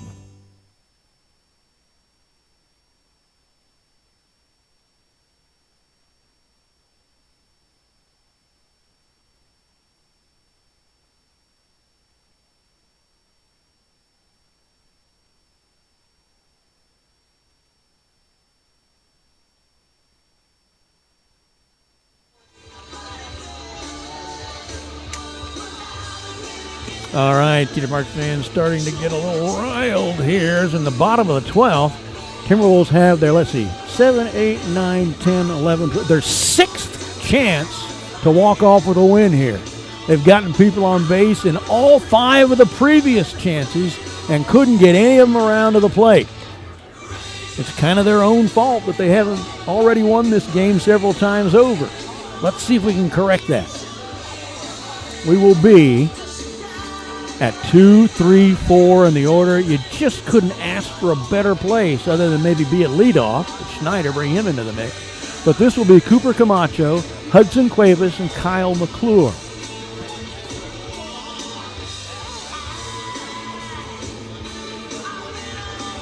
Camacho is due. He's a good hitter at 308 coming in, but he's hitless, and this is his 6th trip to the plate. Now, he has walked 3 times, sacrificed bunted once, flied out to left the other time. So he's officially only 0 for 1. But this is his 6th trip to the plate in the game without a hit. So Camacho is due. Cuevas after him. Does have a nice double with a couple of RBIs on it. Other than that, no hits. First pitch misses. 1-0. Cooper Camacho. 1-1 with a swing and a miss.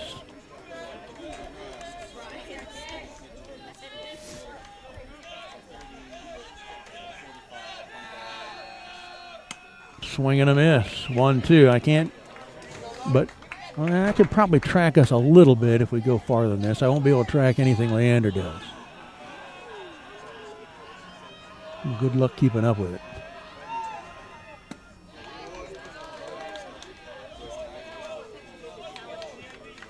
That one missed low, 2-2.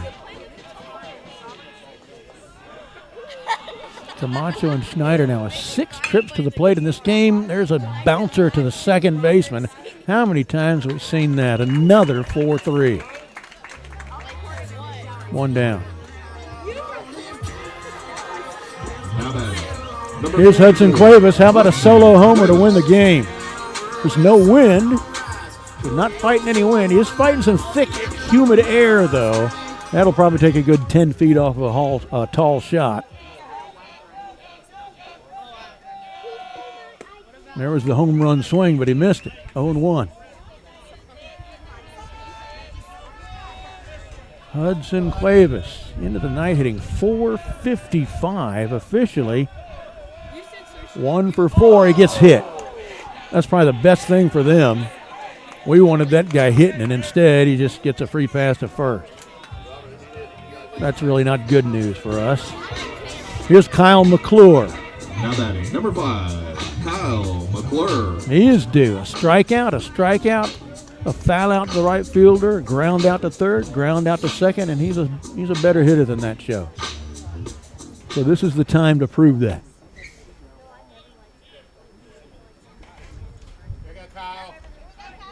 Kyle McClure, chance to be the hero tonight.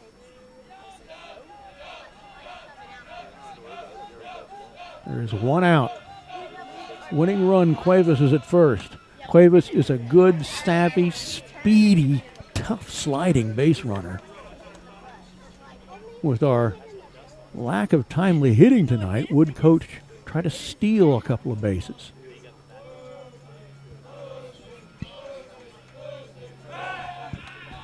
Leander's wondering the same thing, so they throw over at Cuevas to keep him grounded.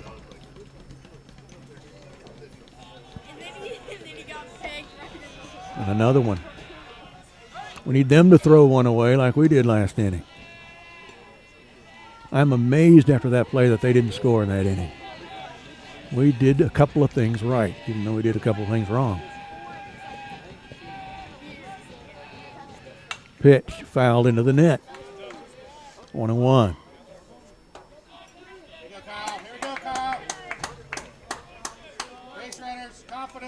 Damian Alonso on deck. Owen Mansfield after him.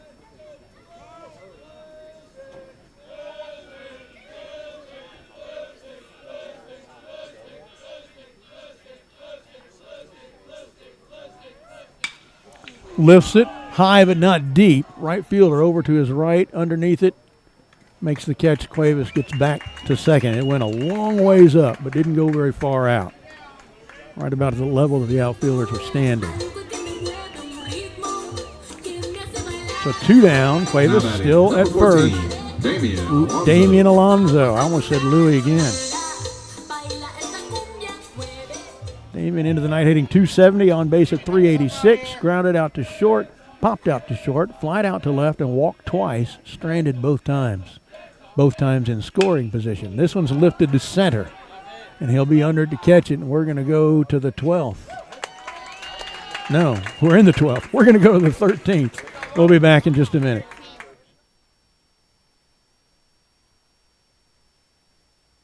Championship teams run on trust. They make smart decisions, attract great talent, and bring their A game every time. At American Bank of Commerce, we embrace this same championship philosophy. From first-name relationships to local decision-making to personalized service, we are the bank you can trust in the clutch. American Bank of Commerce. Let's win together. Equal housing lender, member FDIC.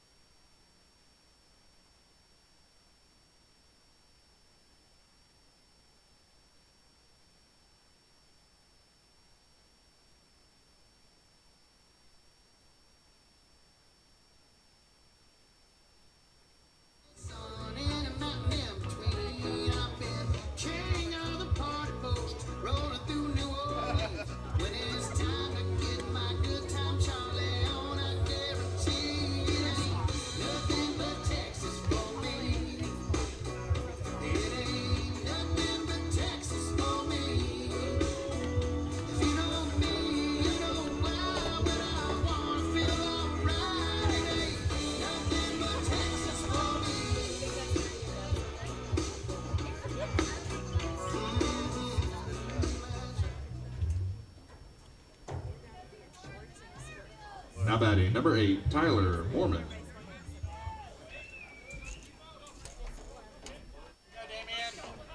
Tyler Mormon to the plate now. I won't be able to track this very well, but I'll try to keep up with it for you as good as I can.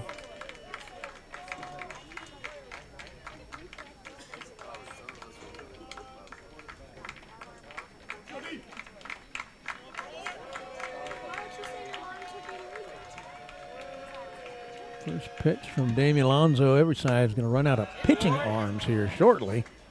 You would think. 1-0 the count.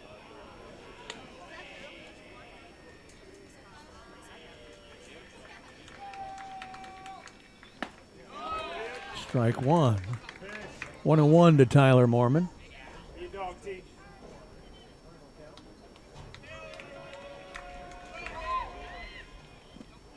Inside, 2-1. Logan Mitchell due next, then Miles Haydell. Top of the 13th inning here at J. Sevier Field.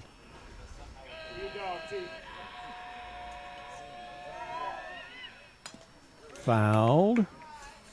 2-2.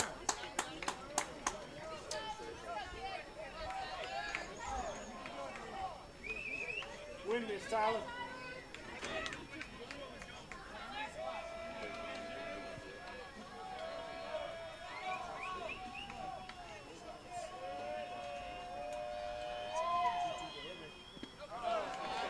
Looked like a good pitch. Might have been low. What do you know? Full count. Haven't seen that in this game. Probably about the 25th.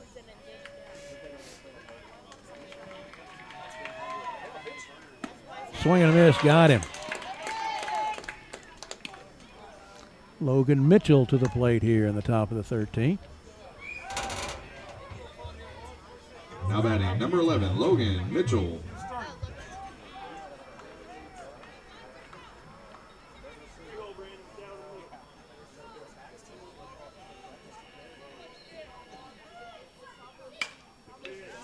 Fouled. 0-1 to Mitchell. RBI single, a double, stranded on both those times. Popped out to second, struck out, lined out to short, and a double. Thrown out at home. Let me see. 1, 2, 3, 4, 5, 6. This is his 7th at bat. 1-1 to count.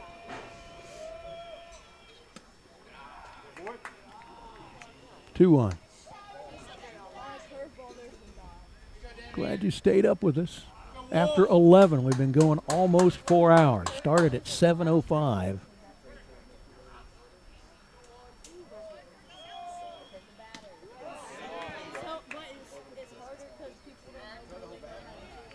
Strike, foul ball, 2-2.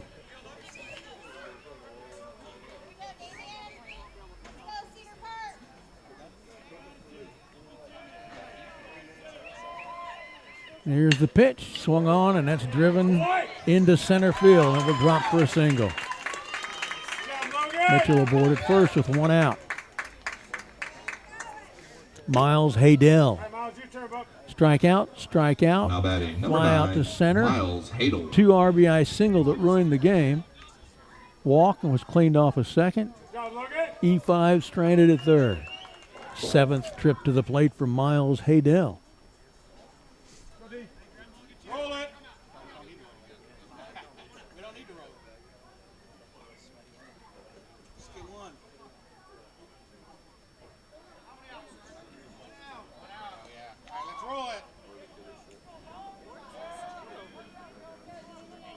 Yeah, scoreboard's saying 2 outs.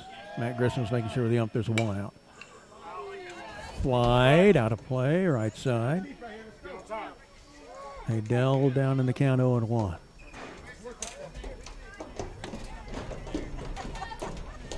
Somewhere I've cut the fingerprint area of my left ring finger, and it's kind of bugging me. There goes the runner. The throw. Oh, the wet ball pops out of the hand. He popped up quickly. I think Washburn probably guns him down if he is able to keep a hold of the ball.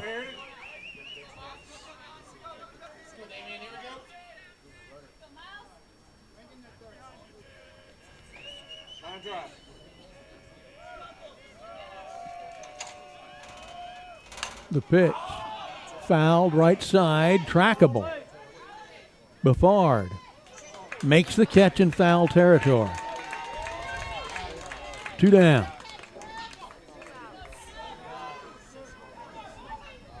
Dean Hellman, 5-hole hitter, left fielder. His 7th trip to the plate. Now batting, Was number 3, on an Dean E5. Hellman. It was a hit batsman. Grounded out to short. Grounded out to third. Struck out looking and struck out swinging. Man, this is a lot of trips to the plate for all these people. Getting a lot of work out. and some baseball experience. A week's worth of experience in one night. If they get one more inning, it'll be true. They will have played 2 games tonight. First one misses, 1-0. You always worry about pitching on high school teams in situations like this. The 2 that are on the mound right now, Alonzo and Mitchell for them, seem to be cruising fairly well at the moment. 2-0 the count to Hellman.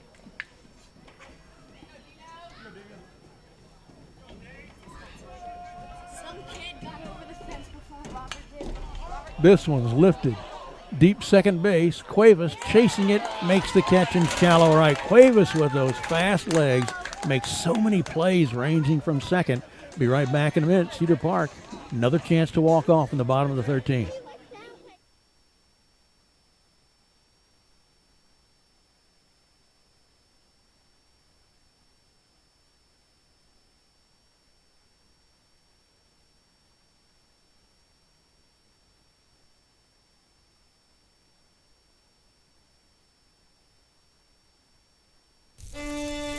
Welcome to Taco Palenque, where the magic happens at this very moment. And especially for you. We know fresh food simply tastes better. That's why we start cooking your meal at the exact moment you place your order. For us, your order is not just another number. It's as unique and special as you are. Enjoy your meal. Taco Palenque, food in real time.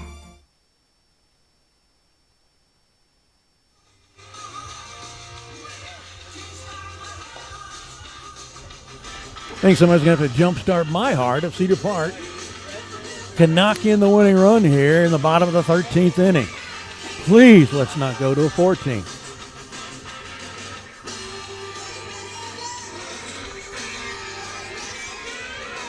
All right, the Timberwolves here in the bottom of the 13th will be at Owen Mansfield, Rafa Escobar, and then Tanner Richardson.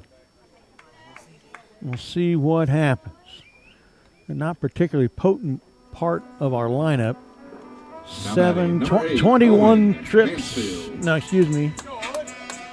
18 trips to the plate tonight with three guys and only 1 hit spread across all of them. So not really expecting a whole heck of a lot here. First one swung on and missed by Mansfield, 0-1.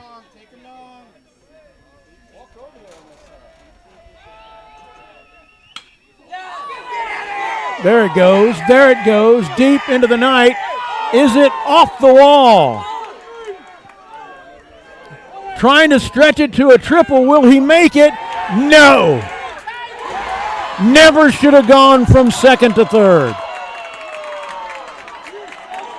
Like I said, the Timberwolves can't seem to get out of their own way. A shot to win this one with no outs and a runner at scoring position, and they got a little greedy.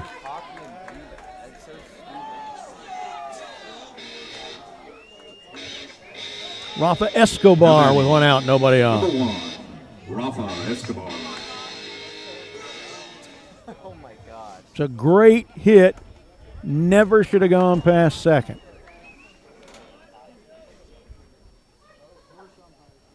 Oh, 1 to Rafa. Bouncer. Third baseman has to wait for it to come down, make the throw across, but he does it in time. Kobe Holmes to Jack's ruin, and there's 2 down. Tanner Richardson. How many times is Cedar Park going to have a chance to win this game and not be able to do it?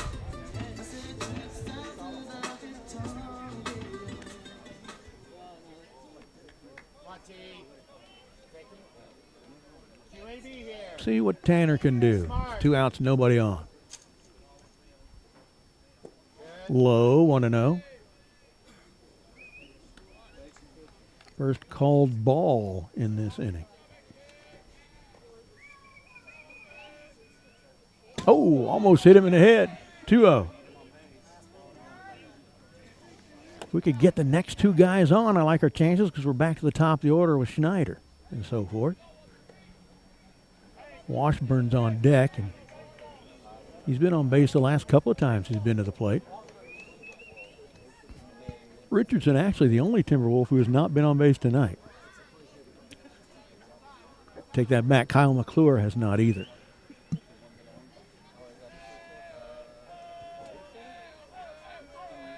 It's a strike. Oh, thank you. I guess maybe it was low. 3-0. That was such a beautiful hit off the wall just to the right of the scoreboard. Completely wasted. Ball 4, a 4-pitch walk for Tanner Richardson. He becomes the winning run. So, let me look here. Since we got to the bottom of the 7th, 1, 2, 3, 4, 5, 6, 7, 8, 9 times we've had the winning run on base and none of them have scored.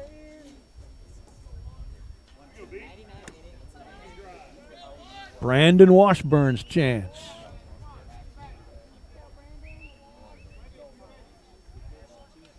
Wish we had Mansfield's hit right here. Ooh, or we could get some, goodness gracious, he got him. Ooh, thank you. Thank you, I think he got him. We did not have some good umpire calls tonight. See, the pitch was a ball, 1-0.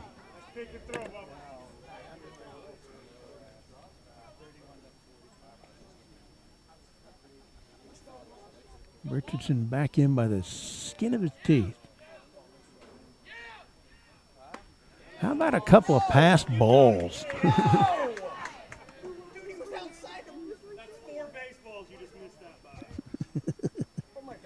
A lot of dads making a lot of remarks about the umpire calling here. I don't blame them. It's part of what you come to a baseball game for, to pick on the umpire. Swing and a miss, 1-2. A strike away from getting out of this one, too. Cedar Park's had 9 winning run of the game on base, and none of them have scored. And we'll go to the 14th. Try to complete our second game of the day. We'll be right back. Welcome to the warm and inviting atmosphere of Toscano Italian Kitchen. Founded with a passion for creating innovative and exciting culinary experiences, Toscano Italian Kitchen pushes the boundaries of traditional Italian cuisine while embracing the unique flavors and ingredients of the Lone Star State.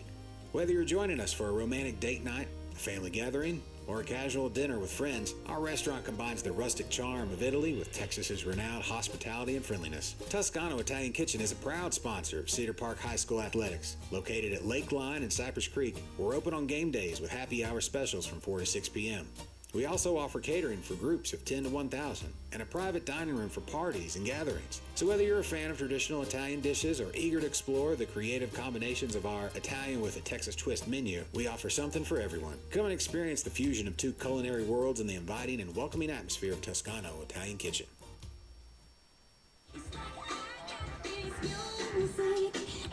Well, I think we're at a school record now. I mentioned before, our longest game ever. It was 15 innings, but they stopped that on a Tuesday night because there's school the next day in the 11th and started it again the next afternoon and then went to 15. So that's the longest single game, but that was spread over a couple of days. This is the longest we've ever played in one day. We're in the 14th now. So, you all watching are part of a record. I also think it's got to be some sort of record for Cedar Park to have gotten 9 times the game's winning run aboard and 9 times failed to get them in. And all this wouldn't have happened if we didn't give up a 2 RBI single with 2 outs in the top of the 7th to lose a 4-2 lead. If that had never happened, I'd already be asleep right now at home, having already had my ice cream for the evening and everything. Now batting, number 7, Hudson Schwab. Here's Hudson Schwab. They'll also send the catcher Luke Webster and second baseman Jackson Trimble.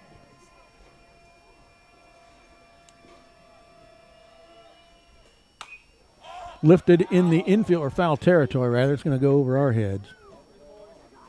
Landed behind the press box, kind of. Where are we? There we are. 0-1. I know. Oh my God. Yo. What the heck? Paper's done. I know. Whoa, high and in. Trying to throw in the left nostril and have it come out the right nostril.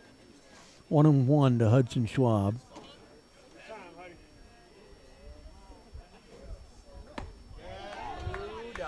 Swung through it. 1-2. Could use a strikeout here. We want to stay here in this bottom part of the order before we can get up.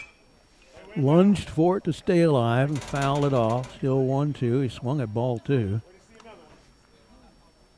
We're at 6, 7, 8 in the order for Leander right here.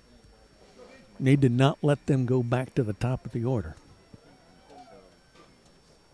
Oh, there's a nice pitch for strike 3 call. Schwab is down, 1 away. I'll tell you this, whenever I got to a point to where I got so cold I had to go back. Now batting, number 2, Luke Webster.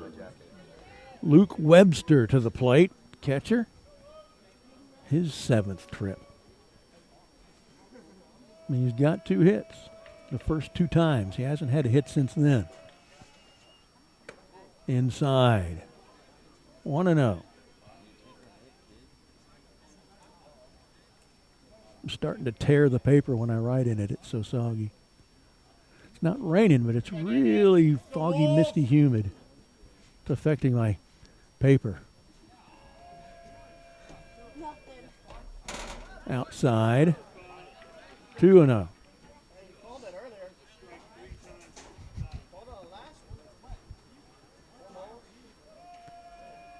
Pitch from Alonso. Outside and through to the screen. It's so far outside, 3-0. I kind of wonder who these coaches would go to next. They kind of have reached the bottom of their effective pitching pools.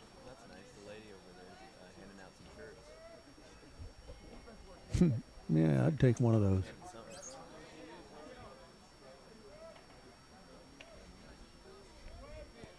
Fans have definitely started to leave a little bit. There's a strike. 3-1 to Luke Webster. Ball 4. So with 1 out, I got 1 on. Now batting, number 1. Jackson Trimble, the second baseman. Trimble. A walk, a foul out, a fielder's choice, an error, a walk, and a fly out to right.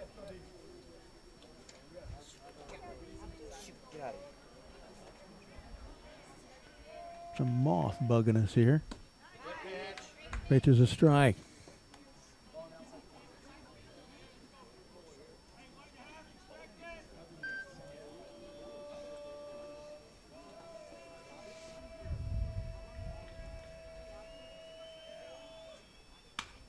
Lifted behind second.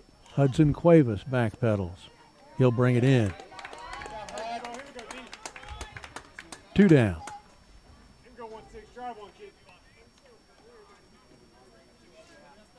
Bottom of the order was shortstop Dominic Jaramillo, and I'll say again, it is imperative that this man get out. We get back to the top where there's several good hitters in a row, and it's doomsday. We've got to get this guy out right here.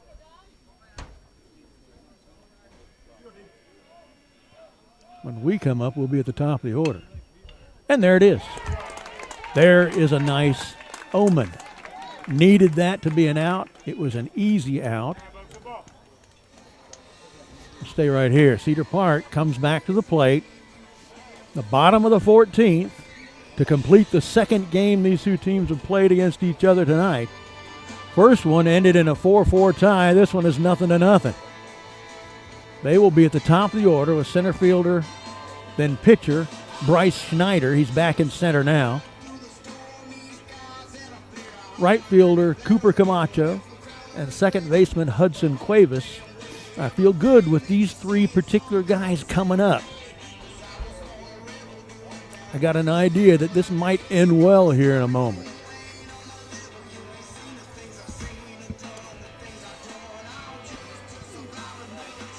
didn't see any signs, and Logan Mitchell may be tiring. He's in his 6th inning of work.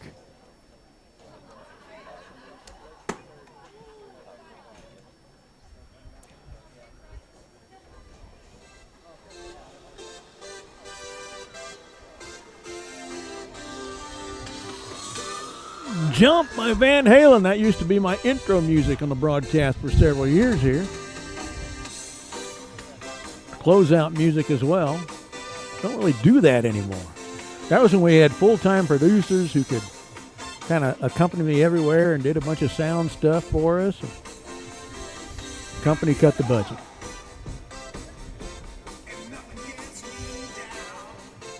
Back when I was in my 20s, this was the background music for WGN Chicago's broadcast of the Cubs games. Harry Carey. You hear this starting to play, and you hear old Harry. Chicago Cubs baseball on WGN, the Superstation. Raise your hand if you saw a few of those broadcasts.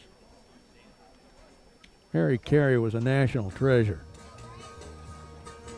Now batting, number 3. All right, top of the order for the Timberwolves. Let's get it done.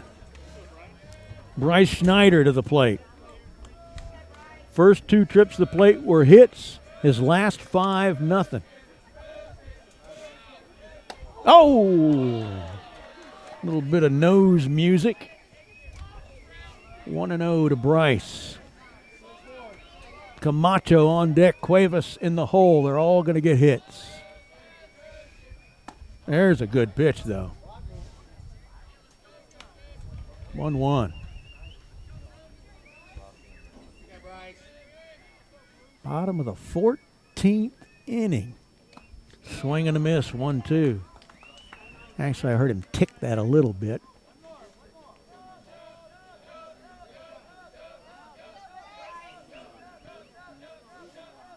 One, 2 to Bryce Schneider, high.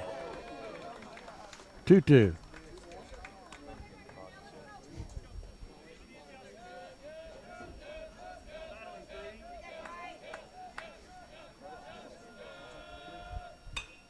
Lifts it foul into the net on the right side. Actually went over the net.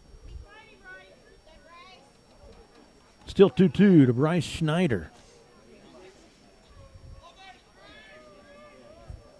I believe this is only the second time in my life I've called a game that's gone this far. That other 15-inning game years ago. I think that was like in 2014 or so, 11 years ago.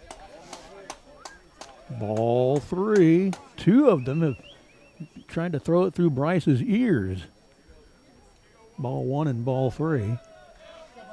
Full count now to Bryce with no outs, nobody on. Bottom of the 14th tie game.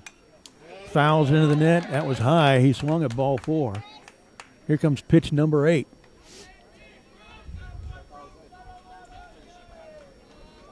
Boy, I'm getting cold too.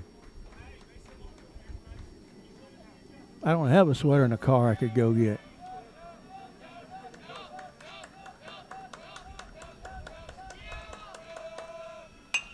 And this one goes into right. Is it going to fall? Yes, it is.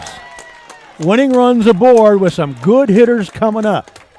Bryce Schneider's 3rd hit of the day, the night. The morning? Where are we? 11:24. We're not far from the morning. Cooper Camacho.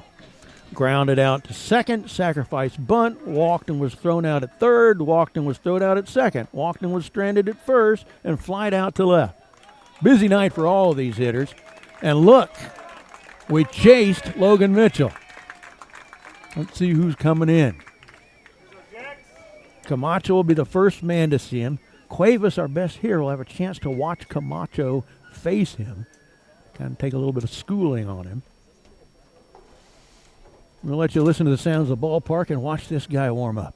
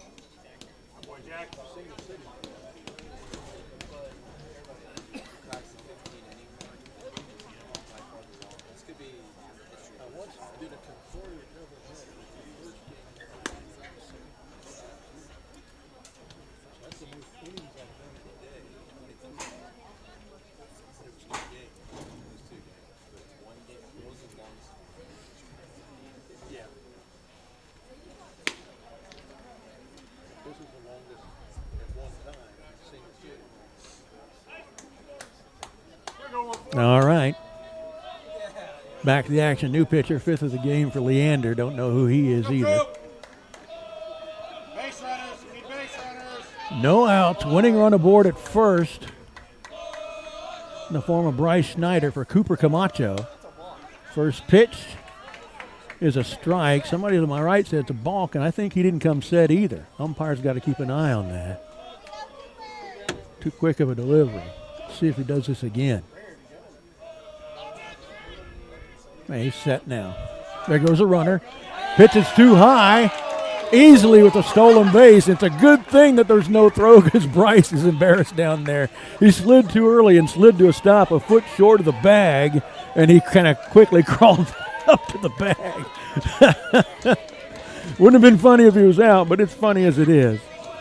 Winning run in scoring position. 1-1 count to Camacho.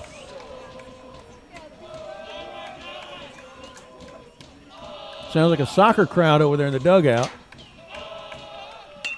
Drum beating and everything. Foul bunt in the air against the screen. Thank goodness. Thought that had gone straight up and it was going to be an out.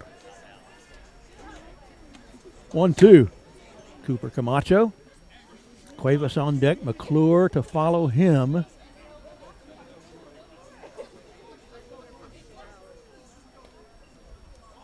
If we get to McClure, the bases would be loaded. And no outs. Unless there's a couple of strikeouts. The umpire just warned the coach to tell the team not to bang on the bench. So the soccer sound, now the fans are picking it up and banging on the stands. Okay, they'll take over the job. So yeah, that's a soccer noise you were hearing. Bunt. Pitcher off the mound, throws to the second baseman covering first for the out. Winning run goes to third, 1 down. Good bunt by Cooper Camacho.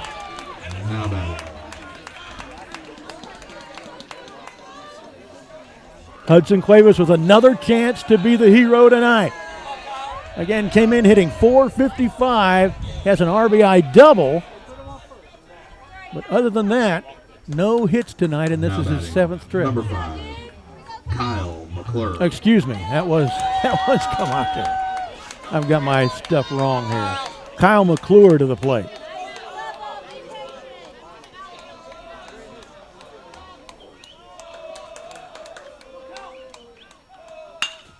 And there it is! That will win the game! Kyle McClure! I said several times tonight, Kyle was a good hitter, comes through with important hits when it's time to come through with him, and he did it again tonight. Kyle McClure, the hero of the evening. Cedar Park with a near-record game, 14 innings. It is the most they've played in one sitting.